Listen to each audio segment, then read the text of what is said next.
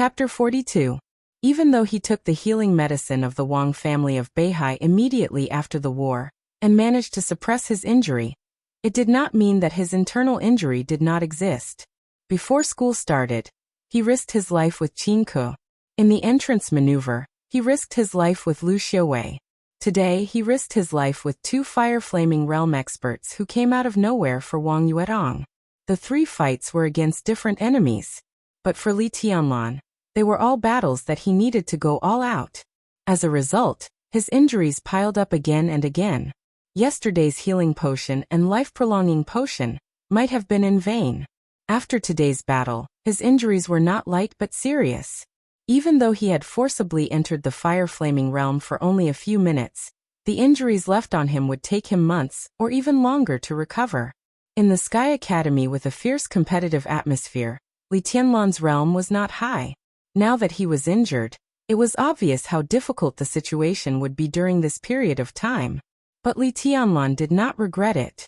As he said to the enchantress, everything he did today was because he owed Wang Yuetong a favor. The little princess of the Wang family of Beihai really had no bad intentions towards him. She cooperated with him to kill Lu Dongqiao, and exchanged a bottle of healing medicine for him with the credits she got from the first place in the maneuver, along with the longevity medicine produced by the Wang family of Beihai. These were all favors. In addition, she met Xian Xuanzi, a demi-immortal, today. It could be seen that Wang Yuetong was indeed helping him. From Wang Yuetong's standpoint, she might hope that he could join the Wang family of Beihai, and make the Wang family of Beihai stronger after he entered the invincible realm. But it could not be said that Wang Yuetong's approach was wrong. With her identity, it was natural for her to have such an idea, and joining the Wang family of Beihai, for most people, was tantamount to a path to heaven. It was not a bad thing at all. What's more, some of them might become the son-in-law of the Wang family of Beihai, which was like a pie falling from the sky. But such a path was not suitable for Li Tianlan. He did not hate the Wang family of Beihai for standing by when the Li family was destroyed many years ago. But in the future, under his leadership, even if the Li family would not treat the Wang family of Beihai as an enemy, it would never advance or retreat with them again. And today the Wang family of Beihai no longer needed a Li family that advanced or retreated with them. In this case, what could he get in the end if he was entangled with Wang Yuetong? He silently accepted Wang Yuetong's help.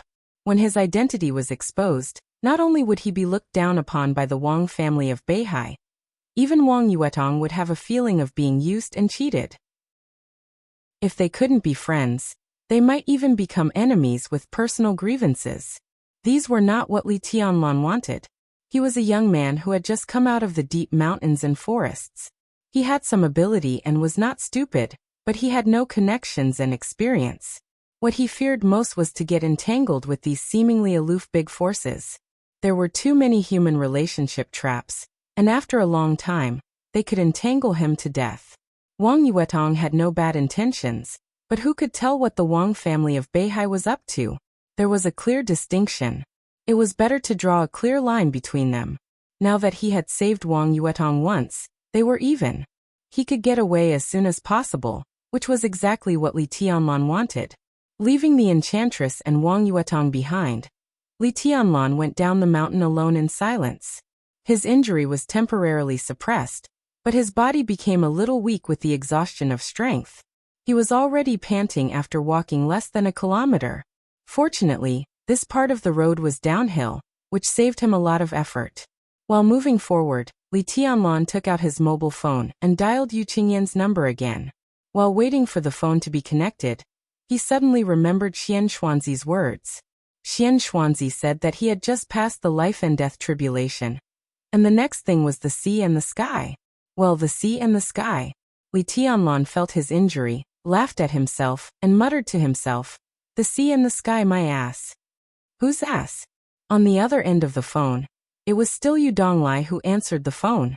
He heard the last few words of Li Tianlan, and said subconsciously, "Nothing." Li Tianlan smiled bitterly, sat down on the side of the road, and said, "Senior Yu, I'm a little injured. Can you ask Qingyan to pick me up? I'm afraid I can't get a taxi in my current condition." "What's going on?" Yu Donglai's tone suddenly became serious. Before Li Tianlan finished, he said directly, "Where are you?" "Qingyan is still cooking, I'll pick you up myself." "Is the injury serious? Is Wang Yuetong all right?" Whether it was Li Tianlan, who was mediocre in his eyes but reckless, or Li Tianlan, who had infinite potential and amazing combat capability, in Yu Donglai's heart, there was one thing that had never changed. That was, he had never regarded Li Tianlan as an outsider. Li Tianlan had proved his own potential. In Yu Donglai's eyes, his future was almost as important as that of his granddaughter Yu Qingyan. On his future road, Yu Donglai was willing to do his best to escort him, even at the cost of his own life. So when he heard that Li Tianlan was injured, the old man suddenly couldn't sit still. "I'm fine. Wang Yuetong is also fine, but there's no car." Li Tianlan said his location with a bitter smile. Yu Donglai didn't talk nonsense with him at all. After hanging up the phone, he directly drove away. In Li Tianlan's impression, Lanshan National Park was at least dozens of kilometers away from Yu's private restaurant. Considering the traffic situation in Huading at this time, he thought it would take a long time. But in fact, in less than 40 minutes, a black Audi stopped beside him. The window rolled down and Yu Donglai directly said, "Boy, get in." Li Tianlan dragged his heavy and weak body into the passenger seat, fastened his seatbelt casually, and said so fast, "I'm in a hurry. Who knows if someone will attack you during this time. I ran a few red lights on the road, but it's not a big deal." Yu Donglai shook his head. He was old, but his actions were extremely straightforward. He skillfully turned the car around, and the Audi went straight down the mountain. "What's the matter with Wang Yuetong?" Yu Donglai drove the car. After the assassination, it was normal that Wang Yuetong was not there. But when Li Tianlan was seriously injured, the Wang family of Beihai didn't make any arrangements and let him sit here and wait alone, which was not in line with the style of the Wang family of Beihai. As the leading wealthy family in Zhongzhou State, for many years, countless people had been angry at the strength and domineering of the Wang family of Beihai. But that was just the silent criticism from different standpoints. In terms of normal human relations, the Wang family of Beihai would hardly let people find any fault. Li Tianlan shook his head and said softly, "I can't bear too much affection. I just don't owe each other anything. That's the best result." Yu Donglai was slightly stunned. He subconsciously glanced at Li Tianlan with a serious look. In his sight, Li Tianlan's expression was calm, without frustration, regret, or unwillingness. The sunlight outside the window shone into the car. Li Tianlan tightly pursed his lips and looked firm. Yu Donglai sighed softly. The case of treason caused heavy losses to Zhongzhou State, and also hurt the Southeast Group. At the time of the incident, the Wang family of Beihai was indeed facing a crisis. It was reasonable for them not to take action. There was nothing to say. What made it hard for these old people to let go was the rapid silence after the uproar of the Wang family of Beihai after the case of treason. After many years, people like Yu Donglai, who used to be part of the game, had become outsiders. But Li Tianlan's identity as a part of the game could not be changed. His attitude toward the Wang family of Beihai was even related to whether he had a narrow escape or a narrow escape. Thinking of this, Yu Donglai felt that he needed to persuade him. "Boy, do you have a knot in your heart that is hard to untie?" To the Wang family of Beihai, every man for himself, and heaven and earth destroy him. Li Tianlan smiled. "There's nothing to say, but it has happened. The Wang family of Beihai and the Li family can't go back." He looked at the prosperous scenery outside the window and muttered to himself, "We don't owe each other anything. We don't owe each other anything." This was not only about him and Wang Yuetong. In his heart, it was the best that the Li family and the Wang family of Beihai could do this. Yu Donglai shook his head and took out a pack of cigarettes from his pocket. He handed one to Li Tianlan, and lit one for himself. The Audi shuttled through the traffic unhurriedly. Yu Donglai took a big drag on the cigarette and exhaled the smoke. Suddenly, his eyes became firm. "Boy, I'll let Qingyan follow you from now on. This girl is a little weak, but her means are not bad and her talent is also passable. She can hone herself in the Sky Academy and see more of the sinister people's hearts. Then she can wear off her weak temper. It won't be a problem for her to enter the thunder-shocking realm within 10 years. At that time, she can also help you a lot. Li Tianlon looked at Yu Donglai with a strange look in his eyes. Get lost. Yu Donglai scolded him with a smile and exhaled a mouthful of smoke. I said let Qingyan follow you and help you, not be your wife. You have a lot of love affairs in your life. I can't bear to let you harm my granddaughter, but she can still be an assistant. As he drove, his tone paused slightly. His smile faded and his eyes became a little lonely. Zhuanyuantai of Kunlun, the god of war family. Hey. You may not feel anything, but when an old guy like me looks at you, I really feel sad.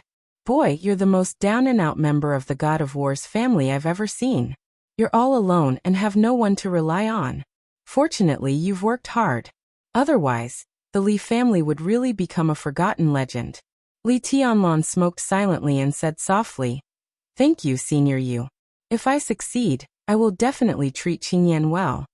He could not refuse Yu Donglai, nor could he. This was the old man who fought with his grandfather in those days. Now he put his granddaughter by his side. Wasn't this also a kind of trust and dedication to the Li family?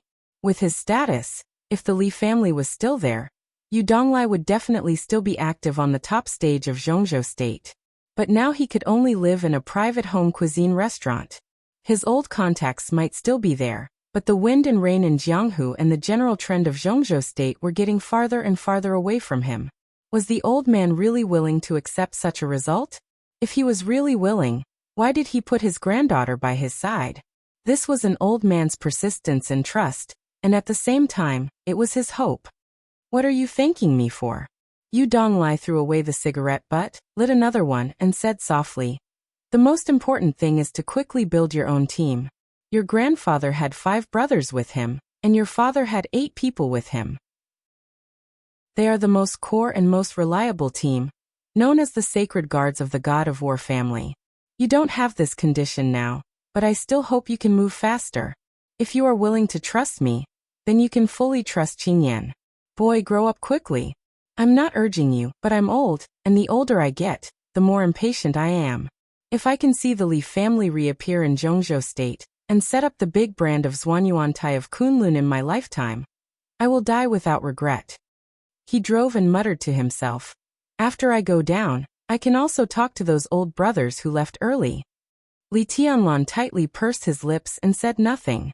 It seemed that he would never become a person who often patted his chest to make a promise. Most of the time, he was silent, and he seemed to be used to silence. Yu Donglai started to talk and said softly, We brothers at that time, the eldest was called War Bear, and he had Thunder Vein and was born with great power. His father used to be one of the sacred guards of His Highness's father. The eldest grew up with His Highness, and he was the most loyal. He was with His Highness the earliest and he died the earliest. After he went to the border with His Highness, it was said that he died in the 2nd year. He was killed by the sneak attack and siege of the experts of Annan State. As an expert of the thunder-shocking realm, or even a half-step to invincible realm, he died in such a grievance, but it made people respect him. The second was called Sirius, and he was an assassin with wind vein. He came and went like a ghost, and he was the most ferocious and cunning. Many of Quangtu's assassination skills were taught by Sirius. After Quangtu committed treason, His Highness was held accountable.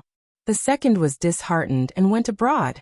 Later, he was also accused of treason. But he was alone, and he had nothing to worry about. In those years he was a lone ranger in the dark world, and he was famous in the dark world. But 5 years ago, the second took a task to assassinate a person in Africa that he couldn't afford to offend. After the task failed, he also died. He was killed in 3 moves. This was the second brother, who had the best relationship with me when I was young. When I heard the news, I almost went to Africa. But I couldn't go, and it was useless to go there. So I could only stay in my small restaurant and muddle along. The third was called Qing Dai, and she was the third sister. She was a real expert in intelligence work. The third sister had 2 sons. In the last battle of Quangtu's treason, the third sister's son and husband served in Quangtu's army. As a result, after that battle, Quangtu committed treason. Her husband died, and so did her eldest son. Only the youngest son was alive, but his legs were disabled. How tragic was that? When His Highness went to the border, The third sister didn't even show up, and she had no contact with me for many years. I guess she had a grudge against Kwangtu, which was understandable. But it was a pity that such a beautiful woman when she was young became old. She died of brain cancer 3 years ago. When she died, she didn't even let her family come to tell me about her death. This kind of ruthlessness was not the third sister who risked her life to save me with the second brother when I was in a tight encirclement. The fourth is me, codenamed Poison Doctor. I have been with His Highness for the longest time, and my progress is the slowest. When I met His Highness, I was still doing scientific research in the biological laboratory of Zhongzhou State. I knew a little about martial arts, and the ice-condensing realm was just SOSO. Once I made a research report, and somehow I was targeted by a foreign dark force. They sent a squadron led by a thunder-shocking realm expert to kidnap my family. In order to save me, His Highness chased that group of people for nearly 800 kilometers. The lives of our family were saved by His Highness. Since then, I have been with His Highness. My strength is average, but my means of using poison are passable. Gradually, I also have some fame in the dark world. When Kwangtu committed treason, my son and daughter-in-law were also in Kwangtu's army. My son was an officer, and my daughter-in-law was a military doctor. After that war, they also died, leaving only me and Qingyan. When His Highness left, I went to see him off, but I didn't follow him. I don't know if His Highness will blame me for so many years. I don't hate His Highness nor Kwangtu, but I am not reconciled. I don't believe that Kwangtu would commit treason. I can't let my son die so inexplicably. I really can't. Yu Donglai lit the third cigarette. His voice was hoarse, as if he was crying. Li Tianlan took a deep breath and opened his mouth. He wanted to say something, but he couldn't say a word. He knew who Yu Donglai was talking about. His grandfather once said that he was the old brother who had followed him for the longest time. After his death, Li Tianlan was just 2 years old. He had long forgotten the old man's appearance, but he knew that after the old man's death, it was his grandfather who dug the grave and set up the monument. He was buried in the unknown cemetery behind the border camp. Next to the old man's grave, there was an empty grave. When he was a child, Li Tianlan had never known for whom the empty grave was erected. It was not until more than a year ago when he secretly returned to the border from the desert in Beijiang that his grandfather laughed and said that the empty grave was prepared for himself that night, when he was half drunk. Li Tianlan had also seen the old man's children, a son and a daughter. In his memory, the uncle was quite tall and strong, and the aunt was plain but gentle. But now the old man's children also died at the border one after another, one after the other, less than a month apart. They were loyal and had no regrets, but in the end, they didn't have a good end and had no descendants. Whose responsibility was it? The Li family had failed them and many people, such as Yu Donglai now, Qing Dai who died of illness a few years ago, and the 120,000 soldiers who were wiped out with his father's treason, as Gu Yunxia said. These old scores were all engraved in Li Tianlan's heart, dripping with blood and deeply engraved in his bones. Kunlun City. Prince Group. Li Tianlan narrowed his eyes slightly to hide the demonic red light in the depths of his pupils, and murmured softly, "There will be an explanation, there will be." Yu Donglai patted Li Tianlan's palm and didn't speak. "Senior Yu, where is Lao Wu?" Li Tianlan was silent for a while and continued to ask. "Lao Wu, he is the youngest of the 5 of us, just over 60 years old this year, right? When he was with His Highness, he could even be regarded as a young man. His codename was Fireman, known as the strongest expert in the fire-flaming realm. Until the end, he never entered the thunder-shocking realm, but 8 or 10 people at the peak of the thunder-shocking realm died in his hands. Because he was young, he was sent by His Highness to serve as the second-in-command in Kwangtu's army. When Kwangtu committed treason, the border was chaotic and there were constant conflicts. He was on another front. But after Kwangtu committed treason, as the second-in-command of the army, Lao Wu was also held accountable, and was directly thrown into the desert prison by the people of the Prince Group. There has been no news for many years, and no one knows whether he is dead or alive. At that time, His Royal Highness once said that among the 5 of us, Fireman was the first in terms of talent, and was truly invincible. It is estimated that this sentence was one of the important reasons why Old Five was finally sent to the prison in the desert of the northern frontier.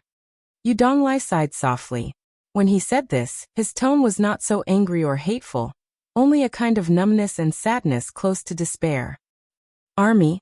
Li Tianlan repeated. Yes, the army. Zhongzhou State Border Praetorian Corps. 20 years ago, your father was the commander of the army. At that time, both father and son entered the decision-making committee, which symbolized the pinnacle of power in Zhongzhou State. With one family and one clan, they guarded the peace of a city and a country. How prominent was it? Who dared to disobey? Yu Donglai's eyes were in a trance, full of memories. Li Tianlan's body stiffened slightly, and then returned to normal.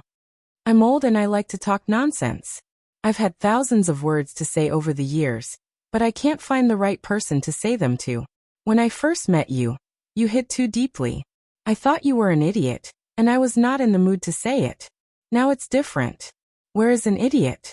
You are clearly a genius. Boy, don't let us old guys down, please. Yu Donglai shook his head violently and laughed. Li Tianlan nodded silently and said nothing.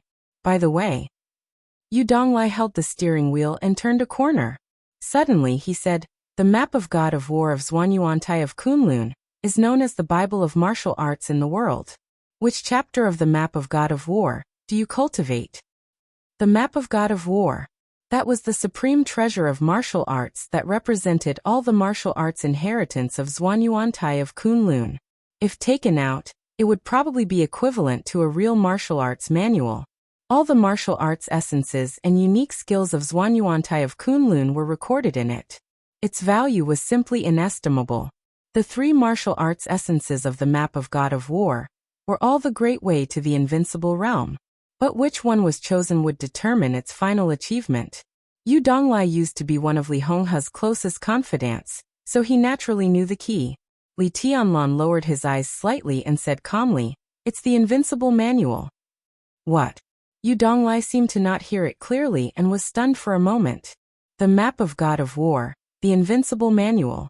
Li Tianlan repeated it again. Bang. Chapter 43.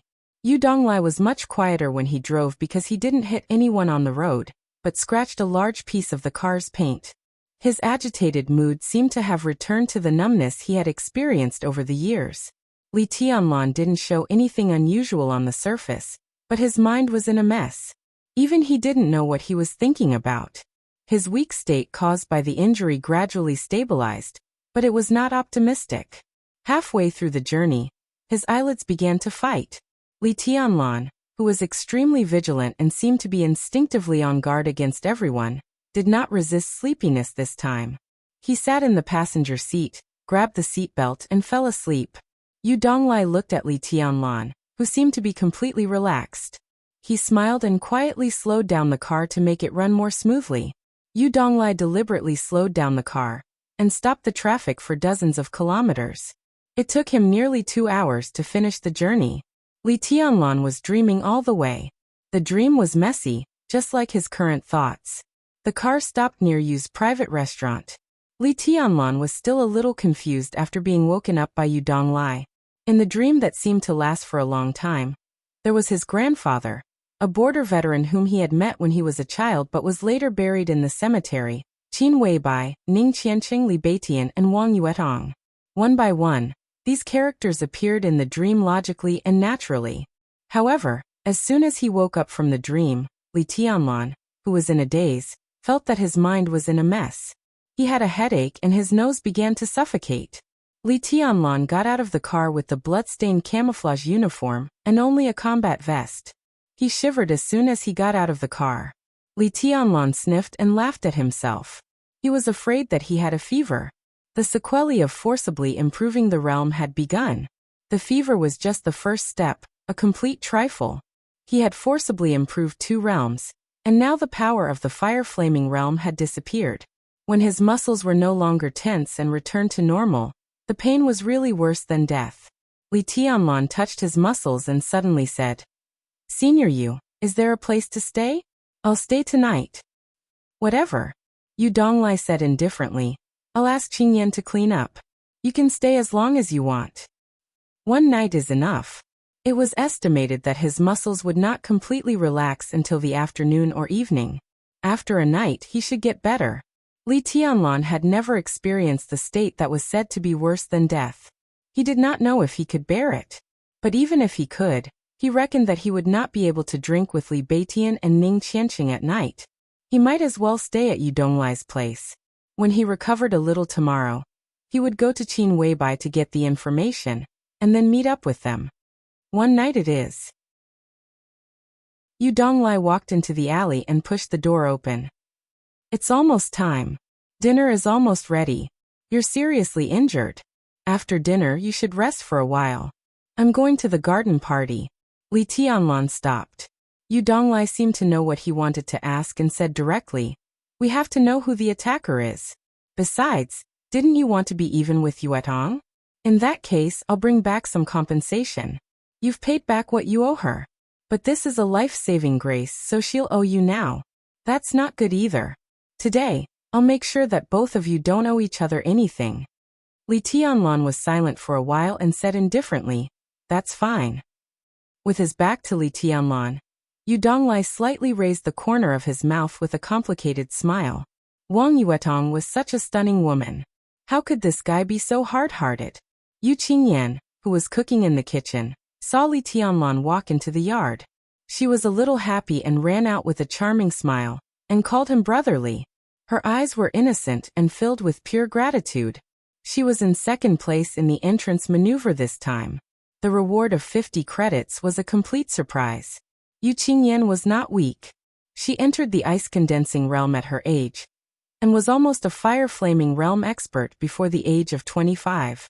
If there were no accidents, it would not be a problem for her to enter the thunder-shocking realm at her peak. But what she had learned were all killing methods, which could not be used in the entrance maneuver. Therefore, the second place in the entrance maneuver was like a pie falling from the sky for Yu Qingyan.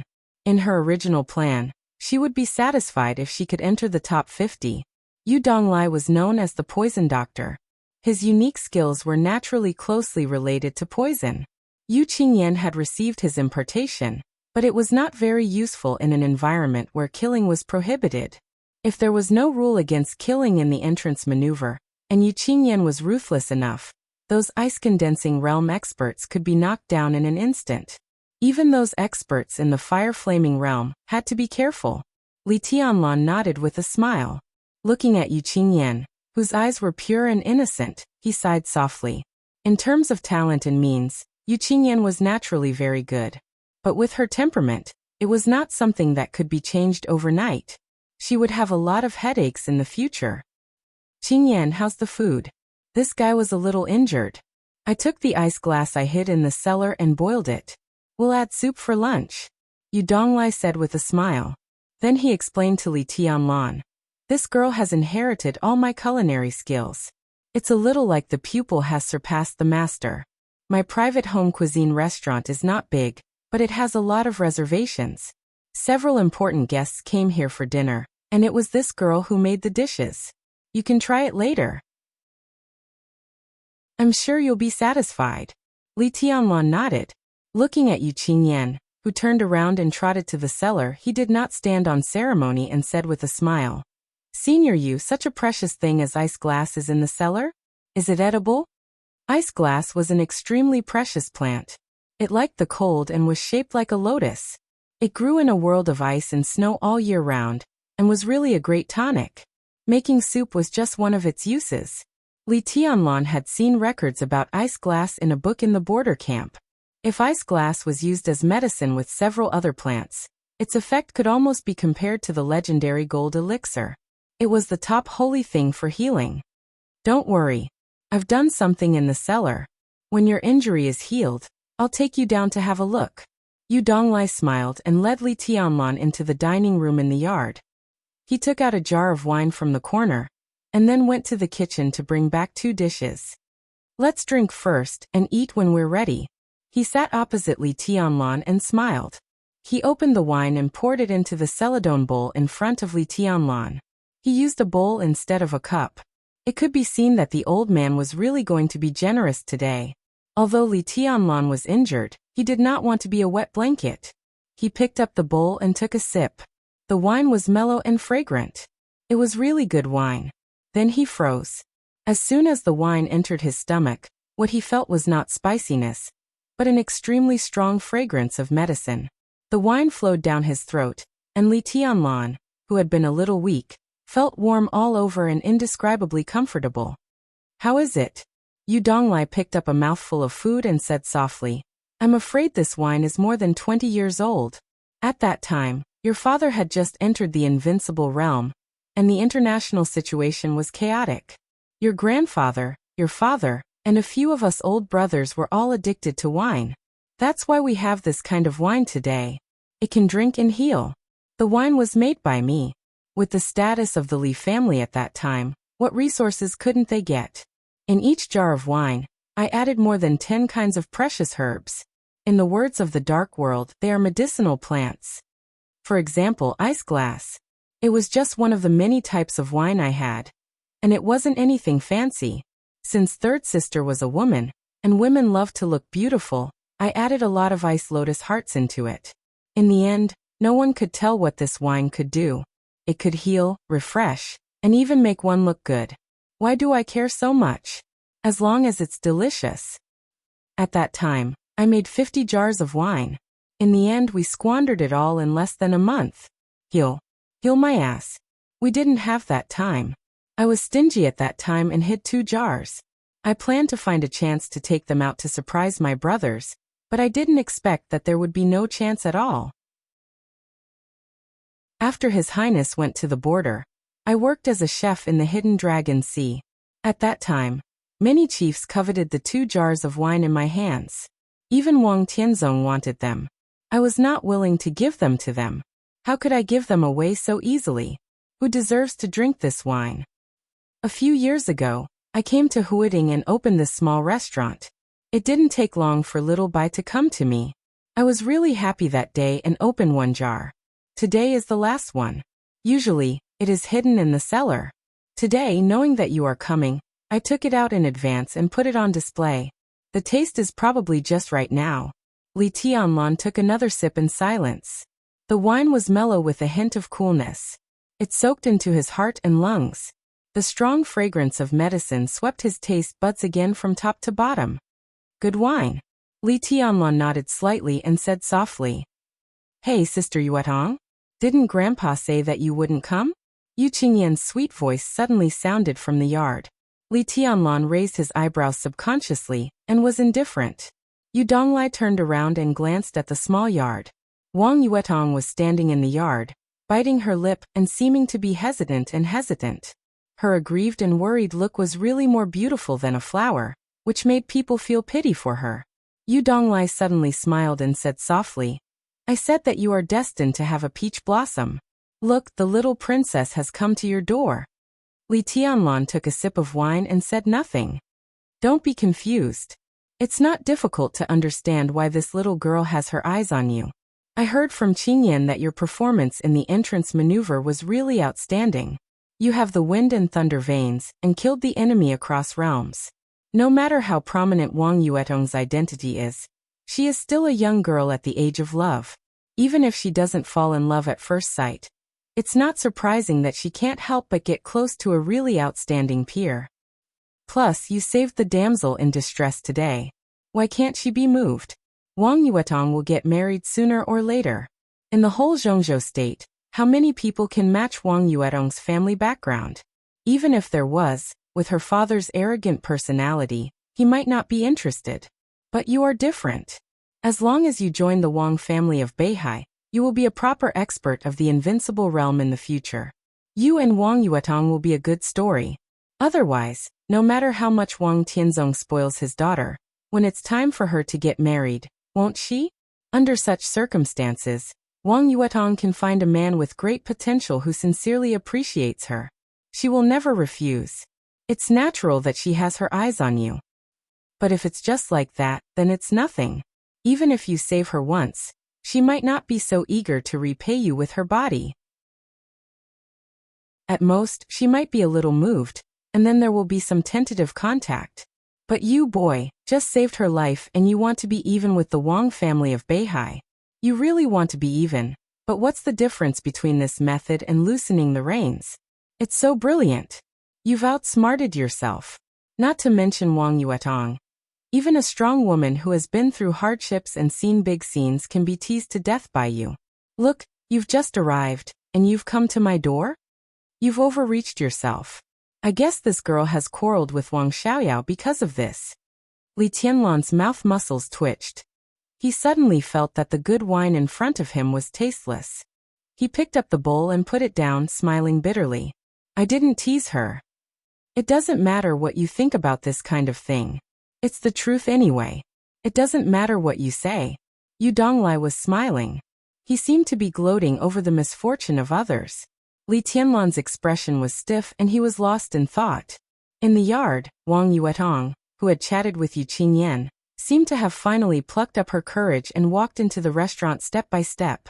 The sound of high-heeled shoes tapping on the ground was getting closer and closer. Finally, she entered the door. The little princess of the Wang family of Beihai, who had changed her clothes, stood quietly at the door. She pursed her lips, feeling a little wronged and uneasy. She looked at Li Tianlan with burning eyes. Li Tianlan only felt dizzy. He deliberately turned his head away and did not look at her. Wang Yuetong hesitated again, and finally walked to Li Tianlan step by step. The natural fragrance of a young girl slowly drifted over, and Wang Yuetong's soft and aggrieved voice also rang in Li Tianlan's ears. Senior brother, how's your injury? Li Tianlan had mixed feelings. He wanted to say something, but when he thought of the complicated involvement that might occur in the future, he simply gritted his teeth and hardened his heart. He looked cold and said nothing. Wang Yuetong waited for a while, and did not get an answer. She bit her pink and red lips hard, and tears seemed to be swirling in her eyes. Why did you do this to me? Did I provoke you? Li Tianlan drank up the wine in the bowl, and still kept silent. Such a delicate and stunning beauty looked aggrieved at this time. Yu Donglai could not bear to see such a scene. He coughed dryly. He was thinking of smoothing things over. The sound of high-heeled shoes tapping on the ground outside the door rang again. Everyone looked up at the same time. Yu Donglai's expression was strange. Wang Yuetong slightly opened her small mouth and seemed a little surprised. Li Tianlan suddenly stood up. Surprise and astonishment appeared on his face, and he completely lost his composure. A woman that could not be described with any gorgeous words walked into the yard lightly. She wore a small black suit, a white shirt, trousers, and high-heeled shoes. Her long black and beautiful hair casually fell on her shoulders. She wore no makeup and no decoration, but she was as beautiful as a painting. Her beauty was beyond imagination. Her steps were a little hurried. Bathed in the sunshine outside the window, she stepped over the flowers in the yard and went straight to the dining room. She was so beautiful and peerless. Li Tianlan stared at her blankly, completely dumbfounded. Wang Yuetong bit her lips, feeling more and more aggrieved. She even felt like an ugly duckling standing in front of a swan. And for the first time, she felt a little ashamed. In terms of appearance, she might not lose to this woman who suddenly appeared. But the elegant and quiet calmness and gentleness of this woman were not something that a girl of Wang Yuetong's age could have. This kind of charm was enough to make any man lose himself in an instant. Wang Yuetong knew this woman. Qin Weibai. This was the woman that second uncle yearned for even in his dreams, but was unable to obtain. In the past, Wang Yuetong only envied her unparalleled charm. But at this moment, she had some feelings of jealousy for the first time. Qin Weibai walked into the dining room and looked straight at Li Tianlan, her eyes bright. Wang Yuetong, who was closest to Li Tianlan, took a step back subconsciously. Then she suddenly reacted and flew into a rage. Like a cat whose tail had been stepped on, her little face turned red. Li Tianlan finally came to his senses and stammered. Looking at the dreamy woman in front of him, he did not know what to say. He raised his hand, subconsciously scratched his head and giggled. Chapter 44. He dreamed of her and tossed and turned restlessly. Plus, he was a little hesitant. Li Tianlan undoubtedly had this kind of complicated and simple mentality towards Qin Weibai. Before he met Qin Weibai, he didn't know what love at first sight was. But when he saw her get out of the car at Huading railway station that day, Li Tianlan understood. He told himself at that time that she was the most perfect woman. If there was a fairy who was so beautiful that she seemed to be above the mortal world, it should be her. After a day of contact, they chatted and video chatted thousands of miles away. Qin Weibai asked Li Tianlan if he missed her. How could he not? He thought so much that he almost went berserk, but what else could he do other than think? Could he really have such a woman? Was she really something he could have now?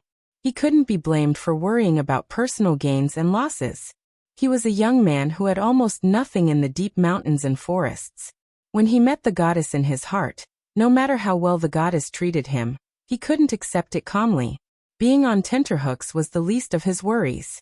There might be fierce men who had nothing but dared to throw themselves on the goddess's bed when they saw her, but he wasn't Li Tianlan. He really liked this woman. He liked her very much. He even regarded it as his greatest ambition to have her. How heavy was this kind of love?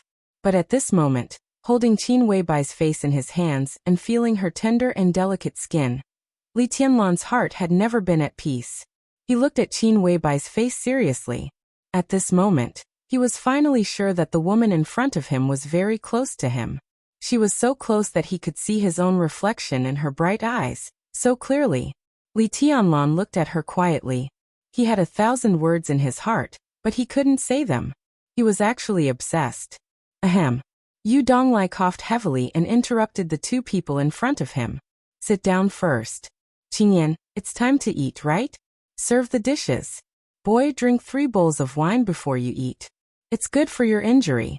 As for the rest, you can take it and bring the jar back to me after you finish. Li Tianlan seemed to wake up from a dream and subconsciously let go of her. When his fingers left the soft skin, he suddenly felt a little reluctant. He wanted to touch it again, but he didn't have the cheek to do so. For a moment, he blushed and became more and more embarrassed. Qin Weibai smiled and took the initiative to hold his hand. She said softly, I heard that you were attacked and injured. It's just a small injury. It's not a big deal. Li Tianlan shook his head, his face flushed. Half nervous and half excited, he giggled. Qin Weibai took a deep look at him, and then turned to look at Wang Yuetong, who still had tears in her eyes but had regained her composure. Tianlan got hurt to save you. Her tone was flat, but under her gaze, Wang Yuetong only felt pressure. It was not the sword intent and killing intent in martial arts, but an innate aura, not strong but clear. Yes. Wang Yuetong bit her lip and stared into Qin Weibai's eyes. In order to protect me, senior brother fought to the death and forcibly raised his realm to the fire-flaming realm. He killed several experts in the ice-condensing realm, and 2 in the fire-flaming realm with 3 swords. Wang Yuetong's tone was light, but in Qin Weibai's eyes, it was inevitable that she was sulking and showing off. Do you know how dangerous it is to forcibly raise his realm with his current strength? Qin Weibai gently raised the corner of her mouth into a cold and sharp arc, and the atmosphere of the whole restaurant seemed to become cold in an instant. Wang Yuetong seemed to move a little uneasily. She had never experienced such a scene of jealousy and blame. But looking at Qin Weibai's face, which made her lose confidence more and more, she still stubbornly said, Senior brother Tianlan didn't blame me you. It's a virtue for a man to be generous. Qin Weibai interrupted Wang Yuetong and said lightly, It's understandable that he doesn't blame you. But I'm a woman, and women are all narrow-minded. He risked his life to save you. You can use it as a capital to show off your charm, but I feel sorry for him. She paused and then said with a smile, But it's none of your business. Later, I'll send someone to the Wang family of Beihai to ask for an explanation. Nonsense, I didn't. Wang Yuetong's little face turned red again, and her big eyes looked at Li Tianlan in a panic. She seemed to be explaining, I didn't use senior brother Tianlan's risking his life to save me as a capital to show off. She pointed at Qin Weibai in exasperation, her eyes angry. Oh. Qin Weibai just said, oh lightly, and then ignored Wang Yuetong. She just looked at Li Tianlan with a smile. I owe junior sister Yuetong some favors. Today, I did it willingly. Li Tianlan sighed in his heart. He didn't know whether to explain to Qin Weibai or to help Wang Yuetong out of trouble. Qin Weibai didn't say anything, but her small hand holding Li Tianlan's under the table slightly tightened. I asked senior brother Tianlan.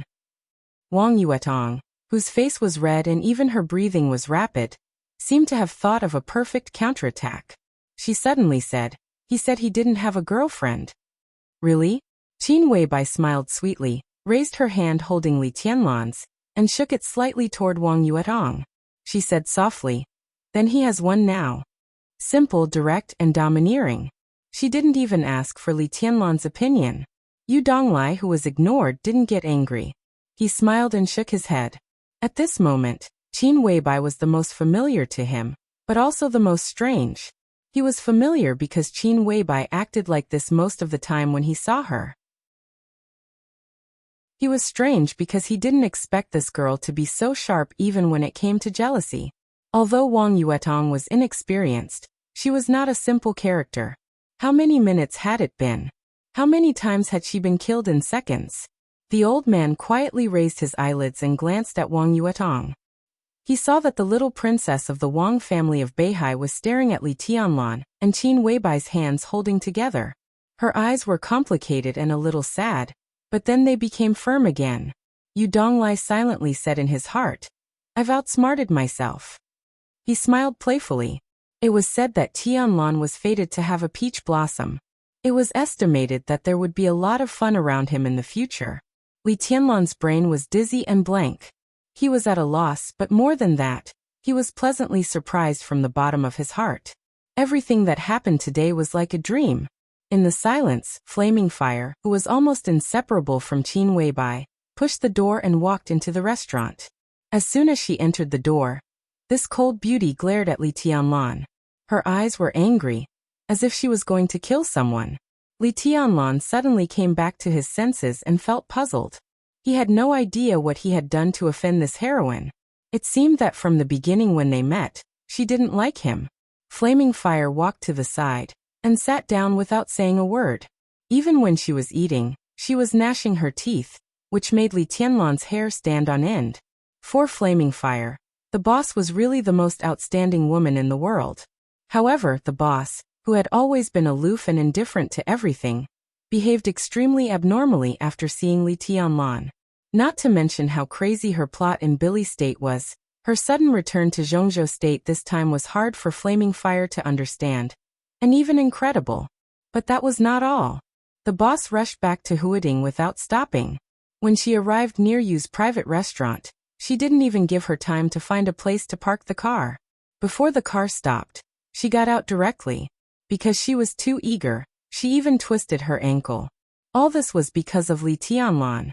Flaming Fire was so sad that she almost collapsed on the spot. After she managed to calm down, she naturally didn't give Li Tianlan a good look. The meal was calm and full of killing intent. Even Li Tianlan, who was slow to realize, felt a little uncomfortable halfway through the meal. Every time Qin Weibai and Wang Yuetong's eyes met, there seemed to be sparks. Their occasional verbal confrontation could be said to kill people without spilling blood. Yu Donglai watched the scene with a smile. Flaming Fire had been staring at Li Tianlan covetously. Such a strange atmosphere really made Li Tianlan's balls hurt. He barely ate half full and wanted to slip away. Anyway, he was injured now, so it was not wrong to have a good rest. However, as soon as he stood up, Wang Yuetong suddenly said softly, Senior brother Tianlan, Beitian and Qianqing have also come out. Shall we have dinner together tonight? Li Tianlan was injured, so he had decided not to have dinner today. In addition, the dinner was probably the most painful time when his muscles were completely relaxed. He subconsciously wanted to refuse, but when he looked at Wang Yuetong's expectant eyes, he opened his mouth but didn't know how to phrase it. Tianlan, take me home after dinner, okay? Let's go back and have a rest. You can ask your friends to come home. I'll cook for you. Qin Weibai said softly. Take me home. Follow me home. The meaning was basically the same, but the charm was completely different. Okay, go home. Li Tianlan was excited and said without hesitation.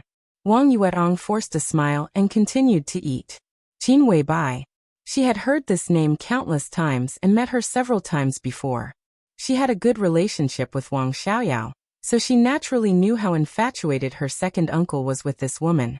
Even in the previous meetings, Wang Yuetong also regarded Qin Weibai as her future second aunt. In the previous meetings, Wang Yuetong's deepest impression of Qin Weibai was that she was beautiful. She had never seen a woman who was more beautiful than Qin Weibai in her life, and she had praised her second uncle for his good taste. As for other things, there was nothing else. But it was not until today that she completely understood how wrong she was. The identity of the future second aunt had long disappeared. At this time, facing Qin Weibai as a rival in love, Wang Yuetong actually felt a sense of suffocation. What a powerful opponent. Wang Yuetong thought silently. When she lowered her head to eat, her eyes were bright and sparkling, and there was no flinching fighting spirit in her eyes. Yu Donglai's evaluation could be said to be right. This time, it seemed that she had really outsmarted herself. After a lunch that was not a living hell, but definitely not comfortable, Wang Yuetong, who realized that it would be difficult to defeat Qin Weibai today, restrained her mind and stood up to leave. Yu Qingyan and Li Tianlan stood up to see her off. But this time, it was really a pure classmate's farewell. Wang Yuetong bit her lip and glanced at him. She silently walked out of the restaurant and out of the alley. Until her figure got into the car and left, Li Tianlan did not say a word. In the restaurant, after Li Tianlan and the other two left, Yu Donglai, who had been watching for a long time, slightly narrowed his eyes and whispered, "You sent someone to protect that guy?" "It's horsewoman." Qin Weibai nodded and said in a calm tone, "What a big deal."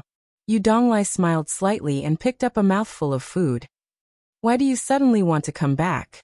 Things not going well over there?" "Not bad. I just want to come back to see him." When mentioning Li Tianlan, Qin Weibai's eyes were as gentle as water, and there was a kind of heartfelt joy in her tone. Such eyes, such tone, if not for the deep love carved in her bones, there would be absolutely no such feelings. Yu Donglai sighed again, a little baffled, but now he was too lazy to get involved in the young people's love. He would just watch the fun. Flaming fire. Qin Weibai lowered her head to eat a mouthful of rice and suddenly spoke. "Boss." Flaming fire subconsciously put down her bowl and chopsticks and listened attentively. "Go to the garden party." Qin Weibai's tone was indifferent. "Go to Wang Xiaoyao. We can't let Tianlan's injury go like this. He saved Wang Yuetong's life, so we should at least ask them to come up with something really good. Wang Xiaoyao has a medicine, and only one, codenamed Youth. Go and get it." "Okay." Flaming fire nodded expressionlessly and stood up to leave. Yu Donglai's expression changed dramatically. Codenamed Youth. This kind of medicine, even in the Wang family of Beihai, was the most precious thing. Wang Xiaoyao was known as King Xiaorao of the Wang family of Beihai. Such a person only had one, which showed how amazing this thing was. Flaming fire walked to the door and suddenly stopped. Youth could be said to be the core treasure of the Wang family of Beihai.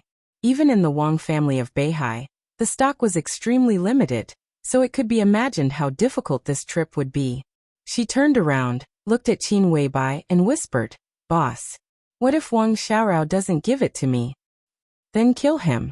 Qin Weibai took a sip of ice glass soup. Her tone was as soft as a young girl's, but what she said was shocking. "In any case, I want that youth."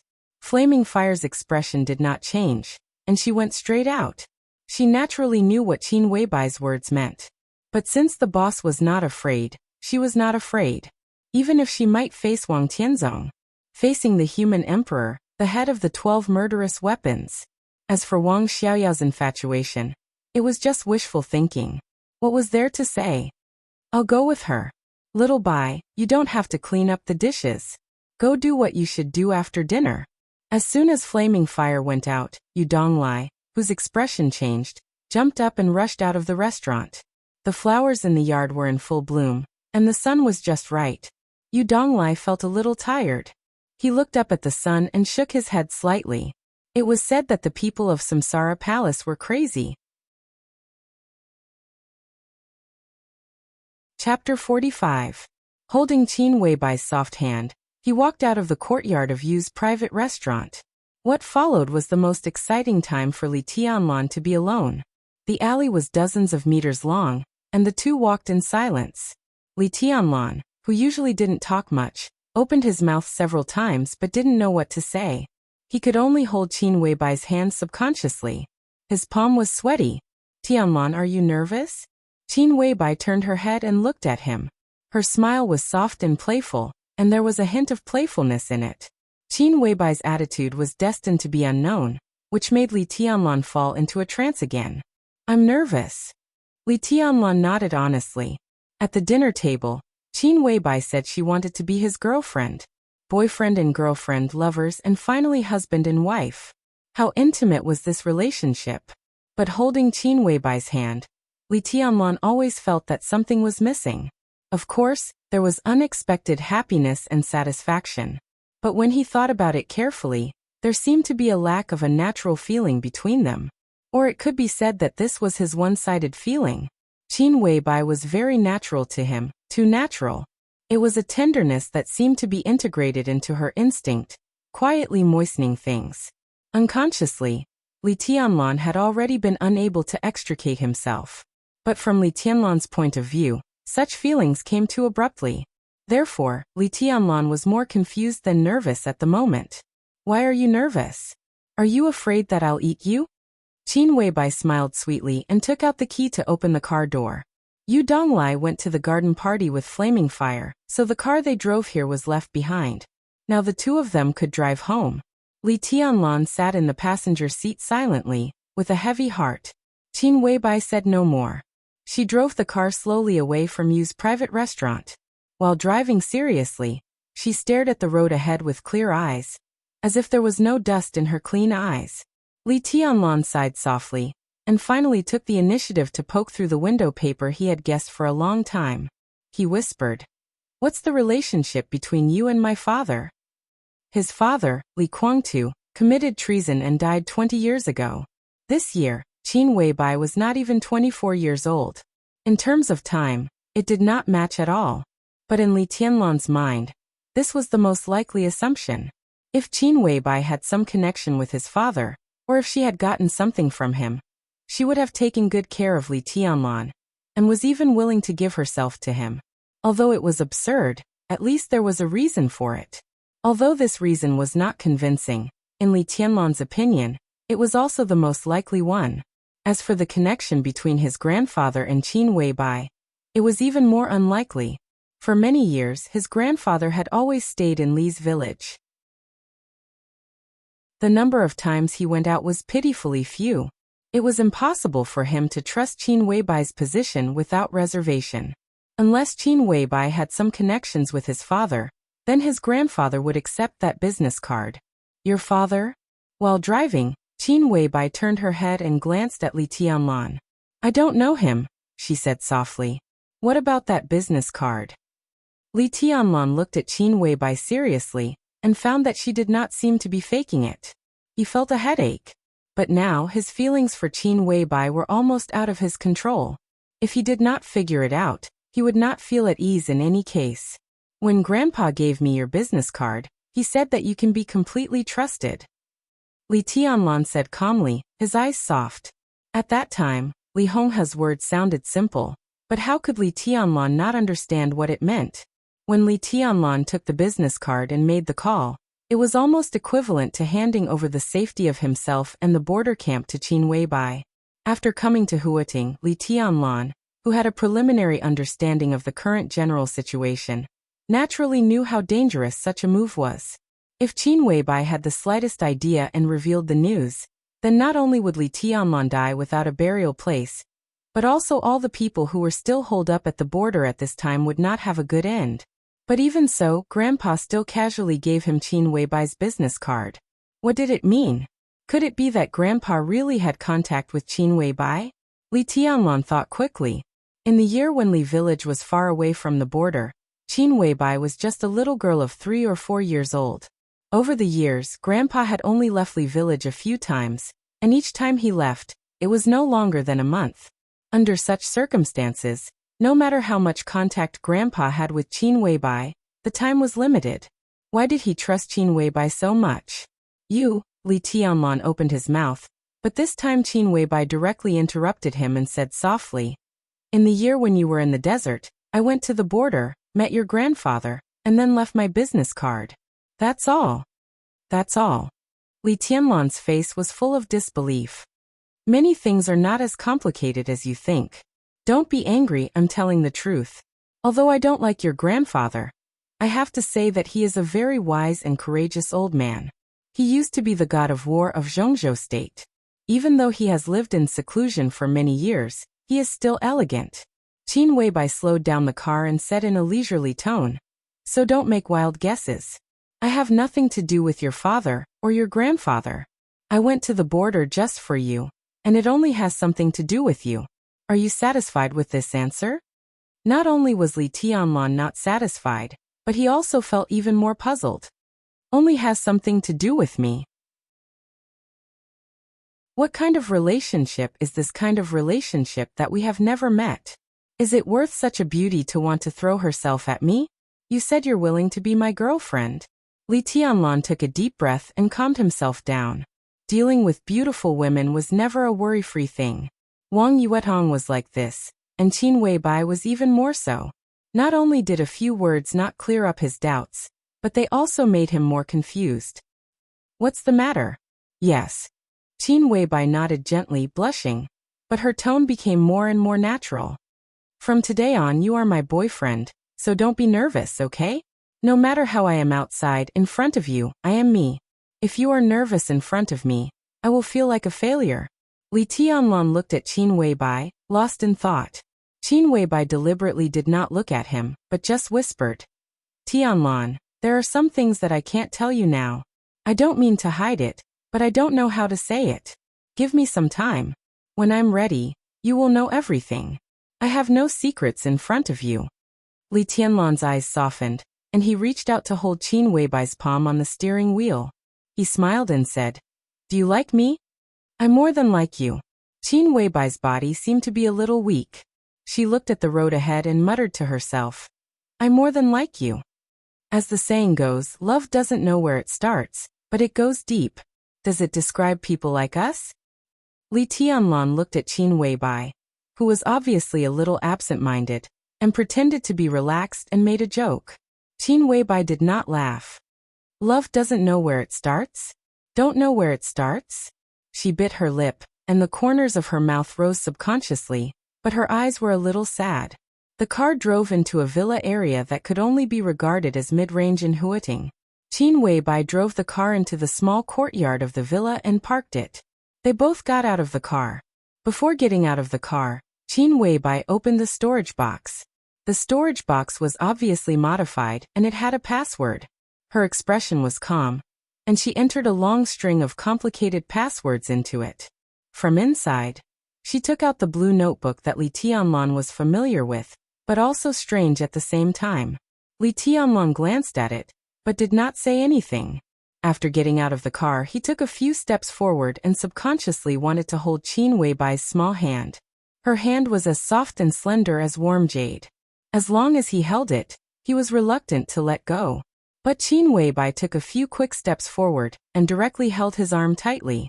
Li Tianlan's body stiffened, and he felt Qin Weibai's body almost completely sticking to him. He only felt a raging flame directly rising in his body.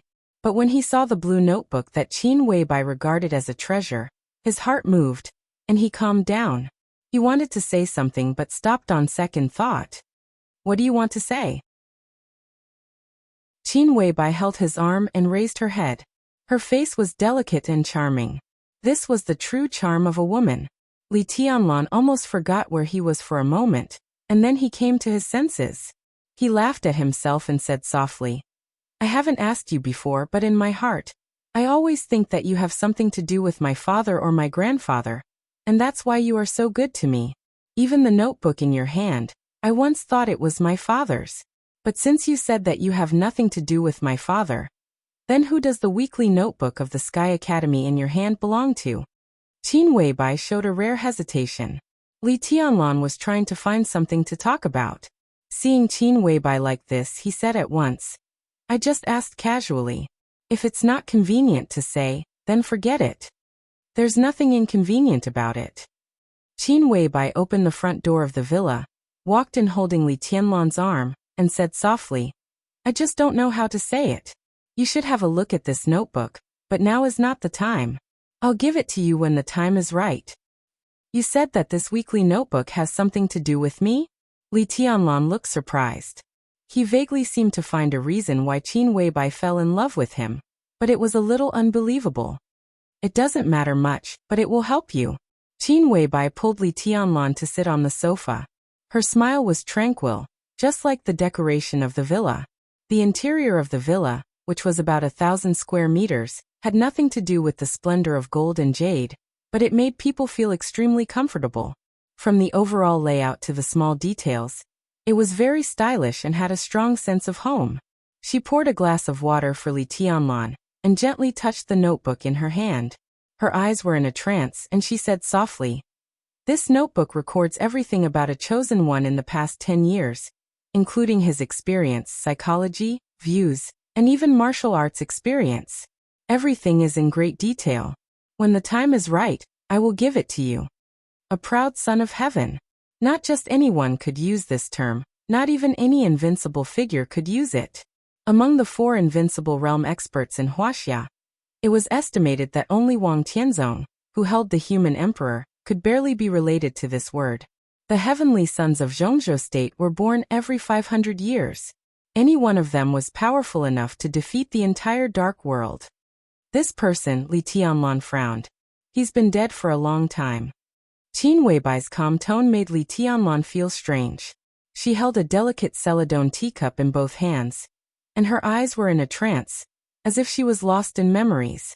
He can be said to be the most arrogant and ambitious person I have ever seen. When I first met him, it was at Huading Airport. At that time, the only invincible realm expert on the killer list secretly sneaked into Huading for unknown purposes. The Zhongzhou state government originally asked him to investigate the purpose of the invincible realm killer, but he didn't bother to do so and directly came with the intention of killing. On the day he came, almost all the high-level officials in Huating went to the airport to pick him up, including the top leader of Huating, who was very likely to go one step higher. I happened to be there that day. When he got off the private plane, he smiled and looked very kind, with a pet dog in his hand. The top leader of Huating, who was not on good terms with him, went up and wanted to shake hands with him. But he put the leash of the dog in the hand of the top leader, who was a member of the decision-making committee. As for the others, he didn't even look at them and directly attacked. Attacked? Li Tianlan raised his eyebrows and asked in confusion. Who did he attack? He attacked the invincible realm killer. I don't know which high-level official he came for. That day he pretended to be a staff member of the airport, and was waiting for an opportunity to take action. Unfortunately, before the invincible realm killer had time to take action, he was discovered by him. The whole battle only lasted a few seconds. The invincible realm killed the invincible realm. Unarmed, life and death were decided in an instant. Li Tianlan's heart beat violently, and his face was fascinated. The invincible realm killed the invincible realm, and it was an instant kill. That kind of scene was beyond his imagination. Really domineering. Then what? He asked. Qin Weibai glanced at him with an unreadable look and said with a chuckle. What then? Then he pulled the leash of the dog from the top leader of Huating, boarded the plane again, and left. From the beginning to the end, he didn't talk to those high-level officials of Huating. I asked him later, and he said there was nothing to talk about. They were a group of clowns, and he would rather play with baby than socialize with them. Qin Weibai smiled with a complicated look in her eyes, and took the initiative to explain. Baby is the pet dog he raised. Li Tianlan was lost in thought, but the image of that heavenly son was formed subjectively in his mind. Arrogant, domineering, silent, fierce, and insufferably arrogant. It was a pity that such a person died. Fortunately, he died. Listening to Qin Weibai's explanation, he smiled and said, That dog was quite lucky. Yes, it could be said to be the most valuable pet dog in years. When he was alive, no one dared to provoke his dog, not to mention him.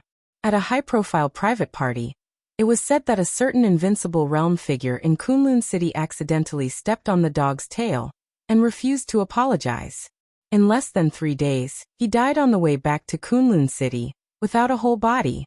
Qin Weibai held the cup, and her words were calm, but her eyes became more and more dazed. Li Tianlan's eyelids twitched, and he once again added a new impression to this strong man. Extreme madness. Such a figure really had the demeanor of ignoring everything and sweeping everything away. Li Tianlan suddenly thought of a sentence, and said casually, "That's what a man should be like. That's what a man should be like." Qin Weibai smiled bitterly. At that time, he was indeed insufferably arrogant and invincible. But so what? Didn't he die in the end?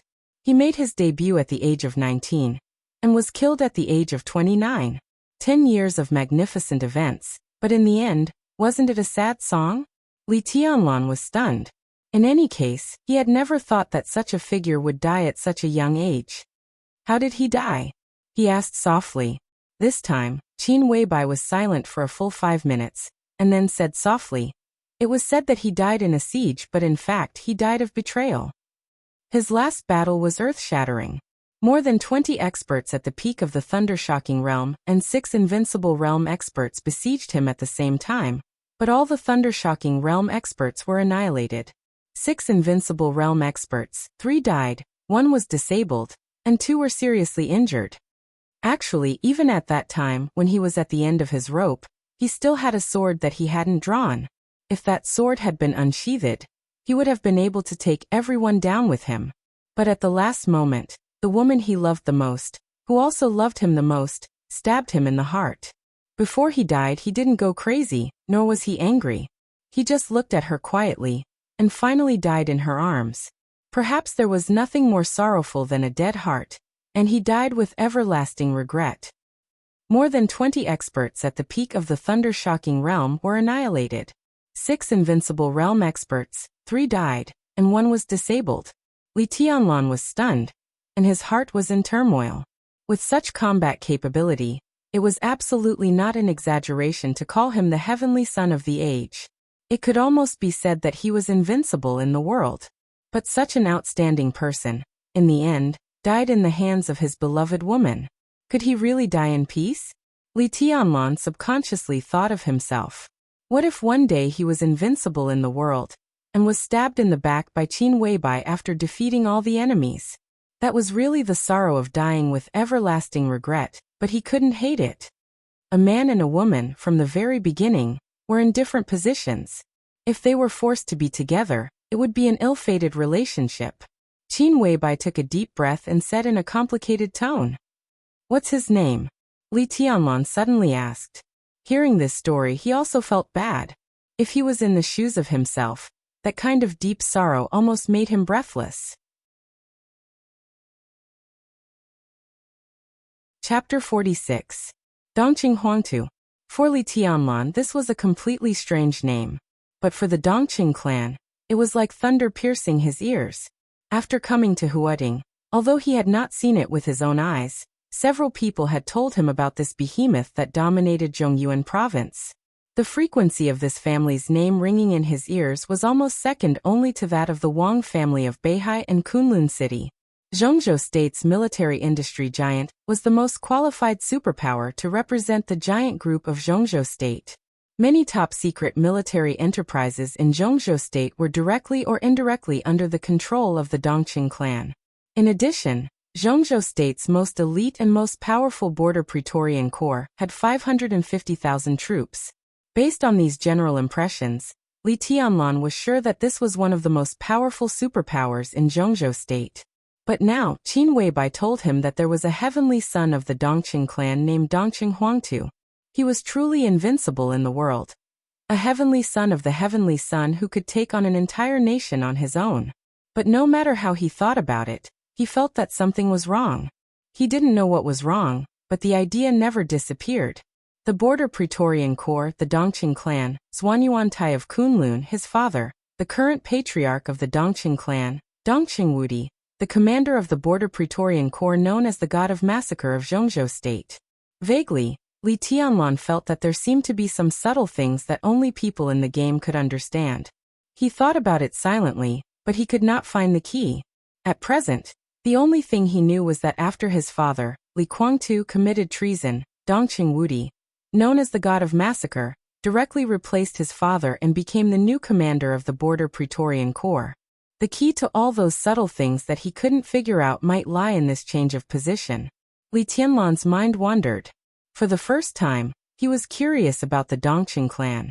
Dongqing Wudi, the god of massacre of Zhongzhou state. Dongqing Huangtu, the current heavenly son.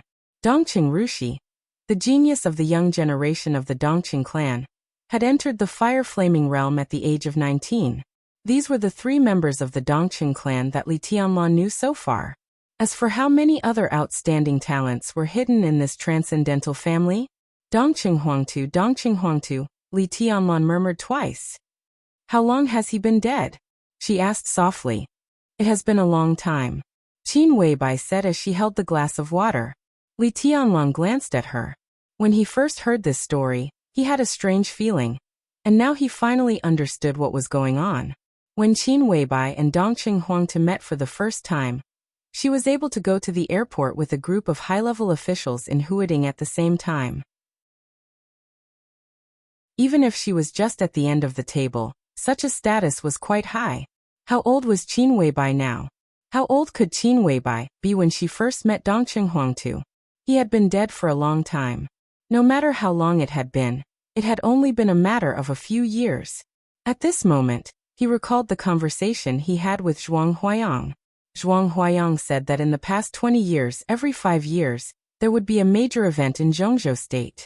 Except for a few things that had nothing to do with the Dark World, or had little to do with it, the major events related to the Dark World were his father's treason 20 years ago. Wang Tianzong killed Tianling 15 years ago. Situt Songyue killed Lu Tianqing 10 years ago. And Gu Qianchuan entered the Invincible Realm 5 years ago. These were the major events that had the greatest impact on the special warfare system of Zhongzhou state and the Dark World in the past 2 decades. But Dongqing Huangtu was not among them. Why was that? It couldn't be that Dongqing Huangtu died more than 20 years ago. At that time, Qin Weibai, who was 1 or 2 years old, could not have appeared at the airport. So was the matter of Dongqing Huangtu concealed by Zhongzhou state? Or did Zhuang Huayang deliberately not say it? Li Tianlan shook his head and subconsciously touched his pocket. Qin Weibai, whose attention was almost all on Li Tianlan, bent down, pulled open the tea table, and took out a box of cigarettes. She said softly, "Are you looking for this?" Li Tianlan was stunned. "It's specially prepared for you, but it's not easy to get this brand of cigarettes. When it was sent here, you had already gone to the Sky Academy." Qin Weibai opened the cigarette package. It was a wooden box, light purple in color, with the word hero engraved in the middle. It was very intimidating. When the package was opened, it was different from the usual pack of 20 cigarettes. There were only 12 cigarettes in the box, slightly thicker than ordinary cigarettes, but the mouthpiece was nearly half the length. Qin Weibai put the cigarette in Li Tianlan's mouth and found a lighter to light it for him. She chuckled and said, "This hero cigarette is specially made by the Wang family of Beihai. It's for the core members of the Wang family of Beihai to enjoy. Its composition is also a little different from ordinary cigarettes. It is said that it can reduce the harm to the body. I got 3 boxes this time. You can give them to the old man later, and let him take them to the Sky Academy for you. Zhuang Huayang won't stop you. If you carry 3 boxes of cigarettes by yourself, a lot of credits will be deducted according to the weight." "Where did you get this kind of cigarette?" Li Tianlan took a deep breath and asked, pretending to be calm. But Qin Weibai still heard a trace of displeasure in his tone that perhaps even Li Tianlan himself did not notice. She was slightly stunned and then understood. She shook her head and said, "I didn't get it from Wang Xiaoyao. After all, cigarettes are just consumables. The Wang family of Beihai doesn't control them strictly. It's not a big deal to get 3 boxes of hero." Li Tianlan smoked in silence and did not speak. Qin Weibai looked at him quietly for a while, and subconsciously moved closer to Li Tianlan again. She said cautiously, "Are you angry? Wang Xiaoyao and I are not even ordinary friends. Except for the occasional contact in business, I never pay attention to him in private. It's him who keeps pestering me. I'm not angry. Li Tianlan patted Qin Weibai's hand. Looking at her explaining seriously, he felt complicated inside, and there was a kind of complacency that made him a little ashamed. He laughed at himself, grabbed Qin Weibai's hand, and said softly, "When senior you told me that Wang Xiaoyao has been pursuing you these years, I did feel uncomfortable. Of course, I was unhappy, but I was not angry. To be exact, it was because my opponent was too strong. Maybe I felt a little inferior? A woman who the core high level of the Wang family of Beihai has been yearning for day and night for years is by my side. I'm obedient and good, but I always feel insecure. In the end, it's because I'm not promising now. If I enter the invincible realm now, my confidence will naturally come back.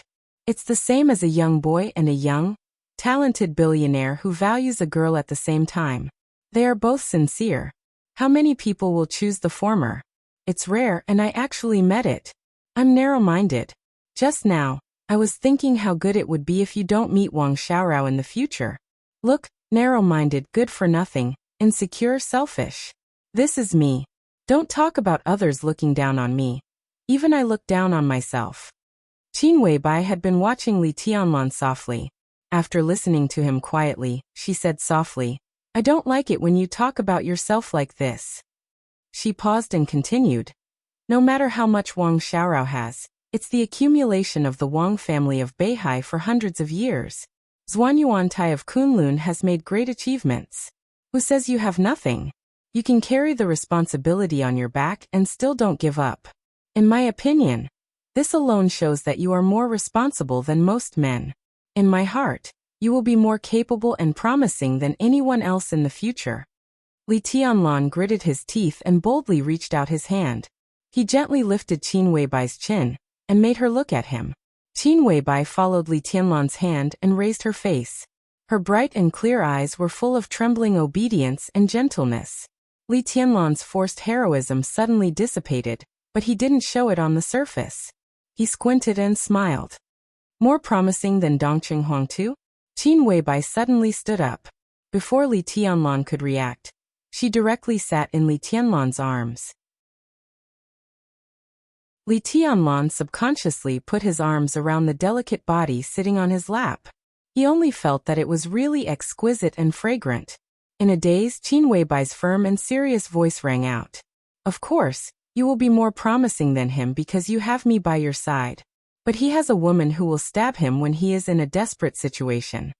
She obediently lay in Li Tianlan's arms. After a moment of silence, she whispered to herself, "Only in your arms can I feel the most secure." Li Tianlan held Qin Weibai's body tightly. His voice was soft, but it carried an indomitable determination. "Just based on what you said, if I don't surpass Dongqing Huangtu, I won't have the face to be with you." Qin Weibai pursed her lips and smiled. She straightened up and said softly, "I have a document here. I'll show it to you." "No need." The tension in Li Tianlan's heart finally disappeared little by little, and he got along with his girlfriend more and more casually.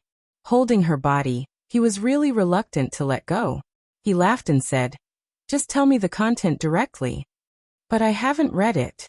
Qin Weibai fixed her eyes on Li Tianlan and said softly, "When the document was sent here, I was already in Billy state. How about I bring the document and read it to you? Don't be so anxious. What's the content of the document?" Li Tianlan held Qin Weibai tightly and didn't let go. Qin Weibai didn't insist. She moved on Li Tianlan's leg. The softness and elasticity almost made Li Tianlan go crazy, but she didn't seem to notice it. She found the most comfortable position and said in a lazy tone, "It's about the Sky Academy. There are some students you need to pay attention to, those you can rope in, those you can't, and their strengths and weaknesses, martial arts inheritance, and standpoints should be recorded. There are also some teachers and senior officials. Their respective standpoints, temperament, and so on are almost recorded. But I haven't got any news about the leader of the assassination course group." After the last leader of the assassination course group of the Sky Academy died on a mission, the Enchantress has been acting for this course. But now it's a new session, and it's a very special one. Zhuang Huayang probably wants to invite a super killer, who can completely control the situation. Such a person is most suitable for Sai City. Zhuang Huayang and Sai City have been talking, but it's still hard to say who the super killers of Sai City will be. So the information about the leader of the assassination course group was left out. Li Tianlong glanced at Qin Weibai and said softly, "Even so, it's great.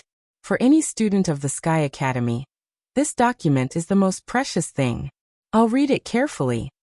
But as for the students, it's not a big deal. After the entrance maneuver, I can basically know the quality of those people. There are masters, but there are not many who can pose a great threat to me and stand against me." When saying this, his eyes were in a trance, and he suddenly thought of Wang Yuetong. If they didn't know each other anything, how would they live in the Sky Academy in the future? We can't be careless. Qin Weibai shook her head. This session of the Sky Academy is very special. In terms of the comprehensive strength of the students, it almost far surpasses that of the Deep Sea Academy in Yuzhou. The current situation can only mean that several young masters who are most likely to enter the Sky Academy haven't enrolled yet, but they won't wait too long. It's estimated that they'll be enrolled after this holiday. Although it's against the rules to enroll a little later, the rules are nothing more than human feelings, so it's not a big deal at all. Why is it like this? Li Tianlong raised his eyebrows, a little surprised. In his impression, the Sky Academy and the Deep Sea Academy were almost equal. But Qin Weibai said that the comprehensive quality of this session of students in the Sky Academy was far better than that of the Deep Sea Academy. Was there any special reason? Because of the current situation in Huating. Qin Weibai furrowed her delicate brows and said softly. The two hugged each other in a very ambiguous posture, but the content of the discussion was extremely serious. There are no wealthy families in Huating. This fat piece of meat has now been targeted by all parties. There are no wealthy families in Huating. Li Tianlong muttered to himself, a little incredulous. Huating was the economic engine of the entire Zhongzhou state, the most developed municipality, and one of the most prosperous international metropolises in the world. How could there be no wealthy families in such a place? It was simply incredible. Although it's a little exaggerated to say so, it's not a big exaggeration. Huating used to be full of wealthy families.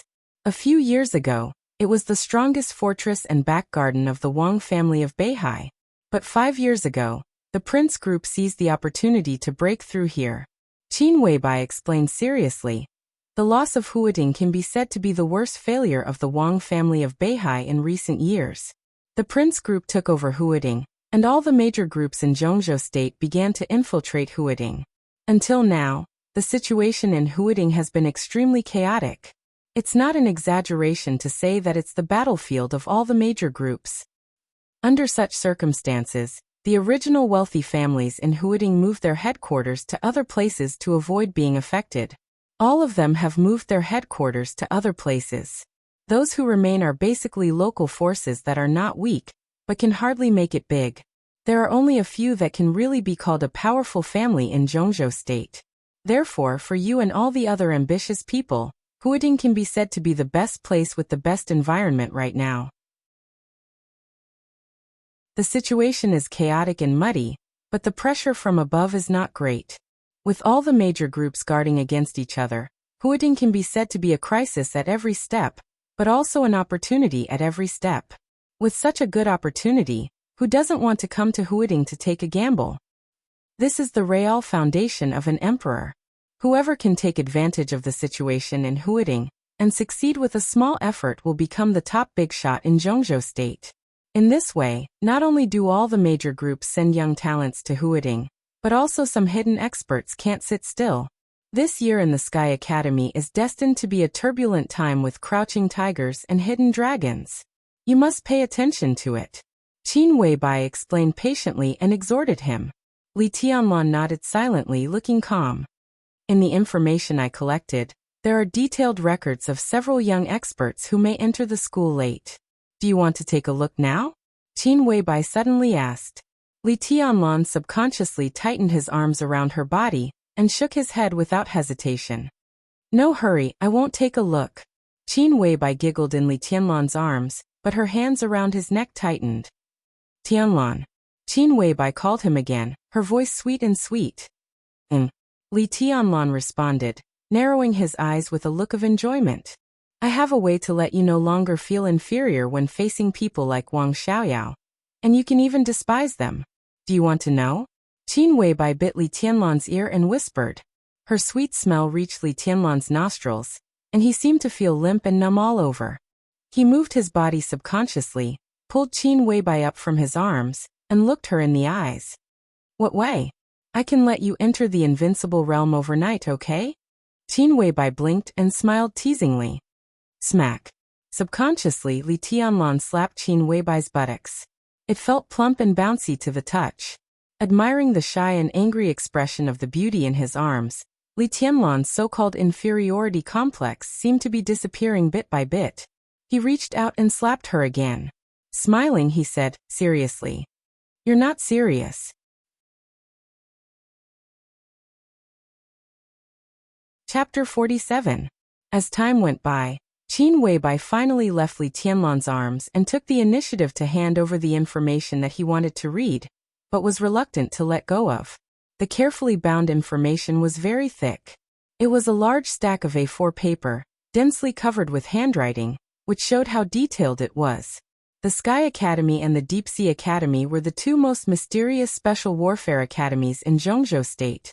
Such information was priceless to every student of the Sky Academy. Even if it was spread to the Deep Sea Academy or even abroad, its value would only be higher. The Sky Academy had just finished the entrance maneuver, but Qin Weibai had already prepared this detailed information. From this aspect, it could be seen how terrifying the powerful and detailed intelligence force behind her was. This was not the power that an ordinary strong woman could have. Qin Weibai sat beside Li Tianlan with the information and read it to him.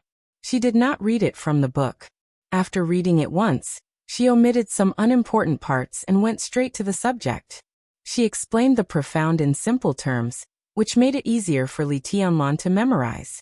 But because there was a lot of information, it was almost dinner time when Qin Weibai finished talking about the teachers of the Sky Academy. In this case, the senior teachers of the Sky Academy are basically in a three-way situation. Li Tianlan thought about it seriously and said in a trembling and hoarse voice, the sequelae of forcibly raising the realm in the morning finally began to show completely. His muscles were completely relaxed, and the pain caused by forcibly raising the combat strength spread all over his body. To be exact, it was not pain, but an indescribable emptiness and numbness. It seemed that every muscle, every bone, and every drop of blood in his body had completely disappeared. Li Tianlan could move and speak, but he could hardly feel the existence of his body, nor could he feel the sofa under him. His whole body was indescribably sore and itchy, which made him fall into a state of extreme numbness from the inside out. Such a feeling made him feel extremely uncomfortable, both psychologically and sensually.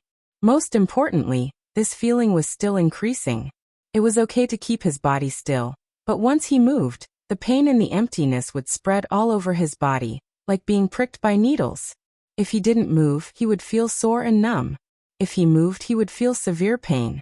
As this feeling became more and more obvious, Li Tianlan was already sweating all over. You can say that. Qin Weibai nodded. Zhuang Huayang represents the academics, which can be said to be the main force of the academics in Huating. Outside of the Sky Academy, their forces in Huating are not strong enough. Yi Fengqing and the Enchantress represent the Wang family of Beihai. Wang Tianzong is good at setting up the overall situation. These two are likely to be important pawns of the Wang family of Beihai's dominance in Huating. Gu Yunxia represents Kunlun City, which is the most awkward among the three. On the surface, they are stronger than Yi Kunlun. But apart from Gu Yunxia, there are only a few weak figures, so they have little say. Gu Weibai Li City. Tianzongan, Kunlun of Li City, but she was killed by you. Tianzong Lu Xiong, so Xian. Bai. And Will to Shi.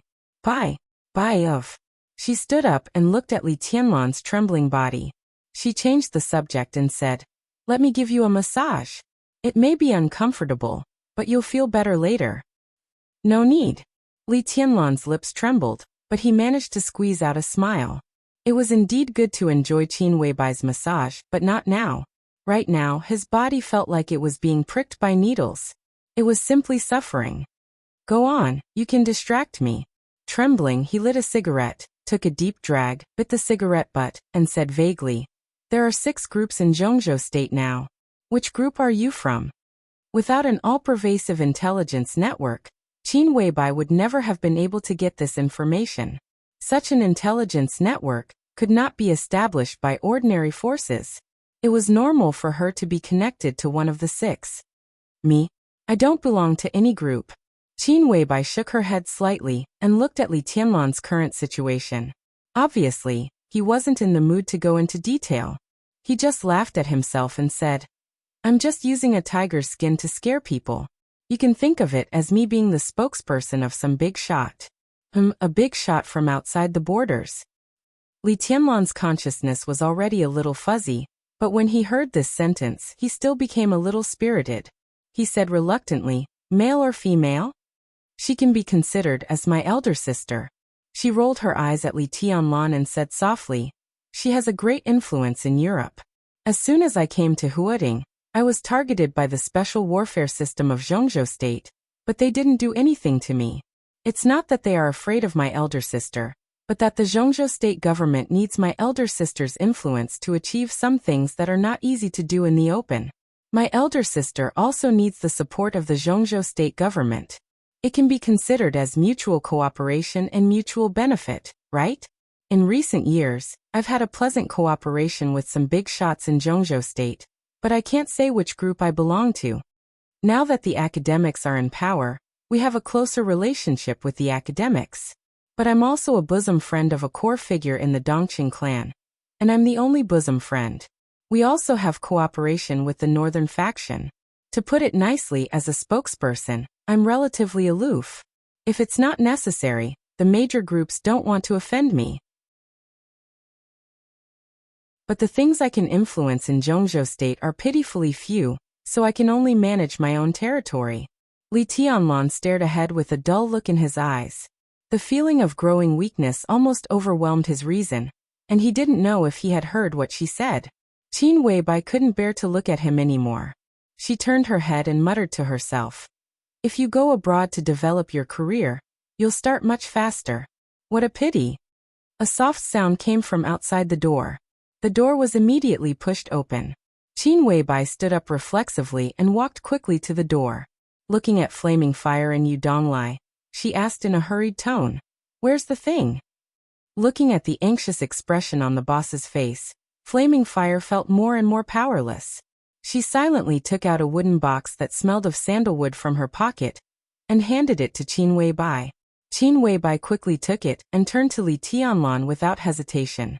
She took out a small round tube that shone with a metallic luster from the box and carefully fed him the light blue medicine in the tube. There were only about 3 to 5 drops of the light blue liquid medicine. But the moment it entered his mouth, Li Tianlan's tongue, which had been numb and unable to speak, suddenly regained its senses. The medicine entered his throat. A cool feeling entered his stomach. Li Tianlan only felt as if someone had suddenly poured a basin of cold water on him when his whole body was on fire. He felt indescribably comfortable and fortunate. He subconsciously opened his eyes wide and glanced at Qin Weibai. "Don't move. You'll be fine after a while. About 5 minutes." Qin Weibai chuckled softly and said softly. Flaming Fire stood aside expressionlessly. Yu Donglai couldn't help but roll his eyes and said grumpily, "You'll be fine this time. Boy, this is a blessing in disguise. At least you won't have to worry about getting hurt during the few years you're studying at the Sky Academy." Li Tianlan still couldn't speak for a while. He just looked at Yu Donglai in confusion.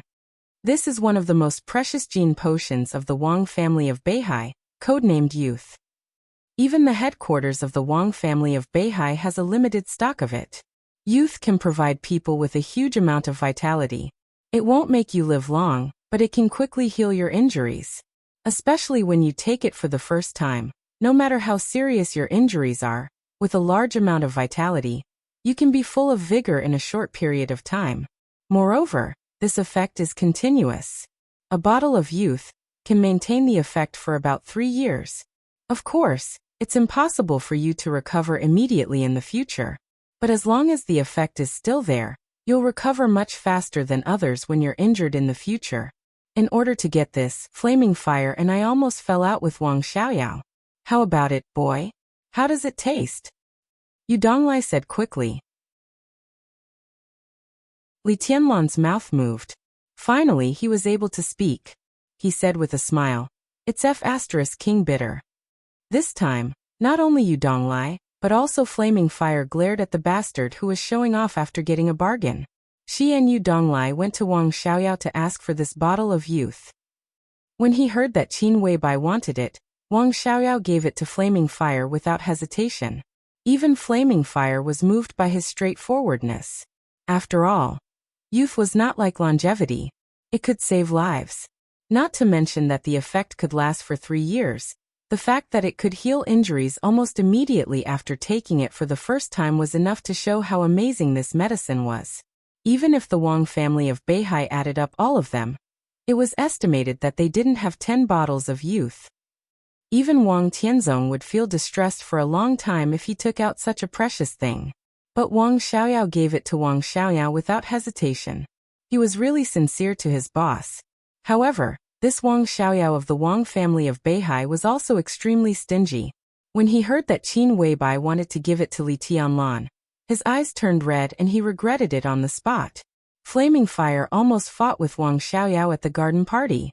Fortunately, Yu Donglai mediated between them. Later, Xian Xuanzi, a Taoist master who was a guest at the garden party, also said a few words. Then she was allowed to take back the bottle of youth. But this bastard actually said that it was bitter. Don't drink it if it's bitter. If this thing was given to their palace master, it could definitely make their palace master more powerful. Even in the face of an invincible realm expert with 12 murderous weapons, he would not be afraid. Wang Xiaoyao was right. It was a great waste to give this precious thing to Li Tianlan. Only the boss would indulge him like this. Flaming Fire took a deep breath, her face full of resentment. Well, I see that this guy is fine. I should go back. Yu Donglai glanced at Li Tianlan, and suddenly said, "Leave after dinner." Qin Weibai stood up and said, "I'm going to cook. The old man can help." She glanced at Li Tianlan and said softly, "Do you want your friend to come over? My cooking skills are no worse than the old man's." "No need." Another day, Li Tianlan smiled and said softly, "With a girlfriend like Qin Weibai, he really couldn't wait to show off. But now he really didn't have the capital to do so. If he called Ning Qianqing and Li Beitian over, they might even mistake him for living off a woman. Even if he wanted to call them over, he didn't have the confidence to do so." Qin Weibai looked at him deeply, nodded, and walked to the kitchen. The dinner was not too sumptuous. Qin Weibai and Yu Donglai made a few home-cooked dishes and boiled a pot of congee with pork and century eggs, which had a special taste. The effect of youth against the natural order had already come into play before dinner. The pain caused by Li Tianlan forcibly raising his realm had disappeared. Even the injuries left by the entrance maneuver seemed to have completely disappeared. With a great appetite, he sat at the dining table and looked at Qin Weibai from time to time. He really experienced what it meant to be a feast for the eyes. He finished nearly half of the large pot of congee with pork and century eggs by himself. After dinner, Qin Weibai ordered Flaming Fire to send Yu Donglai. The old man looked at Li Tianlan playfully and did not refuse. He walked out of the villa with Flaming Fire. Outside the window, it was already night. At the dining table, Qin Weibai elegantly finished the last mouthful of congee and put down the bowl and chopsticks. Li Tianlan instinctively wanted to clear the table. He had done this kind of thing countless times in Li's village, and had long been used to it. "I'm here. The kitchen is not a place for men." Qin Weibai stopped Li Tianlan. Her voice was soft and insistent. "You," Li Tianlan stuttered for a long time before he finally said, "You've worked hard. I'm very happy that you've eaten my cooking," Qin Weibai said in a light tone. Then she got up and began to clear the dishes. Li Tianlan silently walked back to the living room. He took out a cigarette and lit it. Listening to the sounds coming from the kitchen, he could not tell what he was feeling. The cigarette was almost finished. Qin Weibai came to the living room after washing the dishes. Looking at Li Tianlan sitting in the dark, she turned on the light and said softly, "Do you want to watch TV for a while? I'll continue to read the materials." Li Tianlan smiled and said. Perhaps it was because there was no electricity at the border. Li Tianlan was not very interested in all kinds of electrical appliances. Qin Weibai nodded casually and said casually, "I'm going to take a shower. Cooking will smell good. When I come out, I'll continue to read to you." Take a shower. Li Tianlan's heart jumped slightly. He swallowed subconsciously, nodded calmly, and picked up the materials next to him. But this time he could not read any more before he even finished 2 pages of the materials. The living room was quiet. There was no sound of Qin Weibai taking a shower. But when he thought that his goddess was taking a shower, his heart was in a mess, as if there was grass growing in it. He put down the materials, stayed for a while, shook his head, and continued to smoke. But he became more and more absent-minded. The incomparably long 40 minutes finally passed. Qin Weibai returned to the living room in a white bathrobe with her long hair hanging down. At this moment, she seemed to have completely lost the sharp and indifferent aura. There was only a kind of charm and laziness that belonged to a domestic woman. She was breathtakingly beautiful. The two of them looked at each other. Qin Weibai looked at the materials that Li Tianlan put aside and chuckled. "Why don't you read them?" "I can't read them anymore." Li Tianlan was frank and said with a wry smile. "What do you think I think?" Qin Weibai blinked. Her big watery eyes were indescribably seductive, almost drawing out Li Tianlan's soul. A man and a woman alone. Li Tianlan swallowed with difficulty and turned his head to one side. "Do you still feel inferior?" Qin Weibai came to Li Tianlan and asked softly. "I don't know." Li Tianlan shook his head and answered honestly. He was really a little confused. He did not know whether it was because he felt too inferior, or because Qin Weibai's extreme charm brought him too much pressure. "I really have a way to solve your problem now." Qin Weibai stood in front of Li Tianlan and said softly. "What way?" Li Tianlan raised his head subconsciously and saw that Qin Weibai, who was standing in front of him, had long been blushing. Qin Weibai did not speak. She just moved forward again, reached out her hand, and gently but firmly pushed Li Tianlan onto the sofa. A trace of rich and natural body fragrance floated into Li Tianlan's nostrils. He looked dull. Qin Weibai turned off the light. Vaguely, the white bathrobe seemed to be slipping gently. Qin Weibai crawled over and hugged Li Tianlan tightly. In the darkness, the two of them looked at each other again. Qin Weibai's breathing was rapid, and her eyes were shining. Her sweet voice, which was close to a whisper, rang in Li Tianlan's ears. It trembled slightly, like the sound of nature. "The woman that Wang Xiaoyao has pursued for several years without getting a response. You only met her twice, and then you slept with her.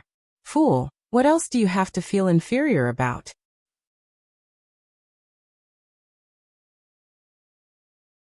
Chapter 48.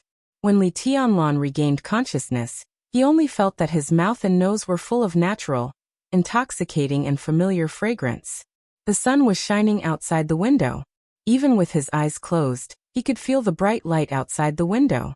This made Li Tianlan feel a little lost and a little reluctant. That crazy and dreamy night had passed. At this moment, it was already a new day. Li Tianlan quietly took a deep breath and opened his eyes directly, just in time to see a pair of bright eyes that were also quietly looking at him. This was the most beautiful pair of eyes Li Tianlan had ever seen. There was a hint of coldness in the brightness and softness, but there was no sharpness in them. It was said that the eyes were the window to the soul. Looking through this window, Li Tianlan could only see a kind of strong persistence and deep affection. This was his woman. Li Tianlan told himself silently, and then said with a smile, "Morning. It's almost 10 o'clock. It's getting late." Qin Weibai lay beside Li Tianlan and chuckled. The thin cashmere quilt covered the curve of her body, and only a part of her snow-white shoulder was exposed in the air, which was very attractive. Li Tianlan directly reached out and held her in his arms. The two bodies were close together. He gently kissed Qin Weibai's ear, and then sighed and whispered, "When I woke up just now, I didn't dare to open my eyes. I even thought that last night was just a wet dream, and when I woke up, there would be nothing left. In fact, it was not only last night. Even now, he felt that everything was so beautiful that it was almost unreal. Qin Weibai's wildness, Qin Weibai's obedience, Qin Weibai's lovable charm, and Qin Weibai's unwillingness to resist. The scenes of last night kept replaying in his mind, and finally, the image of Qin Weibai holding him tightly and crying silently was fixed.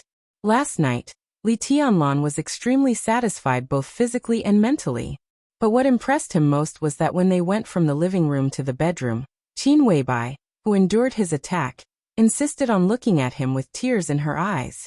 She looked a little wronged, but also a little relieved. At that time, Qin Weibai was delicate and lovely. At that time, Li Tianlan was as crazy as a beast. But when everything calmed down and he recalled the way Qin Weibai looked at him and cried quietly, Li Tianlan felt an indescribable pain in his heart. He couldn't tell what kind of sadness and grievance were contained in those eyes, and he didn't know what Qin Weibai was thinking about. But from then on, Qin Weibai became completely crazy and seductive. Not long after dinner, they tossed and turned until midnight. At 2 or 3 o'clock in the morning, the two struggled to take a shower before falling asleep in each other's arms. Li Tianlan's eyes were in a trance. He unconsciously stroked Qin Weibai's smooth and delicate back and muttered to himself again, "It's like a dream."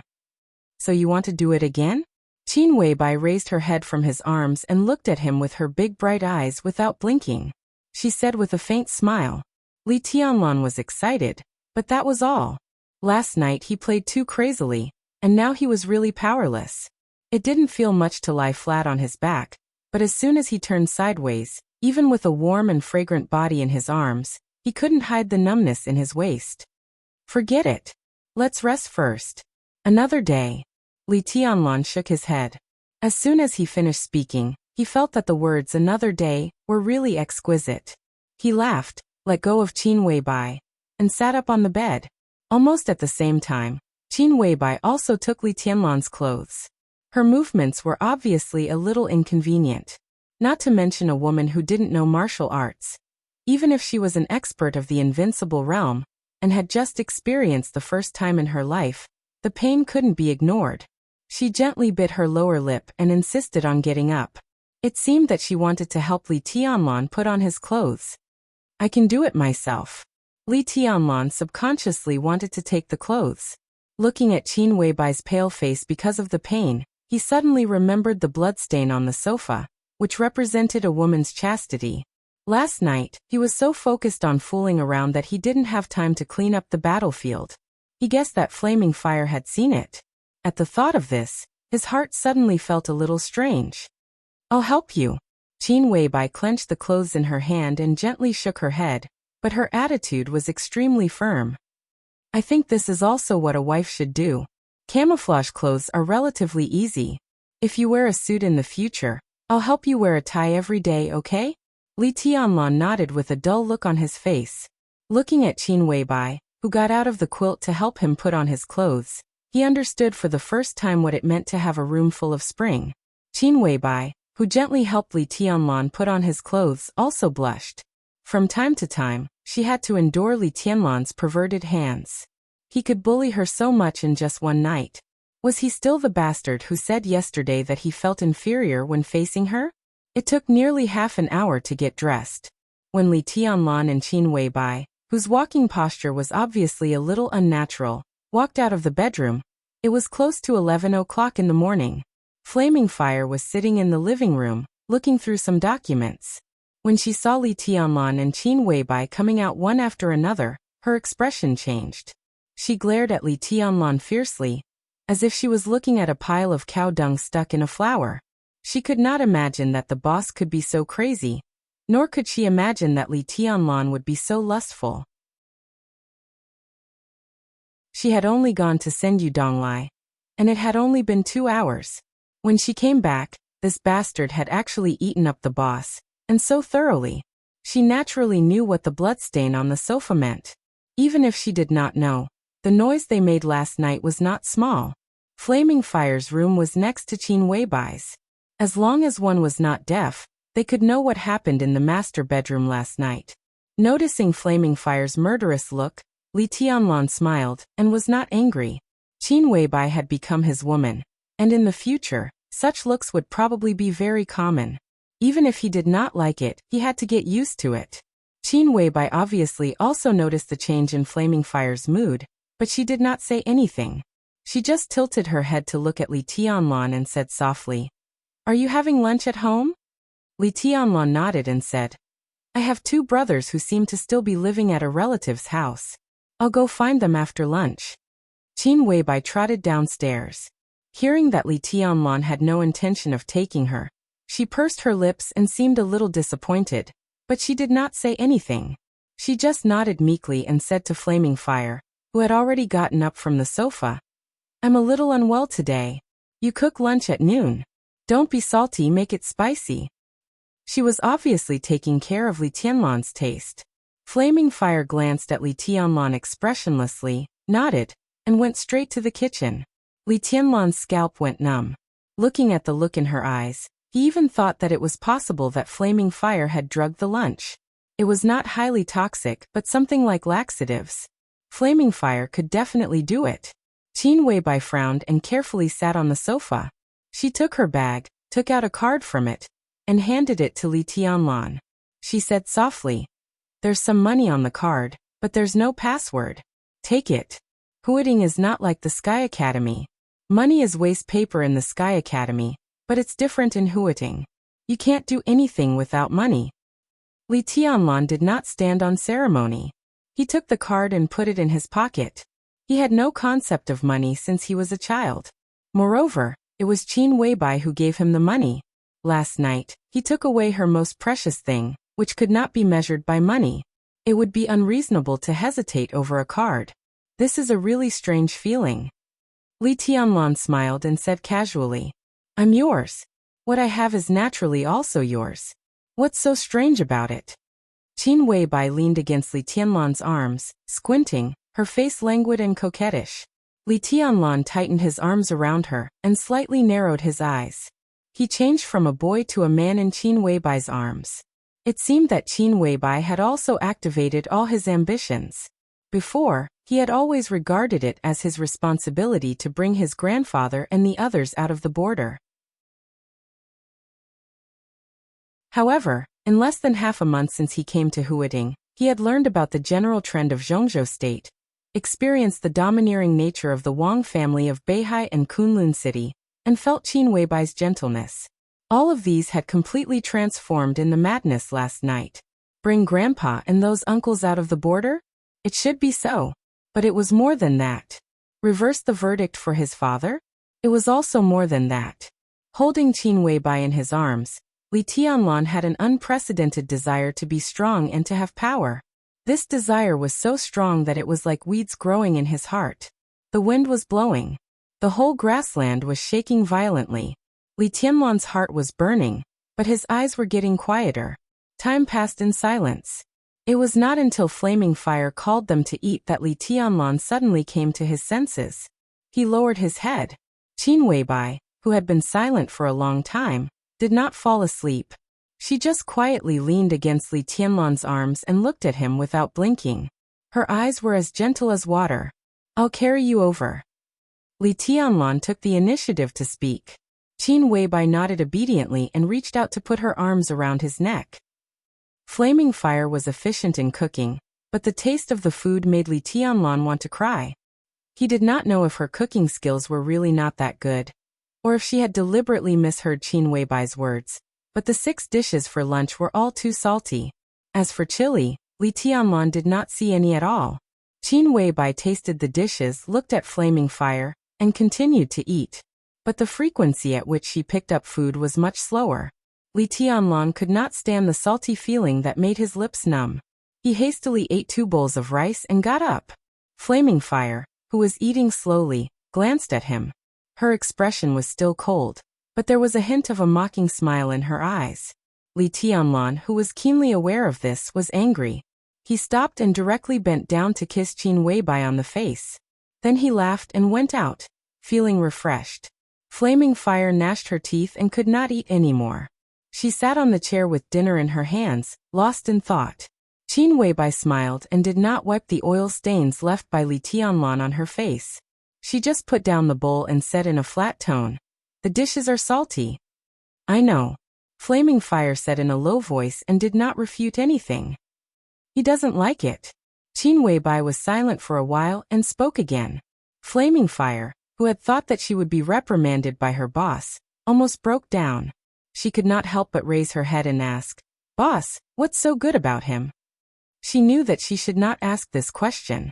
As one of the 12 supermasters of Samsara Palace, if it were horsewoman or military counselor, they would never ask this question and dare not ask it.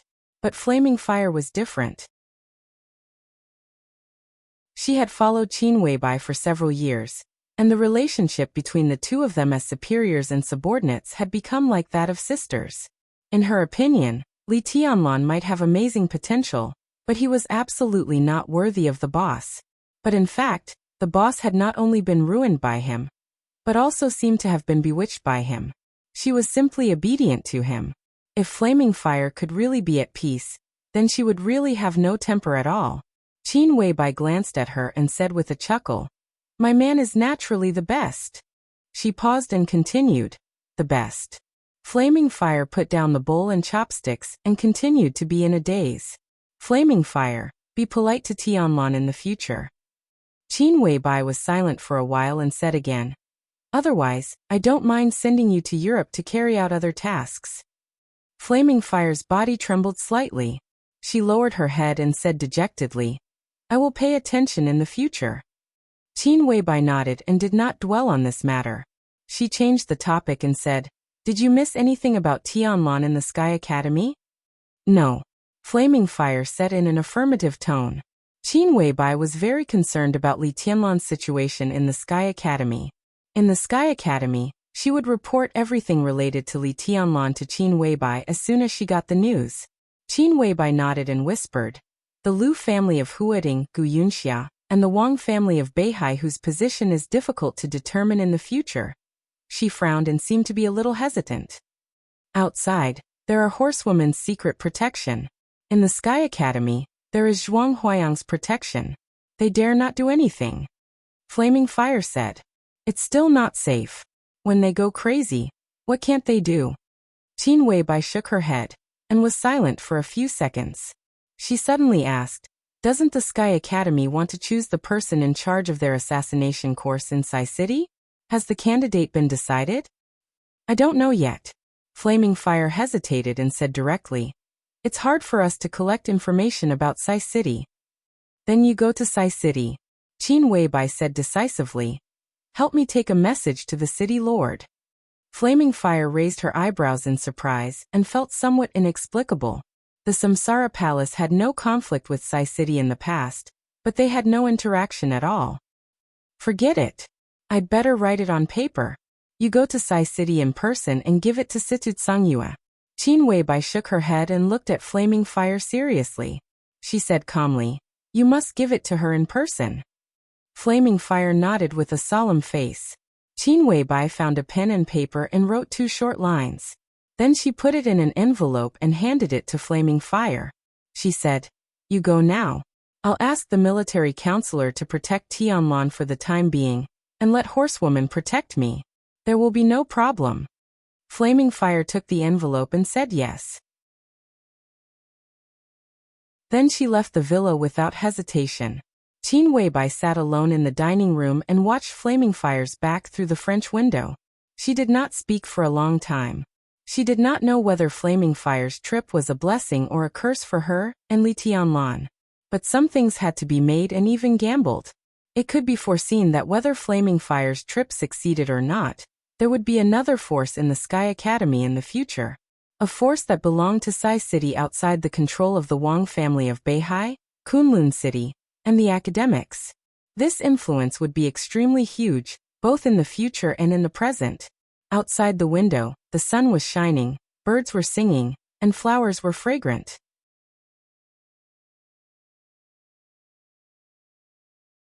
Chapter 49. In Huating, compared with the garden party where a membership card could represent one's status, the existence of Hanyu Palace was even less known. Hanyu Palace's history predated the garden party by many years. It was originally approved in the name of a clubhouse, but today, many years later, it still had not issued any membership card to the outside world. Hanyu Palace covered an area of nearly 200 acres. It was not big and could even be described as exquisite. A clubhouse of this size was undoubtedly somewhat unpresentable in Huating. But if one looked at it from the perspective of size, every corner of this place could be said to be extremely perfect. Hanyu Palace was located in the western suburbs of Huating, facing northeast from southwest. In terms of feng shui, it was a standard paradise with a golden throne, a pagoda, and a cornucopia. It was backed by a high mountain and had a broad prospect. It could be said to be a blessed land that could ensure eternal peace. Everything inside here was also the work of a feng shui master in Zhongzhou State. To exaggerate, every grass and every tree here was very particular. Different from the antique style of the garden party, everything here was developed toward modernization, pursuing extreme luxury and delicacy. The main building in the center of Hanyu Palace covered an area of nearly 5,000 square meters and was 6 stories high. More than 2/3 of it was built with glass, surrounded by an artificial lake. The main building stood in the center of the lake, looking noble and elegant. When the weather was good, the surrounding green water, green mountains, blue sky, and white clouds could be clearly reflected on every piece of glass of the main building. Under the reflection of the sun, it was as gorgeous as a work of art. There were also a few small and exquisite villas surrounding the main building. They protected the main building from a subtle angle. These were the residences of the service staff and security personnel. Looking down from the sky, the entire Hanyu Palace was shaped like a cold moon. It was curved in an ingenious manner. The middle was wide and the sides were narrow. Every part of the interior was arranged just right. It gave off a grand and strict feeling. However, such a blessed land was usually empty most of the time. There were less than 30 attendants in charge of cleaning the place. The entire Frostmoon Palace did not receive any guests, so it was deserted throughout the year. Only very rarely would it be bustling with activity. Therefore, it was more appropriate to say that Hanyu Palace was the temporary imperial residence of a big shot rather than a clubhouse. The weather was fine. At 1 o'clock in the afternoon, a middle-aged man who looked about 50 years old appeared at the gate of Hanyu Palace. He wore an extremely large black robe, and his entire body was shrouded in the black robe. Not to mention his appearance, even his figure was not obvious under the cover of the black robe. The strange black-robed man walked through the door carved with a cold moon, walked across the exquisite arch bridge that spanned the entire artificial lake, and arrived at the door of the main building without any obstruction. A woman of unknown age stood in front of the door, looking at the black-robed man slowly approaching with a sincere smile. The woman's appearance was ordinary, but her temperament was as gentle as the water of a lake. She was wearing a light white cheongsam and stood elegantly in front of the door, like a lady from a rich and powerful family. "Rose is second master here?" The black-robed man came before the woman and asked in a low voice. "He's upstairs reading and hasn't slept all night. If you still haven't returned, second master will probably send me to find you." The woman with the code name Rose's voice was gentle and elegant. She was not in a hurry, and she exuded an intellectual aura. Her appearance was not outstanding, but her skin was extremely white and delicate. At first glance, it was not a problem to say that she was in her 20s, and it did not seem wrong to say that she was in her 30s. The black-robed man's body stiffened slightly. He nodded and walked directly through the door of the temporary imperial residence. The decoration inside the temporary imperial residence was the complete opposite of the outside world. It was filled with an ancient style, but it was not purely ancient. It was a bit like the style of the Republic of China from hundreds of years ago. It was dignified and grand, and it looked like it had a lot of history. The black-robed man silently walked up the redwood steps in the hall to the 3rd floor, and stood in front of a door. "Is it Black Robe? Come in." A low and gentle voice rang out from the room. It was clear even through the extremely soundproof room. The black-robed man pushed the door open and entered. Behind the door was a large room of nearly 150 square meters. A crimson carpet covered every corner of the room, and the ceiling was painted with gold as decoration, spreading wantonly and carelessly over the entire ceiling. The four walls were all made of glass, and a huge red sandalwood bookcase took up almost all the space on one wall. The bookcase that exuded the fragrance of sandalwood was filled with books and all kinds of antiques. Two leather sofas were placed randomly in front of the window on the other side, and in the middle was a chessboard. The room was completely dark. The floor-to-ceiling window had excellent lighting, but it was now tightly blocked by the curtains. Visibility in the entire room was extremely low. The black-robed man followed the weak light to the sofa and sat down. He continued to remain silent. The mission failed? In the darkness, the gentle and deep voice continued to ring out. In the extremely poor light, his voice seemed to come from all directions, and it was impossible to determine his exact location. Yes. The black-robed man finally spoke, and his voice was dry. I'm sorry, second master. Don't blame yourself. I've been mentally prepared. The second master seemed to smile, and his deep voice echoed in the room, light as a feather. Wang Yuetong's identity is extraordinary. It would be best if we could kill her, but it's not surprising that we failed. What happened to the assassination team? All of them were wiped out. The black-robed man's facial muscles visibly twitched, and his voice was hoarse. In an environment where the black-robed man could not see, the second master muttered to himself. After a long while he said slowly, "That's good. Then there won't be any clues left." He was silent again for a while, and suddenly asked, "Who was the bodyguard of Wang Yuetong?" "It was the enchantress." The black-robed man's voice was cold and gloomy. But the enchantress did not show up. The one who resisted the assassination for Wang Yuetong this time was a young man who was with her. The second master did not speak, and just quietly waited for the black-robed man to continue. 3 swords. The black-robed man's voice suddenly became agitated. His voice trembled slightly, with indescribable hatred. The opponent forcibly raised his realm from the chi-controlling realm to the fire-flaming realm.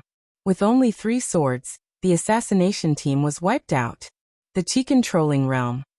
The second master's voice finally carried a hint of surprise and doubt.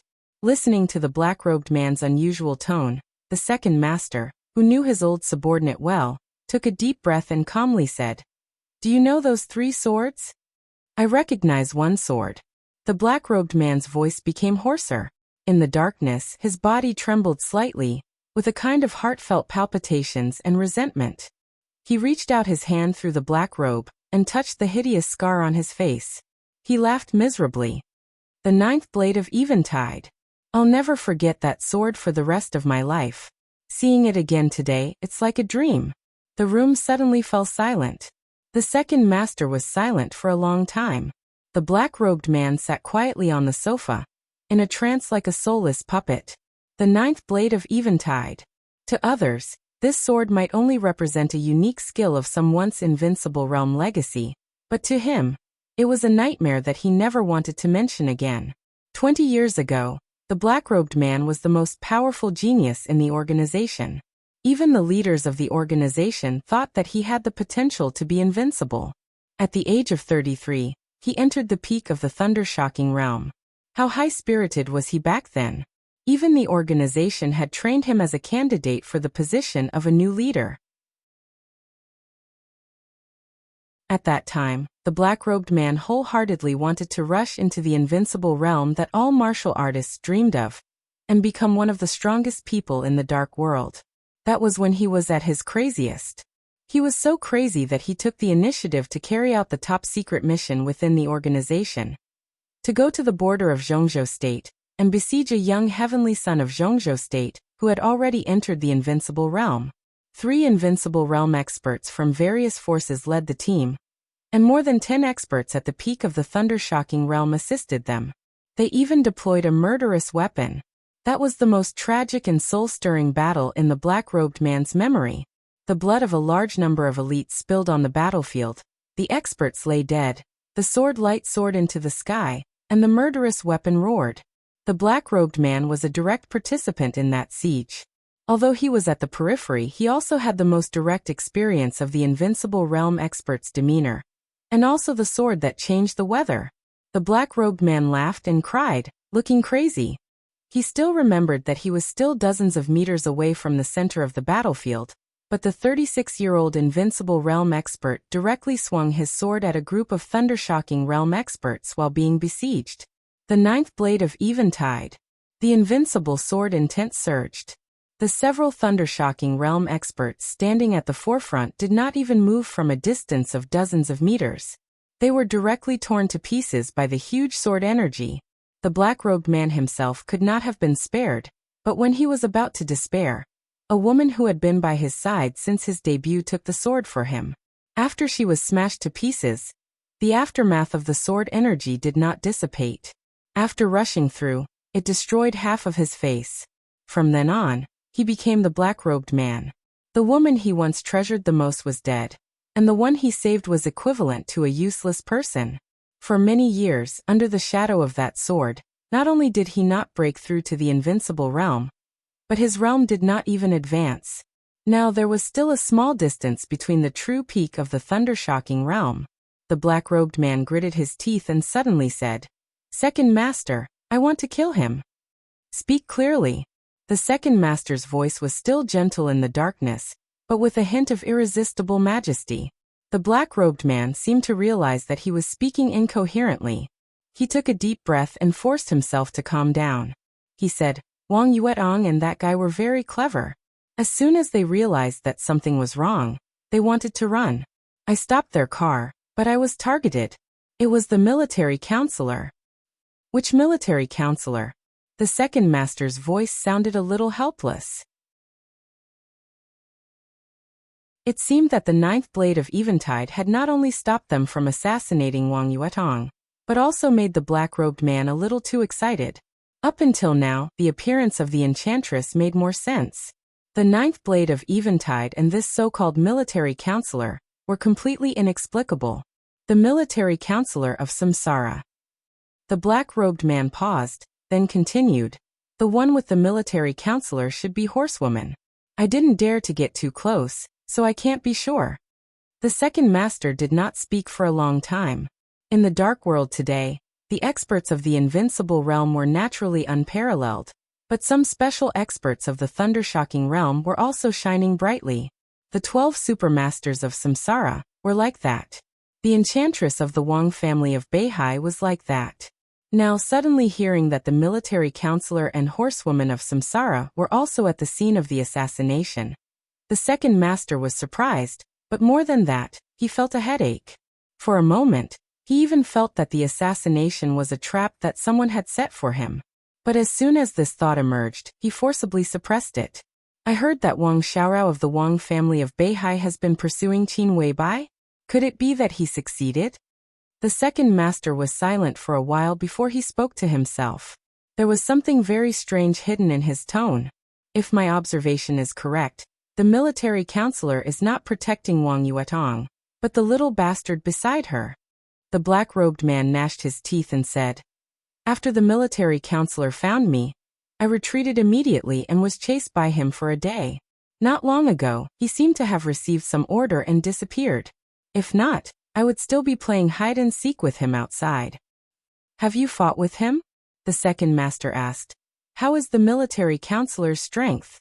Among the 12 supermasters of Samsara, Saint ranked first. His degree of mystery was comparable to that of the palace master.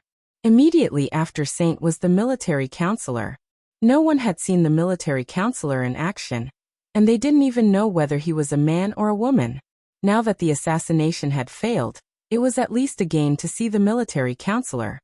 "Unfathomable." The black-robed man hesitated and said slowly, "It was a man. He was mysterious, and I couldn't see his face clearly. I fought with him for 2 moves and almost lost." As he said this, he was filled with indignation. If it was not because the sword attack he had personally experienced 20 years ago had shattered his martial will and caused him to be in a muddle-headed state for so many years, he would definitely not be any weaker than the military counselor. The second master grunted in the dark, deep in thought. The ninth blade of eventide. The Samsara palace. The Wang family of Beihai. Everything seemed to be connected. The second master didn't understand what was going on, but it didn't matter. What mattered was that he seemed to have found a more suitable entry point than Wang Yuetong. Second master, let me kill him. The black-robed man's ferocious voice sounded again. He knew his current situation.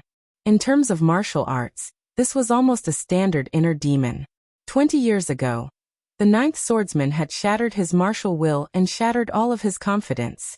After struggling for so many years, he had finally managed to regain his footing. In the end, he saw the ninth swordsman again today. Although it was immature, it still contained boundless sword will. This sword would forever be an obstacle in his heart. Only by killing that guy would his state of mind be more peaceful, and he might even advance his martial arts. Is it really the ninth blade? The second master suddenly asked. If it's really the ninth blade, it means that the young man is the current inheritor of Zhuanyuantai of Kunlun. That's strange. I heard that Li Honghe had a granddaughter, but she was killed not long after she was born. He should have no descendants. What's wrong with this young man? Is he an outsider? Is Li Honghe really willing to teach such an important unique technique to an outsider? If the Li family really has an inheritor, then how did the Li family get involved with the Samsara Palace? The two supermasters are secretly protecting him. It seems that this young man is also very important to the Samsara Palace. Second master. The black-robed man interrupted the second master's monologue and said anxiously, I'll do it cleanly. I won't do it unless I'm absolutely sure. Let me kill him. Kill him? The second master asked in reply and said softly, It shouldn't be difficult for you to kill a young man, but how are you going to deal with the supermaster of Samsara beside him? You seem to be no match for him, be it military counselor or horsewoman. You can't let me do it myself, can you? Since he can be with Wang Yuetong, he must be a freshman of the Sky Academy. Are you going to sneak into the Sky Academy? How long can you hold on under Zhuang Huayang's attack? Oh, I forgot that there is Yu Donglai and Huiting. He is also an old subordinate of Li Honghe. It seems that it doesn't take much effort for Yu Donglai to kill you. Kill him? How are you going to kill him? Please help me, second master. The black-robed man suddenly got up and knelt heavily on the ground. In the darkness, his body trembled violently. His forehead touched the carpet hard and he said again, Please help me, second master. When will Gu Qianchuan come to Huading?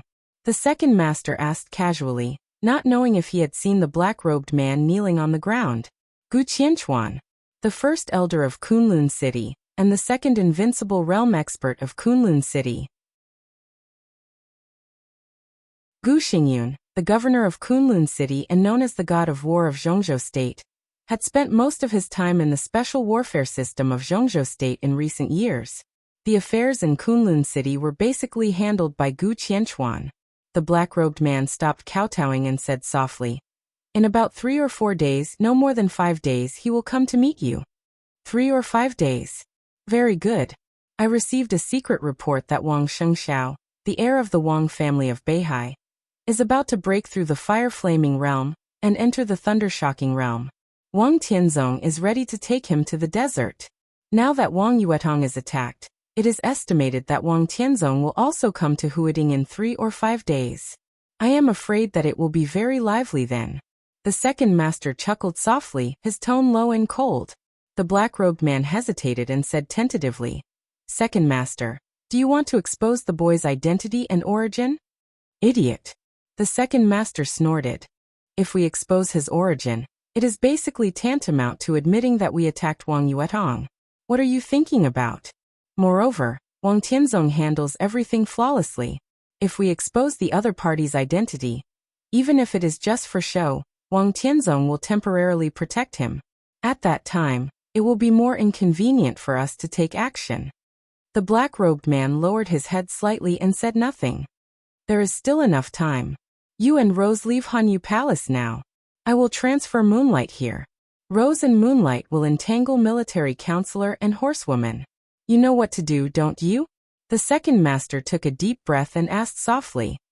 Understood. The black-robed man trembled and kowtowed heavily. Thank you, second master, for your help.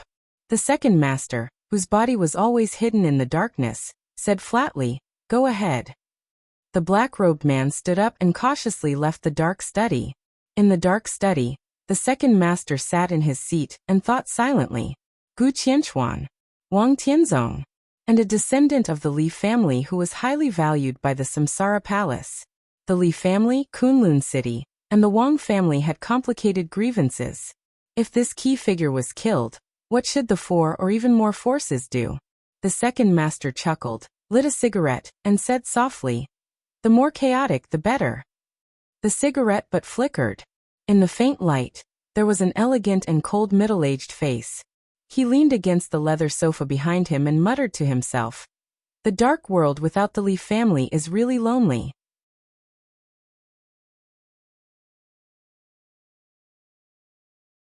Chapter 50. According to Li Tianlan's original guess, after leaving the Sky Academy, Li Beitian and Ning Qianqing would either enjoy themselves in some high-class clubhouse similar to the garden party, or have fun in another similar venue. Both of them undoubtedly had the capital, be it in status or financial resources, especially Li Beitian. As one of the 4 great sword masters of Mount Shu, although he was young, his seniority was not low at all. With such a status, he could do whatever he wanted on most occasions. There was no special treatment in the Sky Academy. But outside the Sky Academy, Li Beitian could get whatever he wanted. He could travel in a luxury car and live a luxurious life. He had said before the vacation that in Huiting, as long as he, the great sword master Li, waved his hand, there was no girl he couldn't get. Li Tianlan believed this. And it was precisely because of this that he felt that after leaving the Sky Academy, the days of the two would be quite colorful. But the reality was completely different from Li Tianlan's imagination. When he called Ning Qiancheng, he was actually playing billiards with Li Beitian. The venue was not some high-class clubhouse, but Huiting University. For Li Tianlan, who had never attended a formal school, Huiting University was definitely a very novel place. It was also a place that made him envious. So, after hanging up the phone, he hailed a cab and rushed to Huiting University. He was in high spirits. The inside of Huiting University was full of people. Compared to the desolate Sky Academy, the inside of Huiting University was like a bustling city. Students and teachers of Huiting University were everywhere, laughing and talking in groups. It was a scene of prosperity. In April, the temperature in Huiting was far from hot. In fact, it could be said to be pleasant. However, standing at the gate of Huiting University, Li Tianlan's eyes were filled with black silk skirts and short skirts. Putting aside the beauty of the girls, the beautiful legs clad in black silk were a sight to behold. He even began to imagine how dreamy it would be for Qin Weibai to wear black silk on the bed. As soon as this thought came to him, he could no longer control it. For a moment, Li Tianlan even had the urge to turn around and go back to try it out. Given Qin Weibai's obedient personality, he believed that she would not refuse him. At the gate of Huiting University, Li Tianlan, who was wearing a camouflage uniform, smirked and subconsciously wiped the corner of his mouth. "What are you thinking? You're drooling. What, are you attracted to the girls of Huiting University? How about I bring you along to harvest some? As I said before, in Huiting, as long as you wave your hand, there is no girl that you can't get." A palm suddenly patted on Li Tianlan's shoulder. Li Beitian laughed in a low voice, which was indescribably wretched. Li Tianlan suddenly came to his senses and casually said with a smile, "I was thinking that you guys came too late. It's been 10 minutes since the agreed time." "You're drooling over this?" Li Beitian and Ning Qianqing came to Li Tianlan with strange looks in their eyes. "I didn't drool, but I did swallow." Ning Qianqing added another blow without batting an eyelid. "Cough." Li Tianlan coughed and stiffly changed the topic. "Why are you here? Experience college life?" At the mention of this, Li Beitian suddenly became excited. His eyebrows danced and the expression on his skinny, skeleton-like face was so wonderful that he even forgot about Li Tianlan swallowing. He chuckled and said, "Brother Tough has a cousin who goes to school here. He's an honest guy. He said he wanted to introduce me to a pink girl. It's said that she's the campus belle of Huiting University. He's waiting for me to harvest her." Let me tell you, Tianlan, although Huiting University is not ranked at the top in Zhongzhou State, in terms of the quality of girls, it is definitely one of the top universities. Have you heard that the beauties of Huating University are talented and poetic? Not to mention the quality of the campus belle of Huating University. Li Tianlan shook his head subconsciously. He had never heard that the beauties of Huating University were talented and poetic, nor did he feel it. From the border to Huating and the Sky Academy, Li Tianlan really felt like he was in a cluster of flowers. Qin Weibai, Wang Yuetong, Qin Ku, Flaming Fire, Yu Qingyan, the enchantress of the Wang family of Beihai, and even Lu Dongyu were all beauties with their own characteristics. They dazzled him. Now, standing at the gate of Huating University and watching beautiful or ordinary women walk past him, Li Tianlan had an illusion that he had finally come from the immortal world to the mortal world. The feeling of being surrounded by beautiful women was not bad, but it was not as vivid as this kind of scene in front of him. Li Tianlan took out a cigarette and handed it to Li Beitian and Ning Qiancheng. He smiled and said, "Let's go and see the beautiful girl waiting for you to harvest. It's almost time. Let's go, I'll take you there." Li Beitian laughed and took a drag. He looked at the cigarette in his hand and said, This cigarette is good. I've seen my senior brother smoke it. It's a specialty of the Wang family of Beihai. Yuedong gave it to you, right?" "No." Li Tianlan's smile froze slightly. He shook his head and said in a flat tone, "This guy is always carefree. He doesn't know how to read people's expressions. Just ignore him." Ning Qiancheng walked beside Li Tianlan and asked softly, "We met with Yuetong yesterday. She was in a bad mood. Are you all right?" "I'm fine." Li Tianlan was silent for a while and said softly, "We're even now. We don't owe each other anything." "We don't owe each other anything?" Li Beitian also turned around and frowned. What does that mean? In his and Ning Qiancheng's private speculation, Li Tianlan, who had the wind and thunder veins, should be one of the people the Wang family of Beihai was trying to win over. Perhaps Li Tianlan, whose realm was low now, was not important enough for the Wang family of Beihai to use their little princess to win him over. But if Wang Yuetong was interested, it would be a different story. If Wang Yuetong was really with Li Tianlan, who had the wind and thunder veins and could enter the invincible realm as long as she grew up, no one could say that she was wronged. But now Li Tianlan said that they didn't owe each other anything. What happened when they were alone yesterday? Nothing. Li Tianlan said slowly, "I've paid back what I owed her. It's better to owe less to the Wang family of Beihai. It's best that we don't have much to do in the future." Ning Qiancheng and Li Beitian looked at each other. No wonder Wang Yuetong looked a little strange yesterday. It seemed that the two had a falling out. It was totally inexplicable. "Are you serious?" Li Beitian looked at Li Tianlan and asked. "Wang Yuetong will be with us later. How will you face her then?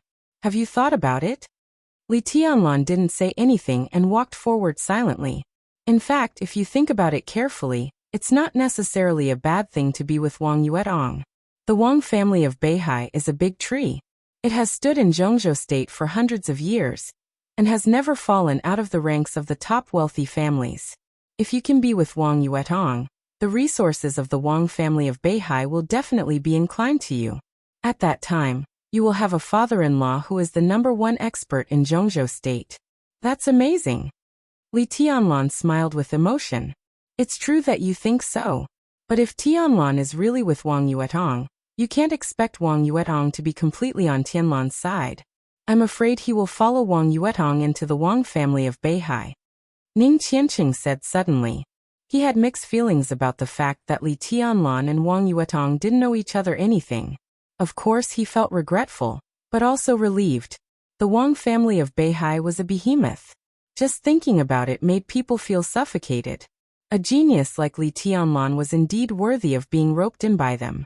But it wouldn't take much effort for such a wealthy family to swallow a genius whole. At least for now. It was not a bad thing for Li Tianlan to keep a distance from the Wang family of Beihai. They both have the wind and thunder veins. Li Beitian suddenly said after a moment of silence. Li Tianlan frowned slightly but didn't say anything. The three of them fell silent at the same time. If they continued to talk about Li Beitian, it would be a little heart-wrenching. Wang Tianzong of the Wang family of Beihai is the #1 expert in Zhongzhou State. What about Dongqing Huangtu? How does he compare to Wang Tianzong? Li Tianlan took a drag on his cigarette and asked all of a sudden. Ning Qianqing and Li Beitian asked at the same time. Dongqing Huangtu. Li Tianlan's tone was slightly heavier. When he said the name, there was a subtle feeling in his heart. It was the first time he heard the name from Qin Weibai's ears yesterday. But from Qin Weibai's tone, Li Tianlan felt more than just her terrifying combat strength that could be said to be invincible in the world. At that time, he could hear the pain and desolation in Qin Weibai's tone. That kind of emotion could not be concealed at all. Li Tianlan wouldn't be jealous of a dead person. Moreover, it was on the sofa last night that he took away Qin Weibai's most precious thing. But he didn't mind knowing more about the dead heavenly son. Therefore, when he mentioned the name Dongqing Huangtu, Li Tianlan deliberately looked at Ning Qianqing's expression. Dongqing Wudi, the commander of the Border Praetorian Corps, was the current patriarch of the Dongqing clan, and Ning Qianqing was his confidant. Therefore, he should know more about the Dongqing clan, which occupied the Zhongyuan province, than anyone else. Dongqing Huangtu? Ning Qianqing murmured and looked at Li Beitian. Then he asked with a blank face, "Who is Dongqing Huangtu?" "I've never heard of him," Li Beitian said straightforwardly. "Is there such a person in the Dongqing clan?" "You don't know Dongqing Huangtu?" Li Tianlan looked surprised. "There's no such person in the Dongqing clan. I'm sure of it." Ning Qianqing shook his head. His tone was calm and he didn't seem to be lying at all. "I don't know much about the Dongqing clan. But Tianlan, are you confused? Comparing Dongqing Huangtu to Wang Tianzong? Who is Wang Tianzong?" "The #1 expert in Zhongzhou State, known as the Sword Emperor of Zhongzhou State. The Dongqing clan is indeed an outstanding family, but in terms of combat strength, they don't have a single invincible realm expert. How can they compare with Wang Tianzong?" Li Beitian looked at Li Tianlan strangely. "Where did you hear about this person? The name is quite domineering." Li Tianlan remained silent. He believed that Qin Weibai wouldn't lie to him, and there was no need for her to lie to him. But now Ning Qianqing and Li Beitian both said that they had never heard of this person. That could only mean that everything about this person had been deliberately erased. Why was that? Now even the treason of his father, Li Kuangtu, could be brought up by Gu Yunxia. Why was the matter of Dongqing Huangtu hidden so deeply? Even Ning Qianqing and Li Beitian, the core members of the younger generation, didn't know about it. Moreover, Dongqing Huangtu couldn't have been dead for too long. According to Qin Weibai's age, when he was at his peak, Li Beitian and Ning Qianqing should have been at least adults or close to adulthood. With their status, how could they not know anything about Dongqing Huangtu? "I heard someone mention it casually. I don't know much about it," Li Tianlan said with a smile. He wanted to show them Dongqing Huangtu's battle record, but everything about this person seemed to have become a taboo in Zhongzhou State. In that case, it was better not to say it. The three of them came to a 4-story building in the inner part of Huaxia University. Li Beitian pointed at the sign in front of him and said with a smile, "This is it." Li Tianlan looked up and glanced at the sign. He nodded and said nothing. The cyan building in front of them looked a little old. The walls were even covered with vines. The building was surrounded by gall sycamore trees. Against the backdrop of the trees and vines, the place looked very quiet. Even the signboard of the Leisure Sports Club, hanging in front of the building, looked a little distant. The interior of the building was a different world. The 4 floors of the building were well organized. Basketball, table tennis, and badminton were all on the 1st floor. The 2nd floor was a small but exquisite bowling court. The 3rd floor was for billiards, which was also the most popular place in the club. The 4th floor was for regular fitness equipment and yoga rooms. Li Tianlan and the two of them went all the way up to the 3rd floor. Li Tianlan, who would instinctively observe his surroundings no matter where he went, found that the entire 3rd floor was quiet. The dozens of billiards tables were empty. There was only a young man who looked a little handsome, and he was wiping the cue stick in boredom. "Business isn't good," Li Tianlan muttered to himself. "Business is very good, but we've booked the whole place." Ning Qianqing smiled and directly called out to the young man who was wiping the cue stick not far away. "Holong, let me introduce you to a friend." The young man who was wiping the cue looked up and walked over with the cue stick in his hand. There was a rare purity in his smile. Tianlan, this is my cousin Zhang Holong. He's also the owner of this club. Ning Qianqing introduced him matter-of-factly. Holong, this is my brother Li Tianlan. We slept together in the Sky Academy. Hello. Li Tianlan took the initiative to extend his hand and smiled. Good. Zhang Holong held Li Tianlan's hand tightly and smiled naturally. Brother Li, don't stand on ceremony. Just do whatever you want in Huaxia University. I can definitely cover for you. Brother Beitian said yesterday that he was coming to Huaxia University to get a bunch of female friends. I think he'll be here soon. There are many beautiful girls in Huaxia University. Brother Li, if there's one you like, just let me know and I'll be there at your beck and call. Little throat, don't pretend to be pretentious. You've learned bad things from your cousin. Call him over first. If I'm not satisfied, tonight's activities will be arranged by you. Li Beitian pulled Zhang Holong into his arms like he was a close friend and laughed. Little throat my ass. Zhang Holong, who was particularly unhappy with this nickname, muttered. He looked at the time and said, You guys play first. I'll make a call and set up this time. I think he'll be here soon. Do whatever you want. Li Beitian waved his hand indifferently. He picked up a cue nearby and prepared to start the game. Tianlan, come play a round with me. I won't. Li Tianlan said carelessly. I'm not interested either. You play with Qiancheng, I'll watch. I say, you really need to get in touch with things that young people should get in touch with. Watch carefully, you'll play the next round. Li Beitian laughed. Before he finished speaking, an obedient and quiet voice suddenly sounded. Holong, why did you call me? Everyone present turned their heads almost at the same time. In their line of sight, a girl who looked to be 17 or 18 years old walked up the stairs. The girl was about 1.65 meters tall. She was a little petite, but extremely beautiful and exquisite. She walked up to them with light steps. Under her long eyelashes, her beautiful eyes blinked. She was as cute as the most expensive doll. And the most impressive thing about her was her voice. It was a delicate child's voice, which sounded very pleasing to the ear. A girl like this simply found the perfect balance between a Lolita and a young girl. She exuded a very strange charm from head to toe. It's poetic, very poetic. Li Beitian glanced at the girl and kept muttering to himself. Li Tianlan also glanced at her. He didn't see anything poetic in her. He just thought that the girl was indeed beautiful. She might not be as beautiful as Qin Weibai or Wang Yuetong, but in Huaxia University, she deserved to be the campus belle. Different from the short skirts and black stockings outside, the girl's jeans, canvas shoes, and cartoon sweater made her look very simple and refreshing. She stood there quietly, but she had a gentle and pleasant temperament. Was such a beautiful girl going to be harvested by Li Beitian? Li Tianlan shook his head. It was simply a waste of a good thing. Ahaha, Xinyan is here. I was just about to ask you when you would arrive. Zhang Holong, who was on the phone with his head down, looked up. An unnatural awkwardness flashed across his face. Li Beitian didn't notice it. He held the cue and was about to harvest the girl. Zhang Holong's body trembled slightly. He quickly stopped him and whispered with a smile. My dear brother, don't rush. We don't know what's going on with this girl. I'll talk to her first. Make a handsome pose. I'm here, so don't worry. Li Beitian coughed dryly and nodded, pretending to be calm. He bent down and made a pose with a face full of concentration. Xinyan, I have something to tell you.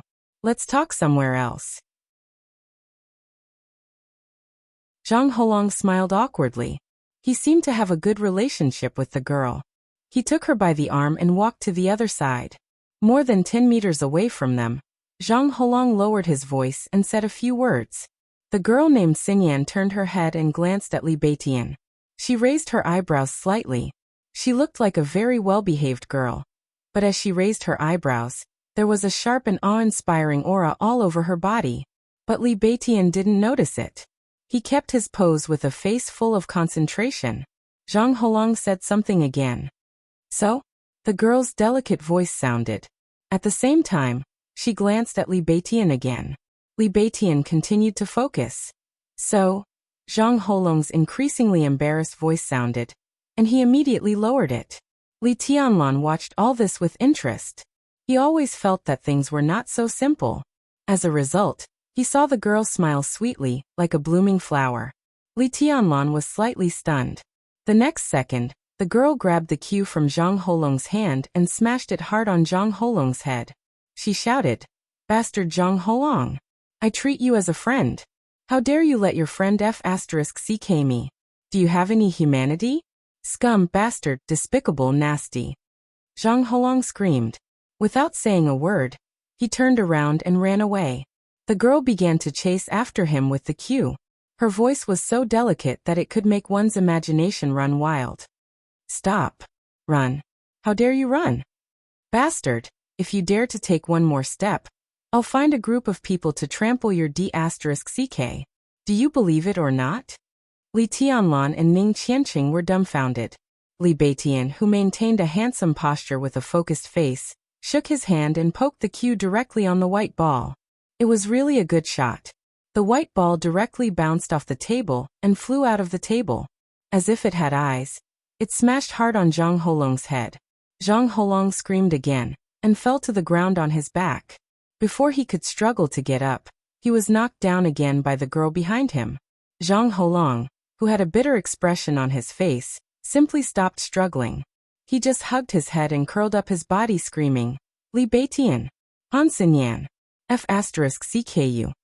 P.S. Student Zhang Holong's cameo can be taken away. Brothers who need cameos can join the new book group. 6705485567.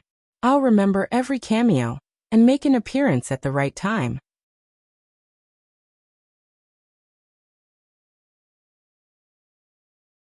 Chapter 51.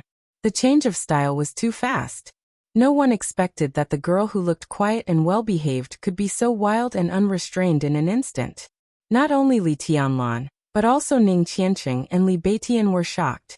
They didn't come to harvest a girl, but to be harvested by a girl. Li Tianlan held a cigarette and sat motionless on the billiard table. For a moment he couldn't react at all. Li Beitian kept the posture of hitting the ball, and seemed to be completely dumbfounded. Han Xinyan, who looked well-behaved and quiet but was actually quite like a wild girlfriend, seemed to be still angry. Before Zhang Holong got up, she held the cue and was about to give him a few more hard blows. Zhang Holong, who had given up struggling, suddenly struggled like a pig being slaughtered when he saw this posture. He rolled and crawled out of the range of Han Xinyan's cudgel and cried out in exasperation, "Han Xinyan, are you serious?" "What do you mean serious?" Han Xinyan rushed forward with the cue. "How dare you *CK my grandpa? You want your friend to *CK me? How dare you?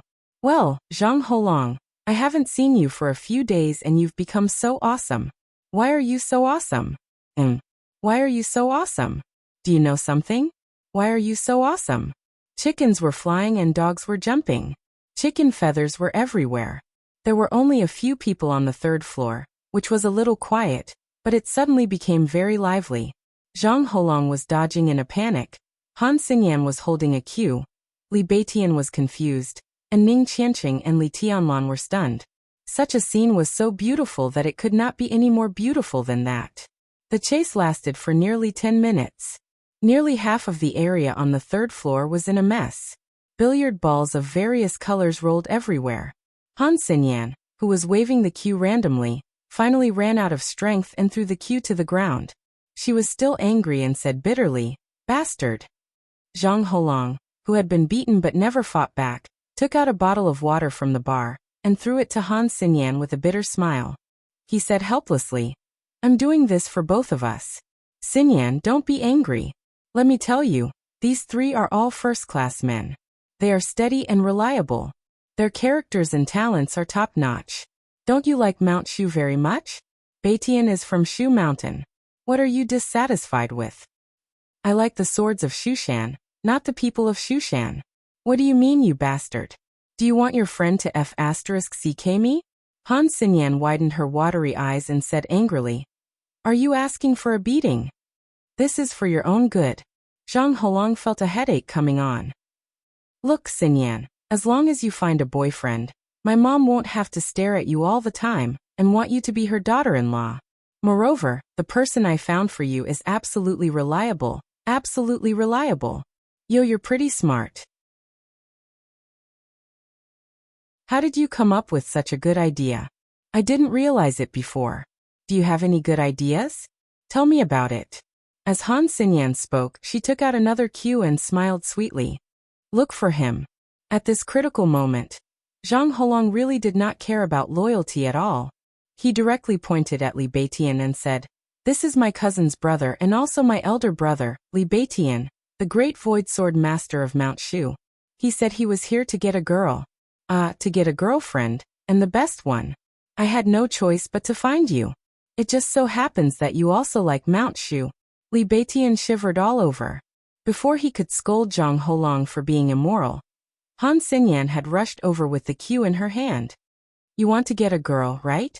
Great void sword master, right? Come on, I'm right here. You can get a girl. Li Beitian's reaction was exactly the same as Zhang Holong's. He covered his head and fled like a rat, howling. That guy didn't say it was you. I was tricked. Damn little throat dares to trick me. Wait and see. Li Tianlan subconsciously lit another cigarette. Looking at the farce in front of him, he said helplessly, Beitian knows her? I haven't seen her, but I should have heard of her. Ning Qianqing smiled and sat down beside Li Tianlan. He watched the scene in front of him with relish. He raised his chin and nodded at Han Xinyan, whispering, Her father is Han Donglu. Who is Han Donglu? Li Tianlan looked curious. He knew Zhang Holong, but he had never heard of Han Donglu and Han Xinyan. Most of the information Qin Weibai showed him yesterday was about the people inside the Sky Academy. Very few people were involved in the outside world. Zhang Holong, or the Zhang family, was highlighted by Qin Weibai because of his relationship with Ning Qiancheng. The Zhang family of Huating. Nowadays, Huating was full of undercurrents and wealthy families, but the Zhang family was definitely one of the most powerful wealthy families in Huating, and an important part of the Southeast Group. 5 years ago, the Southeast Group headed by the Wang family of Beihai suffered a major setback. Huating, which they had always regarded as their back garden, was lost and occupied by the Prince Group. The symbolic event was the early retirement of the Zhang family. The early retirement of the old man meant that the Southeast Group had directly lost the absolute initiative in Huating. Although the old man of the Zhang family had retired, his influence in Huating had not been eliminated. His descendants had also advanced further in their official careers because of the old man's retirement, and even had a huge room for improvement. Zhang Holong was the heir of the Zhang family in Huating. His father was a senior political official, and his mother was Ning Qianqing's aunt, Ning Xini, the vice president of Huating University, the dean of the business school, and a famous economist in Zhongzhou State. When Li Tianlan heard about the Zhang family yesterday, he didn't feel anything. But he didn't expect to meet the heir of the Zhang family only one day later. While sighing about fate, he listened to the conversation between Zhang Holong and Han Xinyan. The Zhang family seemed to want to matchmake Han Xinyan and Zhang Holong, but neither of them seemed to feel anything. That was why today's farce happened. Han Xinyan. Han Donglu. Li Tianlan thought about it carefully, and confirmed that the names of these two people were not on yesterday's information. But from Ning Qianqing's tone and Han Xinyan's attitude, he knew that the Han family was probably not weaker than the Zhang family. Ning Qianqing glanced at Li Tianlan and said in a strange tone, You should have heard of the Flourishing Age Fund, right? Han Donglu is the founder of the Flourishing Age Fund. I haven't heard of it. Tell me in detail. Li Tianlan took a drag and said with a smile. The real wealthy families in Huating were still far away from him, but it seemed good to have a taste of them in advance. I don't know much either. Ning Qianqing shook his head. Han Donglu can be said to be the biggest financial tycoon in Zhongzhou State. He has set off several international financial storms. The liquidity he controls is extremely terrifying. Conservatively speaking, Han Donglu can at least directly or indirectly influence the flow of trillions of funds. He is a real financial tycoon. The financial crisis of several countries in Southeast Asia a few years ago seemed to be led by the Flourishing Age Fund. Not only in Huating, but also in the entire Zhongzhou state, Han Donglu has a strong influence. Indeed. Li Tianlan laughed softly. The cruelty of the currency war is even more painful than the real war. However, although Han Donglu is internationally notorious, he is a famous philanthropist in Zhongzhou State. He is kind and generous, and has close contacts with the important figures of the 6 groups in Zhongzhou State. But he doesn't take a clear side. He is considered a neutral wealthy family. Based on this alone, Han Donglu is unfathomable. Ning Qianqing's tone was filled with sincere admiration. It was not difficult to be neutral among the 6 groups in Zhongzhou State. It was also not difficult to be a wealthy family. But to be a neutral wealthy family was as difficult as ascending to heaven. The fact that Han Donglu could make it to this point without taking a clear side showed how terrifying the network of relationships under his financial empire was. Li Tianlan did not speak. He smoked thoughtfully. The unique sound of high-heeled shoes stepping on the steps rang from below, and went up. Wang Yuetong's figure walked up to the 3rd floor, and stopped at the stairway. The space on the 3rd floor was still lively. Han Xinyan seemed to have recovered her strength. She chased after Li Beitian with a cue.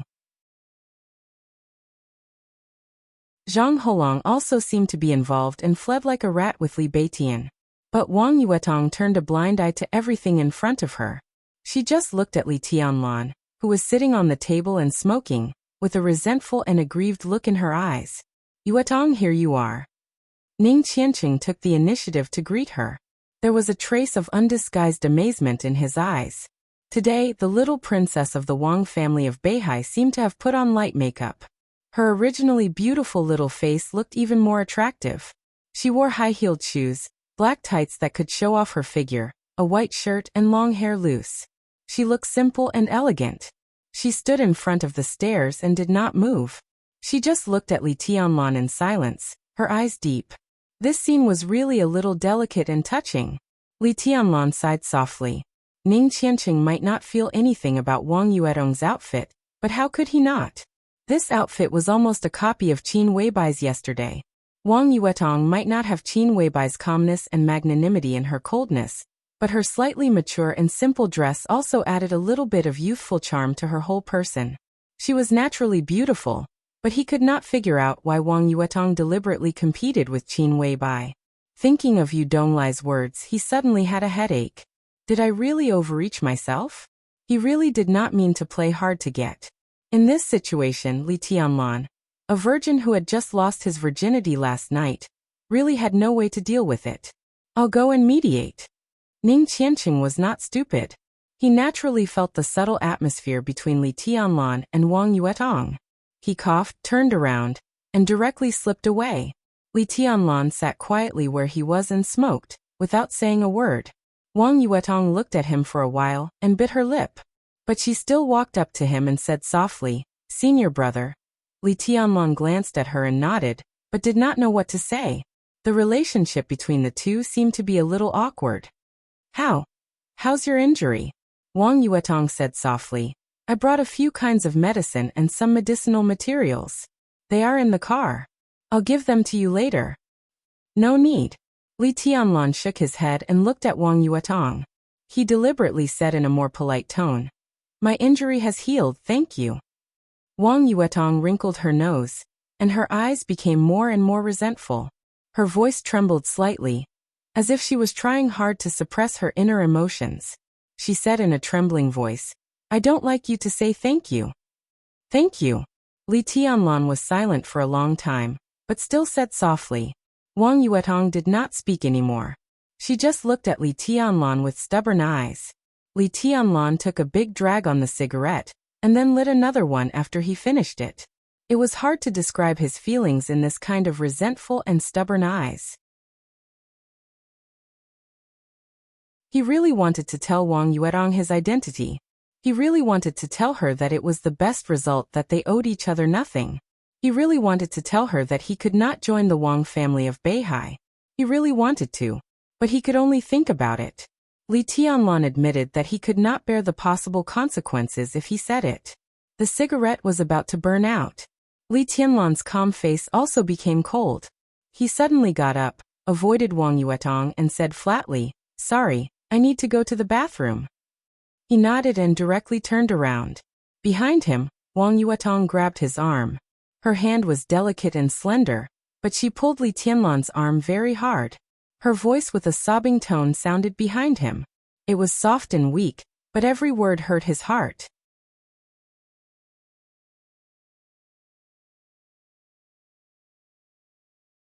Chapter 52. In fact, Li Tianlan didn't understand at all. It didn't matter whether he was playing hard to get or not.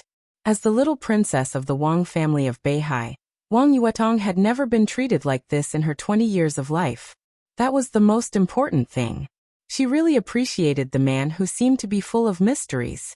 The man who looked quiet but had the wind and thunder veins and the aura of a heavenly sun. The man who never seemed to be arrogant or rash, and would stand in front of her when she was in danger and fight desperately. The man who seemed to do everything directly and indifferently, even if it was to cut off the relationship between them. Wang Yuetong didn't know what was going on. It seemed that she just met with second uncle. Why did everything become like this? Just because of Qin Weibai? Wang Yuetong didn't believe it. Because if it was Qin Weibai, Li Tianlan's relationship with second uncle would at most be a little stiff, but he wouldn't break up with her. She didn't understand why Li Tianlan treated her like this, and she didn't want to accept the statement that Li Tianlan fought desperately for her just to return her favor. After lunch at Yu's, Wang Yuetong was in a trance for most of the day yesterday. Her mind was full of Li Tianlan's determination and straightforwardness when he turned around, the coldness and alienation in his calm expression, the madness and overbearingness when he held the sword and raised the burning fire, and the tenderness and passion when he looked at Qin Weibai. All kinds of Li Tianlan repeatedly appeared in her mind, but as he turned around on the road, all of them seemed to have nothing to do with her. Grievance, sadness, confusion, resentment, unwillingness, and appreciation for Li Tianlan. In a short period of time, Wang Yuetong's heart had accumulated so many complex emotions that she could not even describe them. With such complex feelings gathered together, she even had the idea of snatching Li Tianlan away from Qin Weibai at all costs. Wang Yuetong knew that her state was not right. She was the little princess of the Wang family of Beihai. She should be proud, reserved, and indifferent to the pursuit of a large number of young talents. But self-hypnosis over and over again couldn't change her inner thoughts at all. Especially after seeing Li Tianlan, her intuition kept telling her that she should go crazy for once. At least, she couldn't break up with this man so inexplicably. So at the moment when Li Tianlan was about to get up and leave with a distant face, Wang Yuetong took the initiative to reach out and grab his arm. Her voice was trembling so much that it sounded a little shrill. Her tone contained a trace of grievance and bitterness that made people's hearts tremble. The entire third floor seemed to have quietened down. Li Beitian and Zhang Holong stopped running. Han Xinyan gave up chasing him. Ning Qiancheng, who was still a distance away from the battlefield, also stopped and turned around. In their eyes, Wang Yuetong was holding Li Tianlan's arm with both hands, looking like a pitiful little girl who had just quarreled with her boyfriend, but didn't want him to leave. She looked so pitiful. Li Tianlan stood there stiffly silent. They were dumbfounded. Everyone who saw this scene couldn't react in time. The pitiful girl in front of him was the little princess of the top aristocratic family in Zhongzhou State. What was going on? What the hell happened yesterday? Li Beitian looked at all this with dull eyes and murmured to himself. This was a King harvest of the highest quality. How many people had seen the little princess of the Wang family of Beihai like this?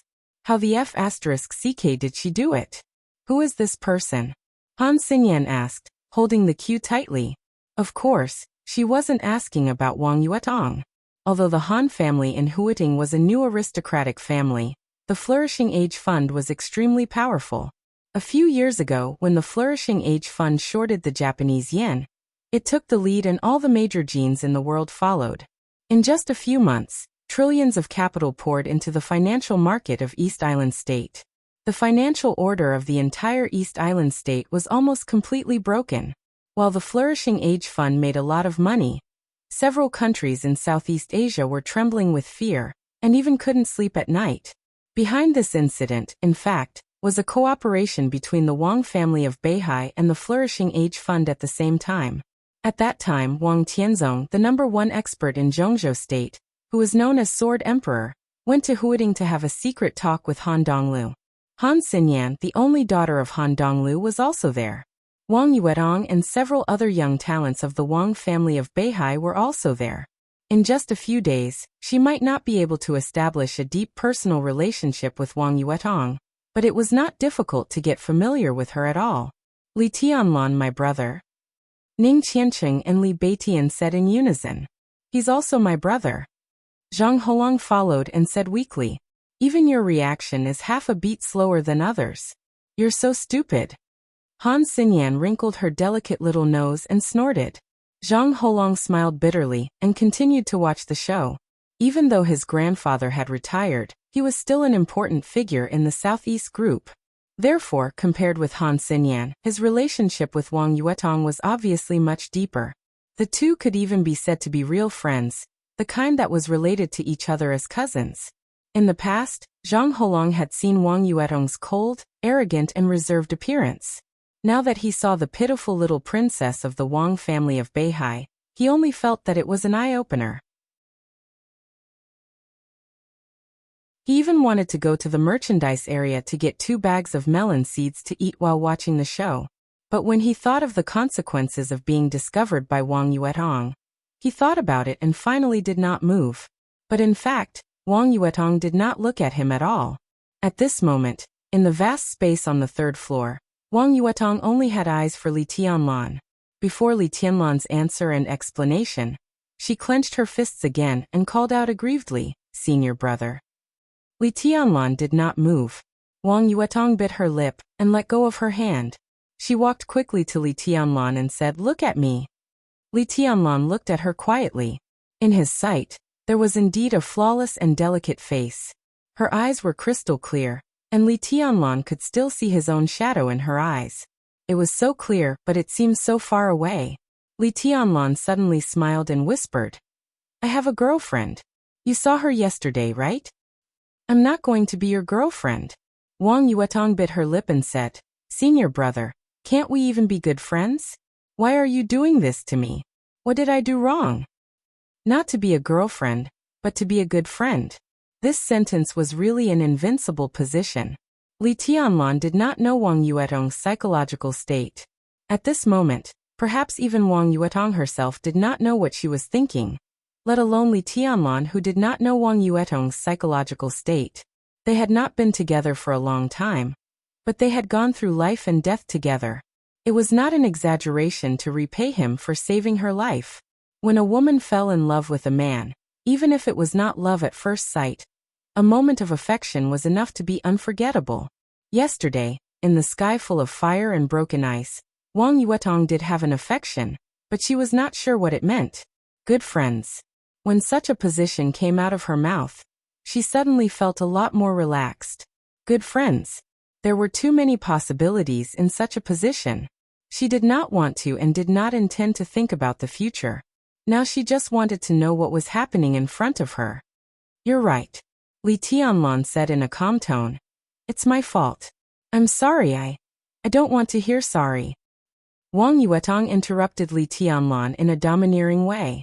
It seemed that she did not want Li Tianlan to go on, so she said quickly, "Senior brother, I've prepared some medicine and herbs for you in the car. I'll go get them now." While speaking, she trotted all the way downstairs. Her swaying figure, accompanied by the crisp sound of high-heeled shoes, was getting farther and farther away. When her figure completely disappeared, Li Tianlan breathed a long sigh of relief and turned to look at the people who were watching the show. Li Beitian and the others suddenly came to their senses. Han Xinyan's acting was clumsy. She picked up the cue and was about to continue the drama of chasing and killing to prove her innocence. Zhang Holong and Li Beitian also opened their mouths, as if they were going to continue screaming. Li Tianlan said calmly before they could scream, "I'll go downstairs." His figure also quickly went downstairs, chasing after Wang Yuetong. Li Beitian and the others looked at each other. After a little hesitation, Zhang Holong did not give up gossiping, so he tentatively said, "Shall we go down and have a look?" "Look your ass. Aren't you afraid that Wang Yuetong will kill you if she finds out? Haven't you seen enough just now?" Come on, get 2 bags of melon seeds. Let's talk while eating and reminisce. Han Xinyan casually slapped Zhang Holong on the head and said. She looked so well-behaved, but her every move was full of manliness.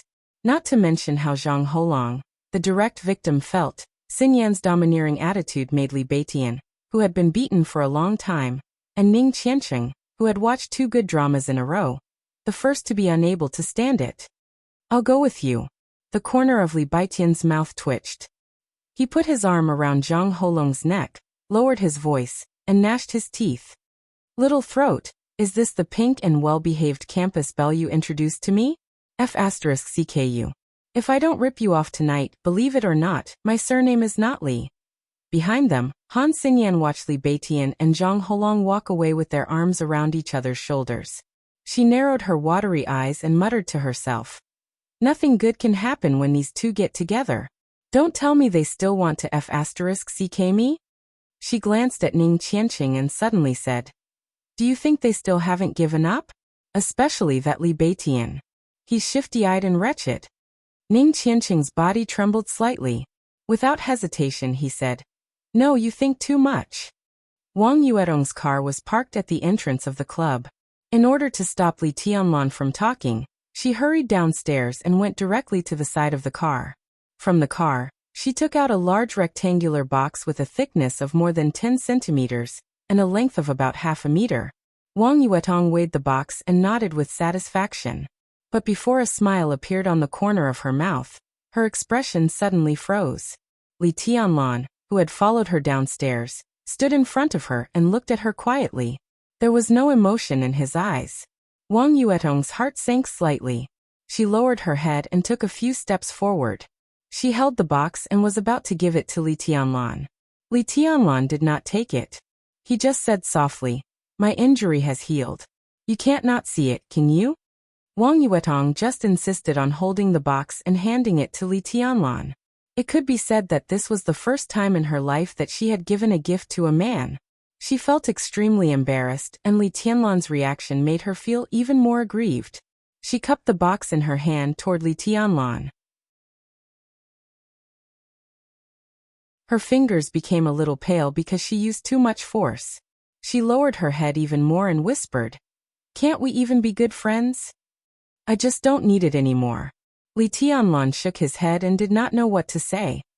You do need it. There are many healing medicines and things that can temporarily improve your combat effectiveness. You can use them all. Bring them back to the Sky Academy, and they can help you build up enough credits faster. Wang Yuetong looked up at Li Tianlan and said with the box in her arms, This is the limit of what I can collect. But in 2 days, my father and my brother will also come to Huiding. At that time, I will ask them for some more and give them to you, okay? Your father and your brother are coming to Huiding? Li Tianlan was a little surprised. One was the #1 expert in Zhongzhou State, the Sword Emperor of Zhongzhou State. The other was the young heavenly son in everyone's eyes, Wang Tianzong, Wang Xingxiao. At the thought of these 2 people, Li Tianlan had mixed feelings. My brother is about to break through the fire-flaming realm and enter the thunder-shocking realm. My father said that he would take him to the desert in Beijiang and then come to Huiding. Wang Yuetong said honestly. She hesitated a little and whispered, And my father wants to see you. Li Tianlan only felt that his hair all over his body was standing on end. Wang Tianzong wants to see me? What the hell? This was almost the last thing he wanted to see now. He took a deep breath and said calmly, His Highness Sword Emperor is busy every day. It's a waste of time to see me. I'm just a nobody. It's better not to see me. He nodded to Wang Yuetong. He said politely, Thank you for your things, but I really don't need them now. Put them away. He turned around and left. Li Tianlan took a deep breath and went straight to the door of the club. Li Tianlan. Wang Yuetong's almost screaming voice sounded behind him. The sun was shining brightly. Under the mottled shadows of the trees, the girl's voice was helpless and sad. Her emotions seemed to be completely out of control, and her face was covered with tears. She held the box in one hand and wiped her tears with the other. She sobbed softly and said, Do I make you hate me so much? Why do you want to be even with me? I just want you to owe me. You saved me yesterday, but it doesn't count. If you treat me like this, I'd rather die. It doesn't count. Do you hear me? You still owe me. I'll make you owe me for the rest of your life. Li Tianlan stopped walking up the steps. He didn't look back but said in a cold tone, "Then I owe you."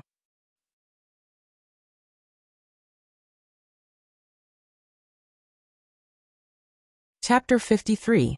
Because of the awkward relationship between Li Tianlan and Wang Yuetong, they could not enjoy themselves to the fullest in the afternoon. Li Beitian himself had little interest in billiards. When he came to Huaxia University, he had been tricked into coming here to collect a girl's heart. In the end, the quality of the girl's heart was top-notch. But forget about being picked. He was chased around by Han Xinyan with a cue in her hand. He couldn't even tell which way was north or south. After learning about Han Xinyan's identity, Li Beitian completely gave up on the idea of harvesting her. In his own words, it was better to find a girl with a simple background to pick up a girl's girlfriend. This was especially true when it came to dating. Otherwise, a small matter between a man and a woman might turn into a collision between two forces. Blood would flow like a river, and that would be a sin. With his thoughts gone, Li Beitian was not in high spirits. He spent the whole afternoon just killing time. Ning Qianqing spent most of his time paying attention to Li Tianlan and Wang Yuetong. Obviously, he did not know whether it would be good or bad for them to be in such a state. In this respect, Li Beiqian's criteria for choosing a partner were very reasonable. Li Tianlan and Wang Yuetong could not be friends, and in the end, it would become a sin. The so-called ill-fated relationship was nothing more than this. Ning Qianqing knew that his worries were unnecessary, but he could not help but worry. Han Xinyan had long been tired of playing in this shabby place, and there was nothing new about it. In addition, because of the first impression, she always felt that Li Beitian was a little shifty-eyed and extremely wretched. She did not pick up the cue to vent her anger again, purely for the sake of the two big brands of Mount Shu and Sky Academy. Zhang Holong was on tenterhooks. He really wanted to watch the show, but he was also afraid that Wang Yuetong would come after him. In his mind, the Wang family of Beihai was nothing to be afraid of. After all, they were all on the same side. However, Wang Yuetong's reputation as the siren was definitely not an undeserved one. If she really had a grudge against him, he, the eldest young master Zhang, would definitely be in serious trouble in the future. So for the whole afternoon, Zhang Holong's eyes kept flickering, hiding and sneaking glances at Li Tianlan and Wang Yuetong from time to time, feeling that it was damn exciting. Wang Yuetong and Li Tianlan, on the other hand, seemed to have calmed down. They went downstairs one after another, both empty-handed. But when they came back, they ignored each other as if they didn't know each other. Instead, they talked and laughed with others. This seemingly normal behavior became the most abnormal factor in this small group. In addition, everyone had their own thoughts. After the whole afternoon, everyone was muddle-headed. Dinner was settled at the club. As the host, Zhang Holong said that he had already booked a private room at the Black Club and invited everyone to have some fun. The Black Club might not be as high-end as the garden party, but the threshold was not low either. It was just that the main customers were some young people, and the atmosphere was good. It was said that the young men and women in the club were very open. It was called the Black Club. Zhang Holong didn't know whether it was black or not, but the word sex was the real essence of the club. Li Beitian said that he would not go there. He just said that any bar would be good. He liked women, but in some ways he was like Ning Qianqing. He didn't like to get in touch with all kinds of complicated circles. His motto was that a girl and a sword were indispensable, and a girl came before a sword. But when it came to harvesting a girl, he was extremely unwilling to get involved with some other messy forces. Moreover, there were many so-called daughters of famous families who kept their chastity as pure as Wang Yuetong, but there were also many who had messy private lives. Li Beitian was harvesting a girl, so the fairer the better. If he met a girl who was reserved on the surface and acted like a girl who was inlaid with gold and jade on the surface, but turned out to be a skilled veteran in bed, it would be really difficult to decide whether to have sex with her or not. And whether to have sex with her or not, it would be very unappetizing. Li Beitian preferred to go to places that were of a higher class, but were open to the public. There were many talented and naive young girls in Shushan. Li Beitian rarely ate the grass near his nest, but after so many years, he was tired of looking at them. Instead, it was those young and mature women who had received higher education who were intellectual and refined that were the most lethal to him. Those entertainment places that were relatively clean and did not have a foul atmosphere were the best places to harvest in his eyes. Zhang Holong looked at their reactions. Ning Qianqing and Han Xingyan didn't care about this kind of place. Wang Yuetong was still in a cold war with Li Tianlan. Li Beitian, the only one who expressed his opinion, was directly regarded by Zhang Holong as a collective opinion. He nodded and said with a smile, "Then let's go to Hengshan Road. We don't need to set a location. Shall we set off now?" "Then let's go." Li Beitian stood up and was in high spirits. Li Tianlan hesitated and wanted to say something but stopped on second thought. Li Beitian, who was looking at everyone's reaction, suddenly froze and asked in confusion, "Tianlan, do you have other arrangements?" "No, I'm free today," Li Tianlan said with a smile. He really planned to go home. How could he sit still when he thought that there was a beautiful woman waiting for him at home? Maybe when he went back he could have a deep experience of Qin Weibai in a short skirt and black stockings. How could he sit still? Hengshan Road and Henghu Road were all floating clouds in his eyes. However, this was their first group action after the Sky Academy's holiday. No matter how anxious he was, it was not appropriate for him to leave now. It was good to follow the good advice and have some fun. Wang Yuetong, who deliberately sat next to Li Tianlan during the meal but didn't talk to him, stood up in silence and followed Li Tianlan downstairs. There were 6 people in the small group, but they drove 3 cars. Han Xingyan's car was a bright red sports car with a very flamboyant shape. Li Tianlan didn't know what brand it was, but he knew it was not cheap just by looking at the shape. First Miss Han's obedience and gentleness were indeed just a facade. Perhaps savagery and queen style were hidden in her bones. She opened the door and sat in the car. She glanced at them and directly ordered, "Holong, get in my car and chat with me." "I'm driving." Zhang Holong pointed to the silver Audi in front of him, a little reluctant. Han Xingyan didn't say anything and just sat in the car with a blank expression. Zhang Holong didn't last more than 2 seconds before he decisively admitted defeat. He handed the key to Ning Qianqing and sat in the sports car obediently. Feeling the low seat of the sports car, he felt a pain in the balls. "Tut tut, you put an A7 on a good RS7. What do you mean? Little throat, you're just like your cousin. You're very pretentious." Li Beitian looked at the Audi in front of him and sighed. "It's none of my business. This guy deliberately put an A7 on it to make people disgusted. He said he liked the thrill of instantly killing a Lamborghini by stepping on the accelerator." Ning Qianqing threw the car key and said, "Don't talk nonsense. Get in the car." "I'll take your car." Li Tianlan opened his mouth. As soon as he took a step forward, his palm was directly held by a tender and warm little hand. He turned his head slightly. Wang Yuetong stood beside him without saying a word. She held his hand with one hand and lowered her head without saying a word. But the meaning she wanted to express was very obvious. That was no way. Li Tianlan struggled a little, but Wang Yuetong's little hand became tighter and tighter. She wouldn't let go. Li Tianlan smiled bitterly and helplessly looked at the little princess of the Wang family of Beihai in front of him, who lowered her head and held his hand without saying a word or letting him go. He didn't know whether to laugh or cry. To be honest, at this moment, he was really a little bit moved by Wang Yuetong's posture. In this situation, if he insisted on pulling his hand out, it would really be a little pretentious and mean. He subconsciously shook his head and whispered, "Let's go. I'll take your car." Wang Yuetong said and did not let go of his hand. She dragged him to her blue sports car. Li Tianlan let Wang Yuetong pull him away, but his heart became more and more helpless. He thought of what Wang Yuetong had told him in the afternoon. Wang Tianzong, the dignified #1 expert in Zhongzhou State, and the Sword Emperor of Zhongzhou State who controlled the human emperor, actually wanted to see him. He really didn't want to have anything to do with the Wang family of Beihai, but now he suddenly felt that he was more and more involved with Wang Yuetong. The three cars, led by Han Xinyan's red sports car, drove out of the campus and went straight to Hengshan Road under the envious and jealous eyes of many students of Huaxia University. Do you want to listen to music? Inside the car, Wang Yuetong asked in a very natural tone. No need.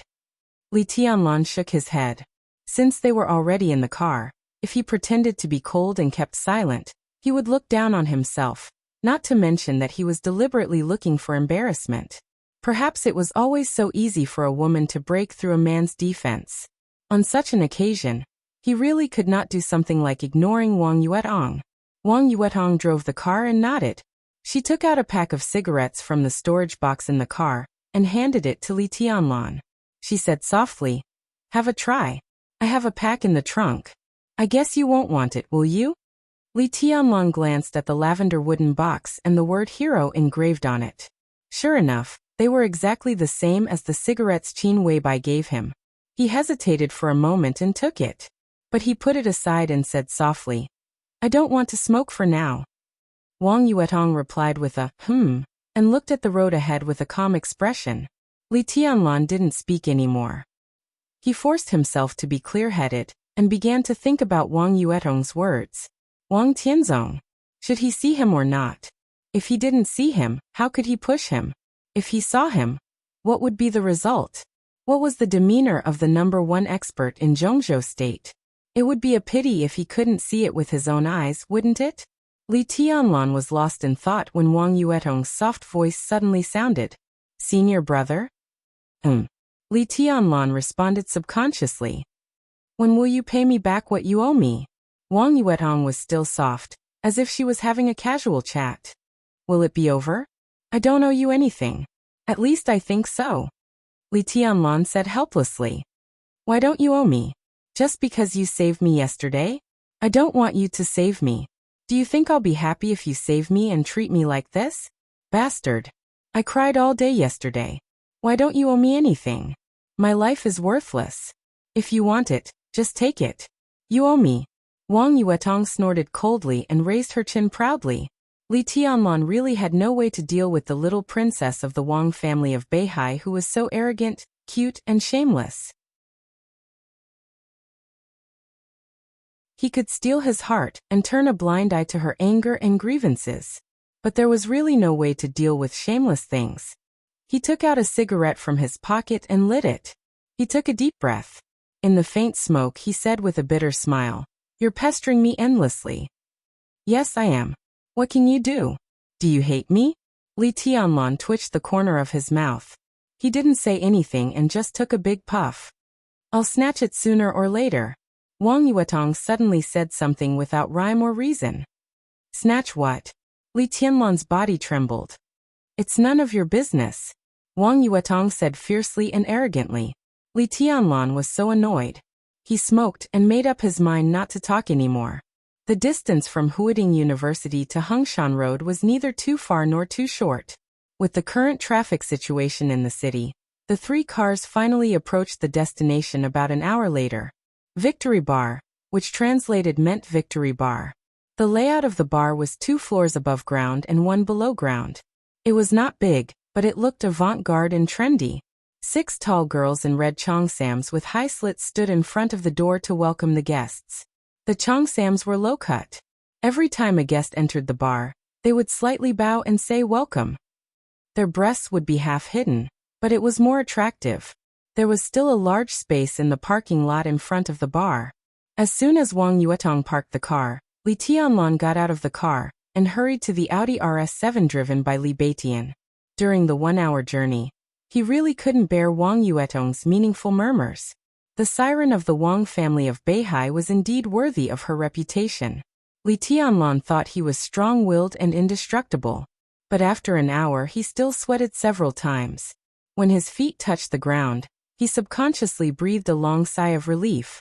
In the car, Wang Yuetong looked at Li Tianlan's back as if she had found his weakness. Her beautiful mouth quietly curled up into an enchanting and proud smile. When Li Tianlan walked to the side of the Audi, Li Beitian had already got out of the car. Standing in front of the door, he looked at the empty parking lot and frowned slightly. Zhang Holong, who also walked over, looked at Li Baitian's expression and seemed to know what he was thinking. He whispered with a smile, "Brother Baitian, this is one of the best bars in Huiting. But it's not the right time. In half an hour at most, the parking lot here will be full. It's hard to find an empty space to park nearby. The pace here is more relaxed and more suitable for relaxation. When we have enough fun here, we'll go to Mason's. It's not far from here. In your words, Brother Baitian, as long as you're willing to wave your hand on Hengshan Road, there's no girl that can't be harvested. I come here often and it's my territory. Since I brought you here, I'll never let you down." Li Baitian laughed and said, "Then why are you still talking nonsense? Let's go and get more girls. Pink and tender ones. Tonight, I'll give them to your brother Tianlan. Li Baitian, go on if you want to die." Wang Yuetong, who was following Li Tianlan, narrowed her beautiful eyes and flashed with killing intent. Li Baitian paused and said with a straight face, "I'm wrong. I meant for your brother Qianqing to have a taste." A group of people walked into the bar laughing. Intentionally or unintentionally, Li Baitian and Ning Qianqing paused and fell behind Li Tianlan. Zhang Holong, who didn't communicate much with Li Tianlan in the afternoon, was stunned. He subconsciously looked at Han Xinyan and also stopped. Only Wang Yuetong looked at Li Tianlan with a clear conscience. She put her small hand in Li Tianlan's and walked beside him. Zhang Holong's pupils dilated slightly, and he subconsciously glanced at Ning Qianqing. But he saw his cousin stare at him without batting an eyelid, and then followed them in. Passing through a corridor carved with various gorgeous paintings, they walked directly into the hall. The hall was large, but the dance floor and stage were exquisite. When it was full of people, the ambiguous atmosphere on the dance floor could only be experienced by the people involved. Li Tianlan was a country bumpkin, so he naturally couldn't see the style of the equipment in the bar. He only felt that the sound system was very textured, making people feel as if they were there, and listening to it was very comfortable. Zhang Holong was completely like a fish in water on such an occasion. He pointed to a direction with a smile and said, "Tianlan, you go and sit down first. Table number 1 is specially reserved for me. I'll find some girls to warm up the place. What kind of girls do you like?" Wang Yuetong glanced at Li Tianlan with her big eyes. Li Tianlan wisely kept silent and pretended not to hear her. "Of course, the more the better. Hurry up, go and come back soon." Ning Qianqing looked at his cousin's success and scolded him with a smile. Zhang Holong patted his chest, turned around and disappeared. "Let's go."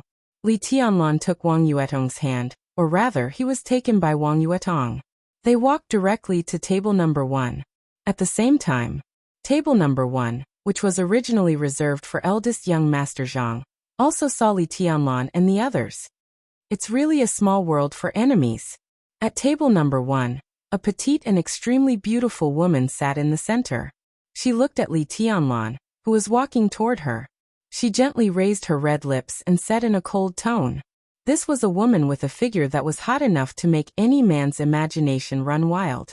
Although she was not tall, she looked extremely well proportioned and very tasteful.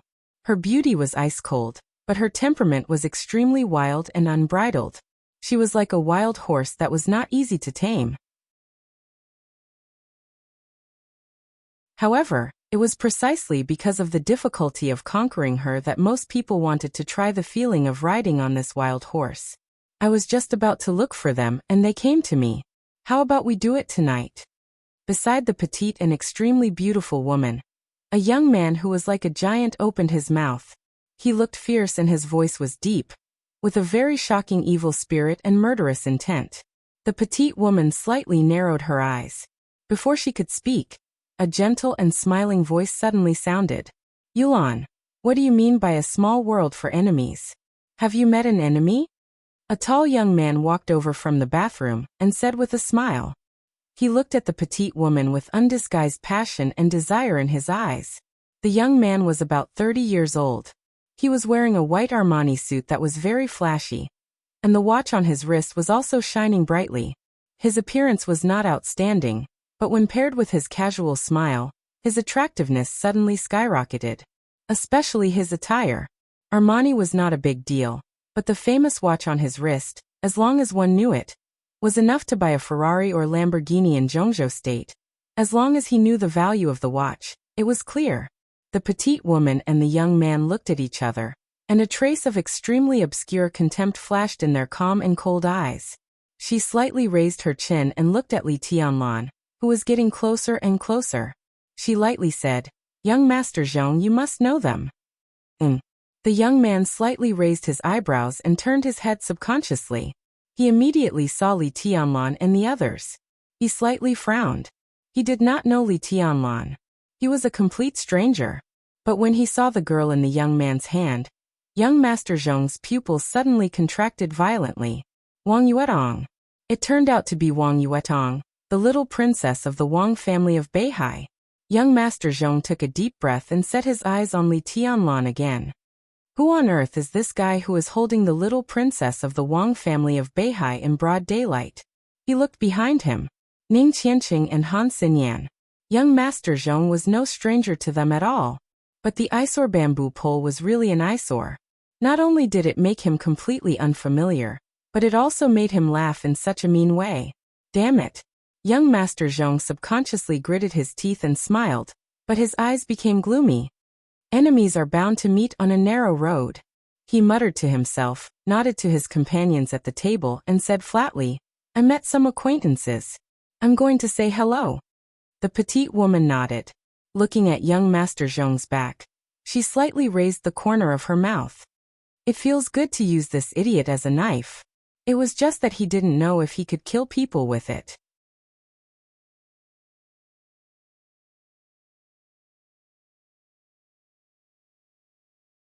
Chapter 54.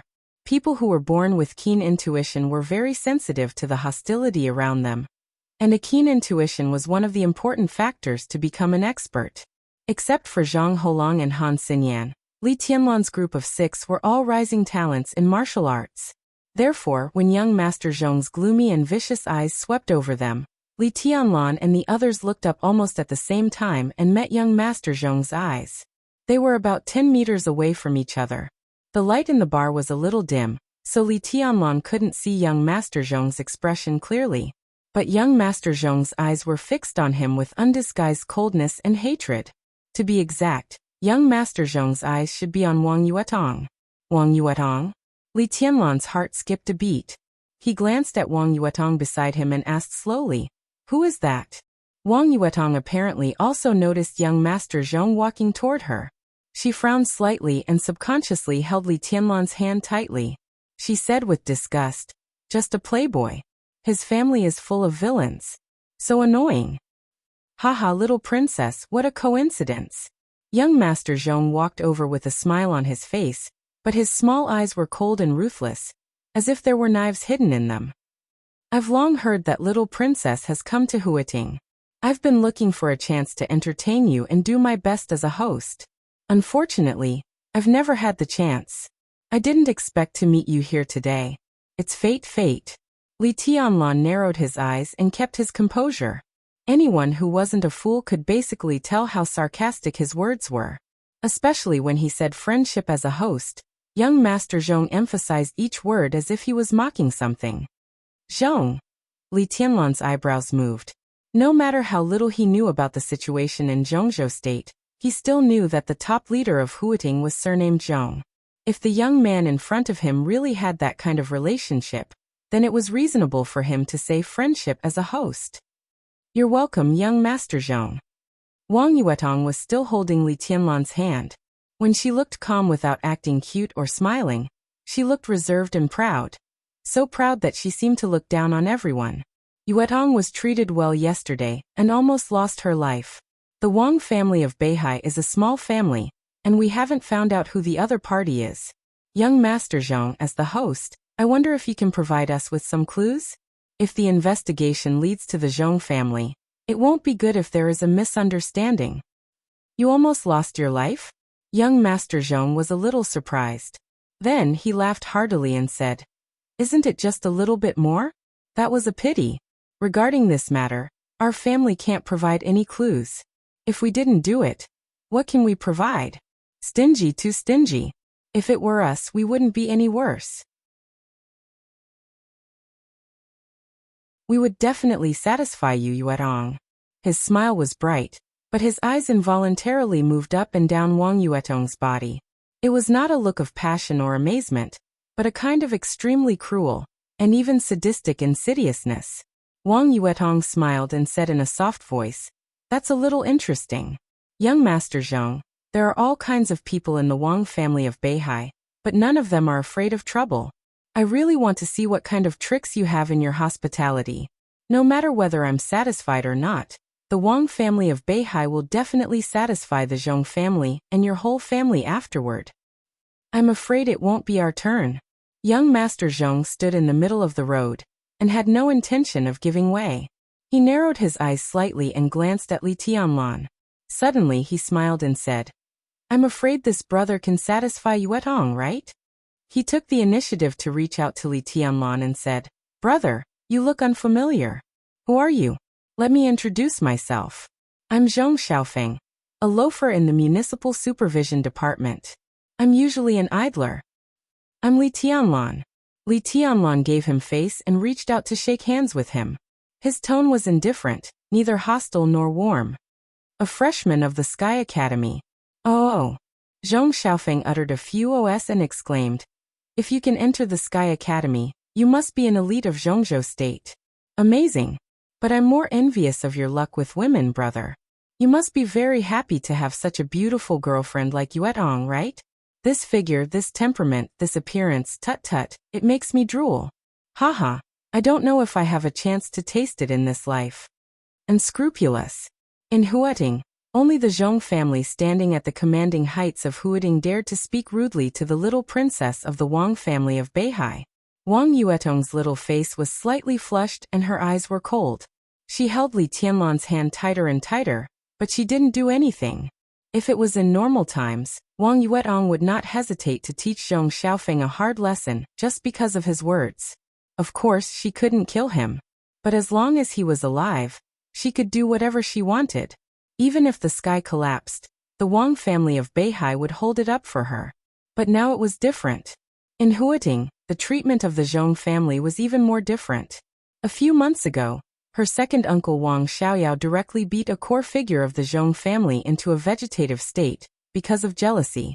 During these months, the Zhong family of Huating seemed to be peaceful, but the towering figure of the Zhong family had always been active in the dark. He had a very high position in the prince group, and the whole prince group was ready to make trouble. In dealing with the Zhong family, the Wang family of Beihai was now under pressure.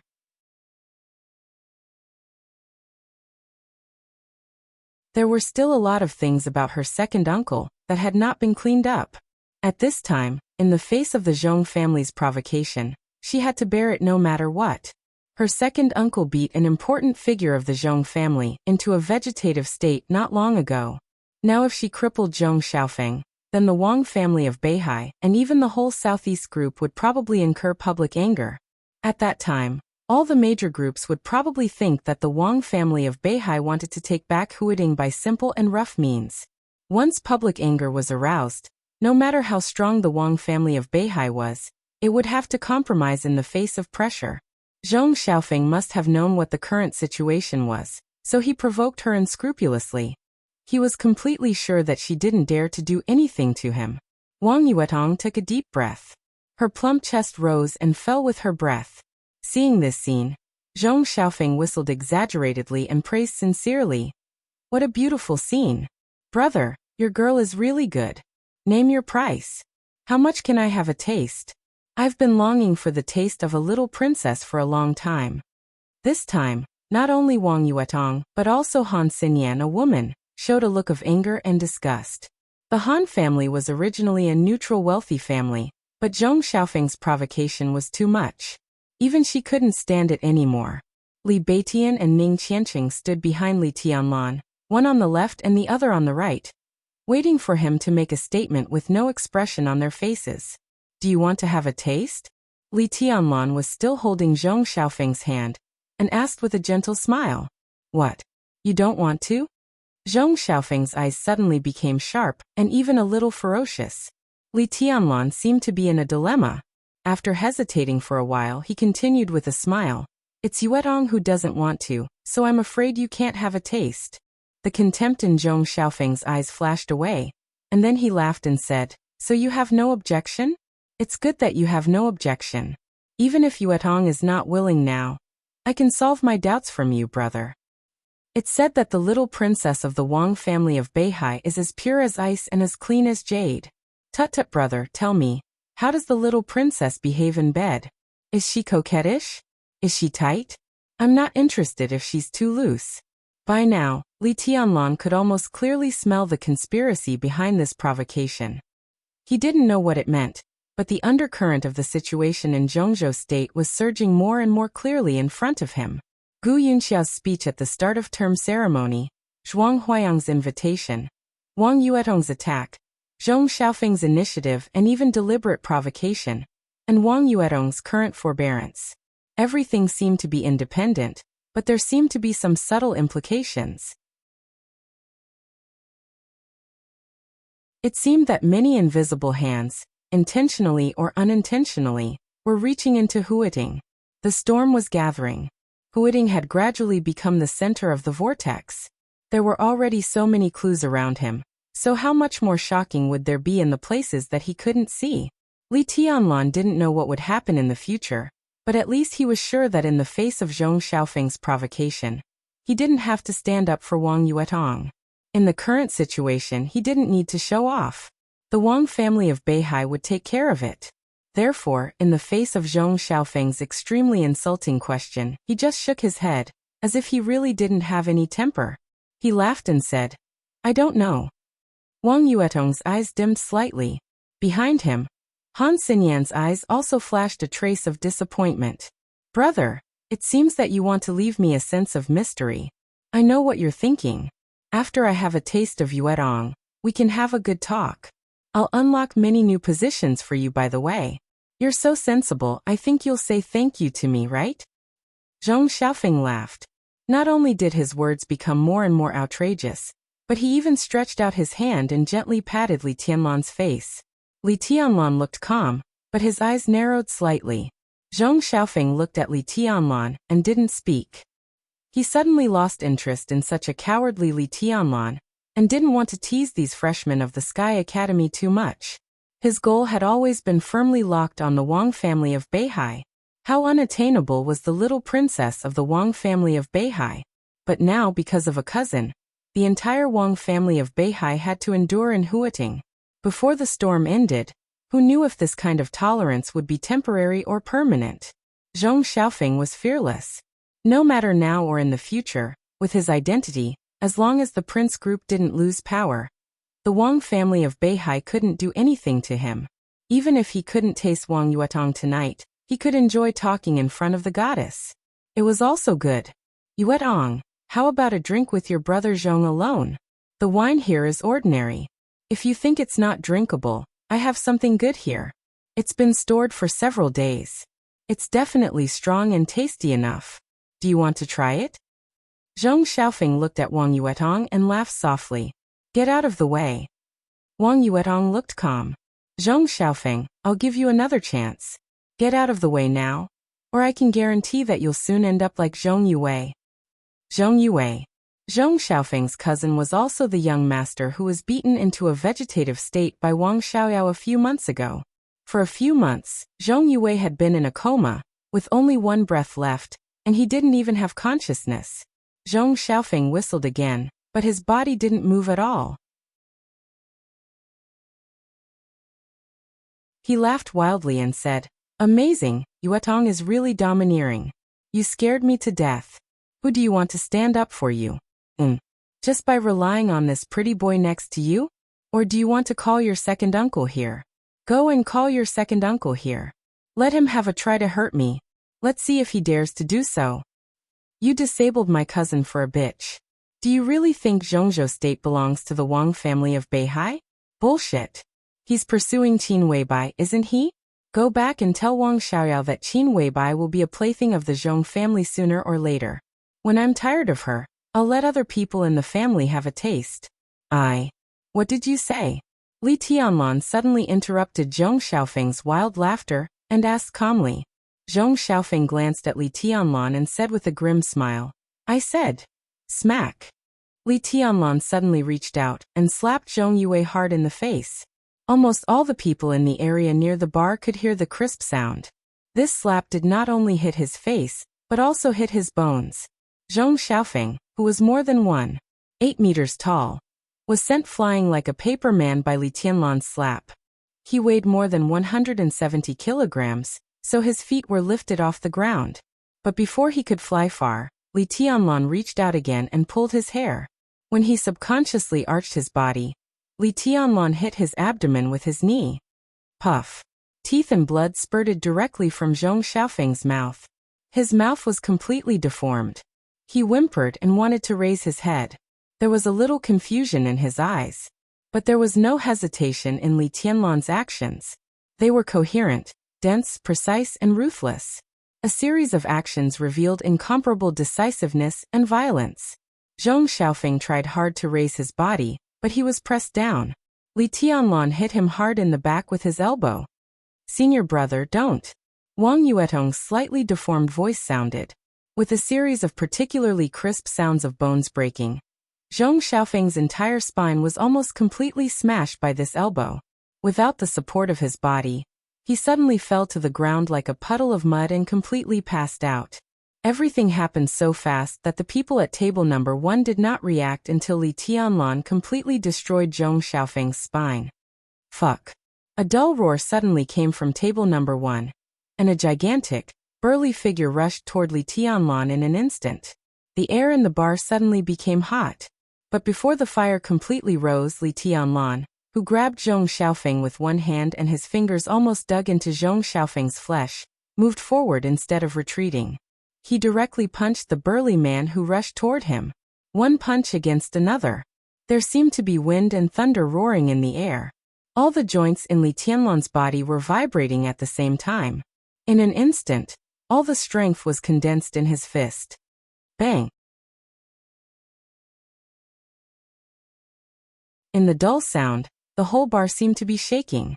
The delicate floor tiles under Li Tianlan's feet were completely smashed in an instant. His feet sank into the ground, while the burly figure rushing toward him flew back at a faster speed. He brushed past table number 1 and knocked over a large number of tables and chairs. Zhong Xiaofeng's 2 bodyguards followed closely and rushed toward Li Tianlan from both sides. Li Tianlan's expression was as still as dead water from beginning to end. Human Emperor did not come out. Inside the bar, he directly picked up Zhong Xiaofeng's body and shook it hard. Crack, crack. In an instant, not only his spine but also the bones of Zhong Xiaofeng's arms, legs, and even fingers were completely smashed. Under the sharp pain, Zhong Xiaofeng, who was originally in a coma, suddenly woke up, but he could not howl. With his mouth completely deformed, he could only let out a dying whimper. One bodyguard was swept by Zhong Xiaofeng and his strong body was swept away. The other bodyguard was kicked in the abdomen by Li Tianlan before he could get close to Li Tianlan. His whole body flew toward the bar counter. The huge force carried his body and directly smashed the marble bar counter. Gravel rolled, wine cabinets collapsed, and all kinds of expensive or ordinary drinks fell down, filling the air with the aroma of wine. It was a mess. Whether it was Wang Yuetong and the others or the guests at table number 1, everyone was dumbfounded. Li Tianlan did not stop. He carried Zhong Xiaofeng's body and strode to table number 1. At table number 1, at the same time, the body of the petite woman at the head suddenly tightened. Li Tianlan picked up Zhong Xiaofeng's feet, swung his whole body up, and smashed him hard on the marble table. Zhong Xiaofeng's head hit the table hard. Table number 1 was completely broken. Wine and fruit plates flew everywhere. Zhong Xiaofeng, who was almost covered in blood, lay in a pile of stones, twitching instinctively. Li Tianlan's expression remained unchanged. He squatted down beside Zhong Xiaofeng and looked at the slightly twitching Zhong Xiaofeng, whose eyes were dim and frightened. He said lightly, "Now you don't need to say anything. I forgot to tell you that the Qin Weibai you mentioned is my woman. Who do you think you are? Who do you think Wang Xiaoao is?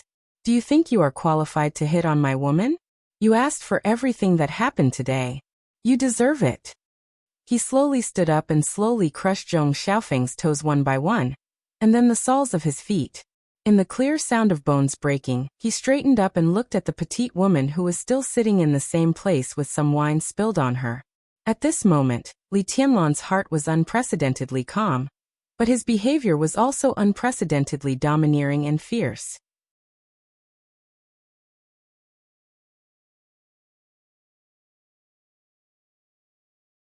Chapter 55. How do you want to play? I'll play with you to the end today. Combined with Zhong Xiaofeng, the first young master of Huiting, who was lying on the ground and no one knew whether he was dead or alive, these words suddenly made him look extremely domineering and tough. Li Tianlan, who didn't know and didn't want to know how crazy his behavior was, sneered, but his eyes were completely emotionless and calm. Extreme calmness often meant extreme madness. This man was a complete lunatic. Gu Yulan, who was soaked in wine, subconsciously curled up, but she stared back at Li Tianlan without flinching. There was no anger or killing intent in her eyes. At least, Li Tianlan only saw a kind of inscrutable seriousness in her eyes, simple and pure. You know me? Gu Yulan asked softly. Her voice was crisp, delicate, and even a little coquettish. It was the kind of voice that could be heard even if she was jumping and cursing. It was extremely harmless. Do you think I'm blind? Li Tianlan asked in a cold tone, glancing at the other young people at table number 1 who had different expressions. In the Sky Academy, Gu Yulan wore a delicate and small mask on her face. Indeed, very few people saw her real face. However, Su Yunzong, the core disciple of Kunlun City who had just been punched away by him, completed the maneuver with her. His powerful body and ferocious appearance were absolutely impressive. In addition to Su Yunzong, there was a man and a woman sitting at table number 1. Not only did Li Tianlan know them, but he also had a deep hatred for them. They were the 2 giants of the former flames of war in the Sky Academy, Lu Dongyu, Tan Shilai. These people could be said to be the key training targets of the young generation of Kunlun City.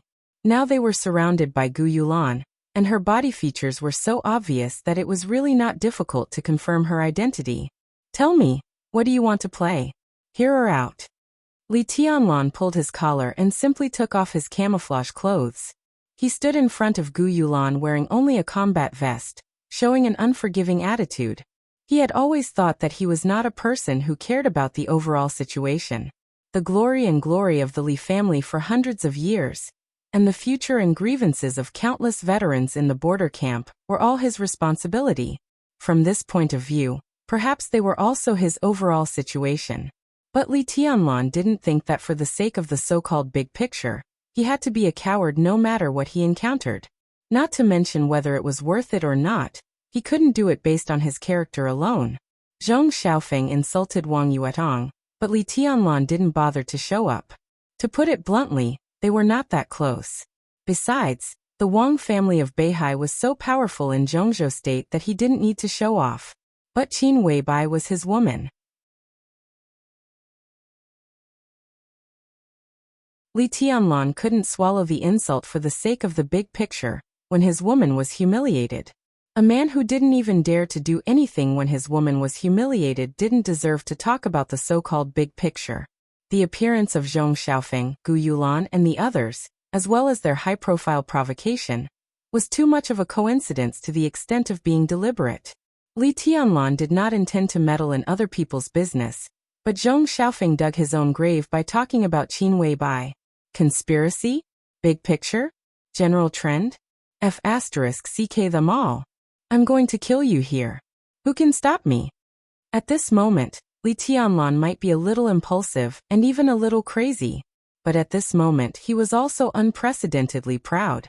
It was as if he was born with an unyielding character, so tough that it made everyone's scalp numb.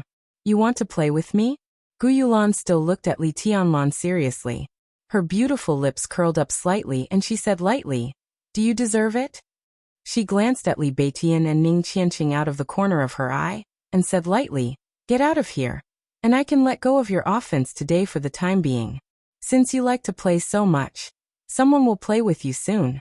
She moved her crossed legs slightly, and casually pointed at Zhong Xiaofeng, who had completely fainted, with the tip of her high heels. I forgot to introduce him to you. This is young Master Zhong, Zhong Xiaofeng, the deputy chief of the Huading Supervision Office, the youngest son of Secretary Zhong, and one of the future political successors of the Zhong family. How do you think the Zhong family will thank you for crippling Zhong Xiaofeng? Behind Li Tianlan, everyone's face became extremely gloomy. Nowadays, undercurrents were surging in Huading, and the 6 groups were ready to make trouble. But anyway, because they occupied the commanding heights of Huading, it was not too much to call the Zhong family the first wealthy family in Huading. And the immortal anchor of the Zhong family was still young and vigorous among the people at the same level as him. He occupied the position of the top leader in Huading, and there was even hope for him to go one step further. This powerful figure in Zhongzhou state was extremely top-notch in both personal integrity and personal ability. The vanguard sent by the Prince Group to occupy Huading could not be mediocre. Judging from the current situation, the most important task for the Zhong family in the next few years was to stabilize the situation in Huading. As long as he could do this well, the big shots of the Prince Group would probably support him to go one step further. This was the overall situation of the Zhong family. So a few months ago, even though Wang Xiaoyao disabled his nephew, he only acted secretly in the Prince Group and did not do anything too out of line. The Prince Group was ready to make trouble now, but it was to get more compensation in the game with the Wang family of Beihai. It had little to do with the Zhong family itself. But no matter how much the Zhong family put the overall situation first, the powerful figure was not a bodhisattva without a temper. He endured it when his nephew was disabled, but a few months later, his son was disabled again. Who could endure it? Even if the Zhong family could endure it, in this situation, he had to do something to maintain his authority and vent the anger that had been suppressed for months. And all the anger and resentment of this big shot would pour out on Li Tianlan without reservation. How could Li Tianlan, who was originally in Huading, bear the anger of a leader of Zhongzhou state and the top leader of Huading? Li Tianlan was still expressionless, but the human emperor had slipped from his sleeve and was tightly held in his hand. You talk a lot of nonsense, Li Tianlan said coldly. Gu Yolan's pupils shrank slightly. Her voice was still delicate as if she was acting coquettishly, but the words she said were not polite. Get out of here before I change my mind. If I really want to play with you, I'm afraid you can't leave today. Isn't it good to live a few more hours? How arrogant you are. Standing behind Li Tianlan, Li Beitian could not help but sneer. Those who don't know might think that Kunlun City is invincible in the world. Today, I just want to play with you, little girl of Kunlun City. So do you dare to play? Even if Kunlun City is not invincible in the world, it doesn't take much effort to deal with Mount Shu. Li Taishu, don't pretend to be the great void sword master in front of us. Even pretentious Chung has behaved. Don't you know what you should do? Tan Shilai sneered in a sarcastic tone. Li Tianlan really did not want to argue with these people. But Li Beitian had just started to get angry. He took a deep breath and did not speak. Tianlan. Ning Qiancheng, who had been silent all the time, suddenly called out in a low voice. Li Tianlan glanced at Ning Qiancheng. Seeing that Ning Qiancheng's eyes were obviously inquiring, he nodded slightly. There seemed to be no fluctuation in his eyes, but there was a trace of uncontrollable unwillingness and fighting desire in the depths of his eyes. Ning Qiancheng took a deep look at him and nodded slightly. The so-called tacit understanding and communication had been completed inadvertently. He had never thought that Qin Weibai, who was a legend in Huading and even in the entire Zhongzhou state, would be Li Tianlan's woman. And he had never thought that Li Tianlan would hit Zhong Xiaofeng so hard. Even if Zhong Xiaofeng managed to survive such an injury, all his bones would be completely shattered, and he would become a completely useless person in the future. And the most fundamental reason for all this was that Zhong Xiaofeng had insulted Qin Weibai. But would everything really be so simple? Maybe it was from the beginning. Because of Qin Weibai, Li Tianlan completely disabled Zhong Xiaofeng. But under normal circumstances, everything should have stopped there. Then, they would start to wait for the Zhong family's revenge. But Li Tianlan took the initiative to provoke Gu Yulan, and refused to let her go. This was not something that could be explained by impulse or recklessness. Obviously, Li Tianlan was going to do something. Looking at Li Tianlan's response, Ning Qianqing was even more sure of this. Now he obviously did not want Gu Yulan to stay out of this storm. Instead, he wanted to drag her completely into it. What on earth was Li Tianlan planning when he had just entered Huiting? Would such a move be risky when he did not have a thorough understanding of the situation? Ning Qianqing thought quickly in his mind, but the current time did not allow him to come up with a safe answer. Seeing Li Tianlan nod, Ning Qianqing pursed his lips and took a step forward, saying, Mount Shu may not be as good as Kunlun City, but they can still set up a few sword formations. But what does your Azura path have to offer? Even a trash like you has been focused on training. Azura path really has no one in this generation. Tanshilai, look at how you are licking Kunlun City's boots. Is this the atmosphere in Azura path, which has a long history now? Tanshilai's face was full of murderous intent, but he was not angry at all. He just said disdainfully, Ning Qianqing, you are a loser. How dare you comment on me?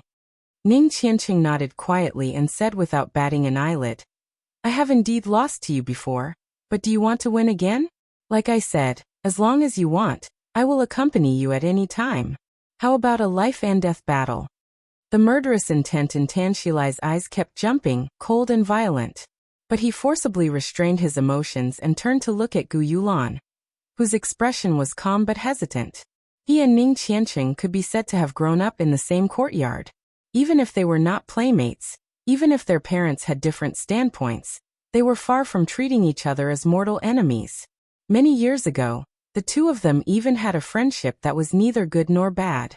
However, due to some strange circumstances, these two young people, who were once playmates, had become completely irreconcilable enemies. Tanshilai was looking at Gu Yulan. Ning Qianqing was also looking at Li Tianlan. Li Tianlan's expression was calm, and his eyes were deep. Obviously, he had made up his mind. Ning Qianqing smiled and directly made up his mind. Shilai, I played with your mother. In terms of seniority, it's not too much for you to call me dad, right? Ning Qianqing, you deserve to die. Tanshilai, who was looking at Gu Yulan, suddenly stood up and stared at Ning Qianqing with red eyes. King, say that again. You want to play so badly? Gu Yulan finally opened her mouth and said flatly, Okay, Shilai, you play with them.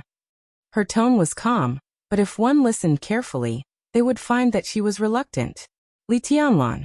She had heard this name countless times since the end of the entrance maneuver. Lu Dongyu was saying. Su Yunzong, her follower, was saying. Even director Gu Yunxia was saying. She could ignore the opinions of the first two, but she had to pay attention to Gu Yunxia's. Gu Yunxia's meaning was clear. Li Tianlan was likely to become one of the threats to Kunlun City in the future.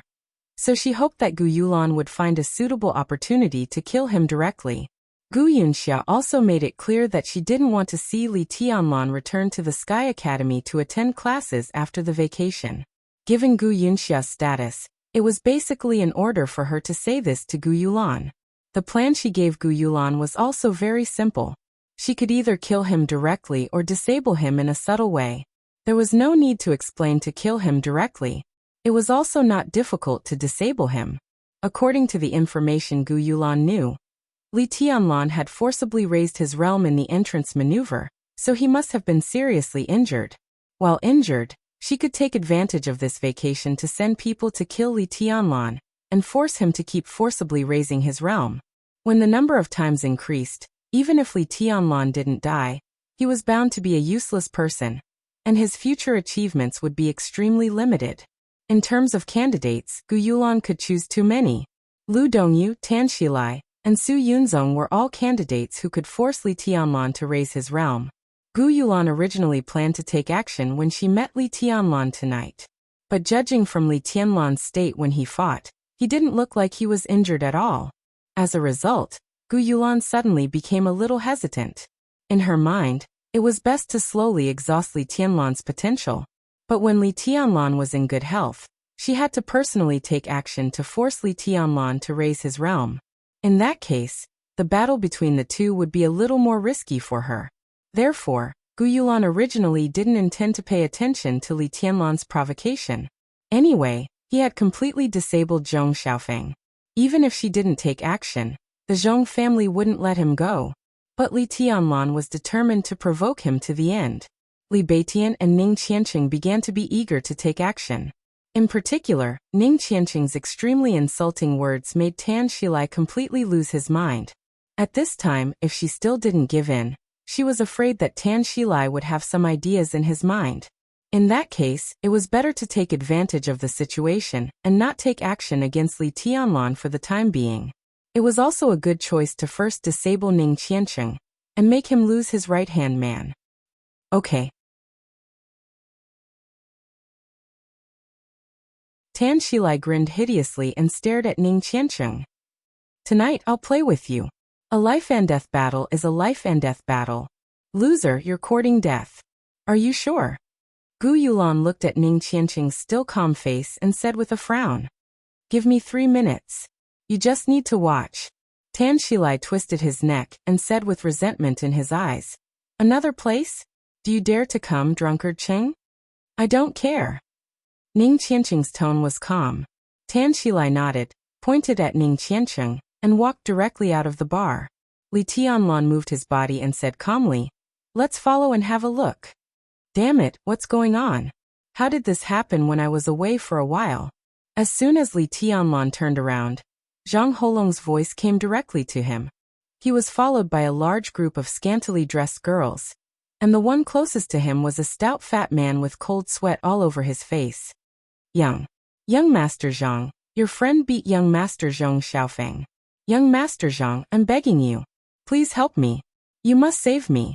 Beside Zhang Holong, the fat man, who weighed at least 250 kilograms, was trembling all over and said in a pitiful tone. Zhong Xiaofeng? Zhang Holong's eyelids twitched.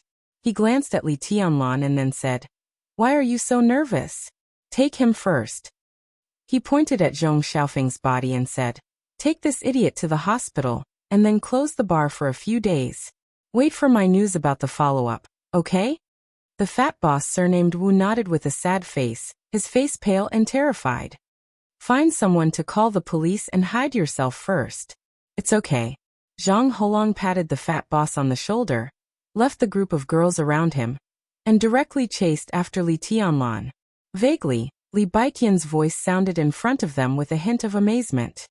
Damn it, I really couldn't tell before. Qianqing is so good at drawing hatred. Tan Xilai's face turned green as soon as he said, Played with your mother. Ah, Tan Xilai? Ning Qianqing? The muscles at the corners of Zhang Holong's mouth twitched violently.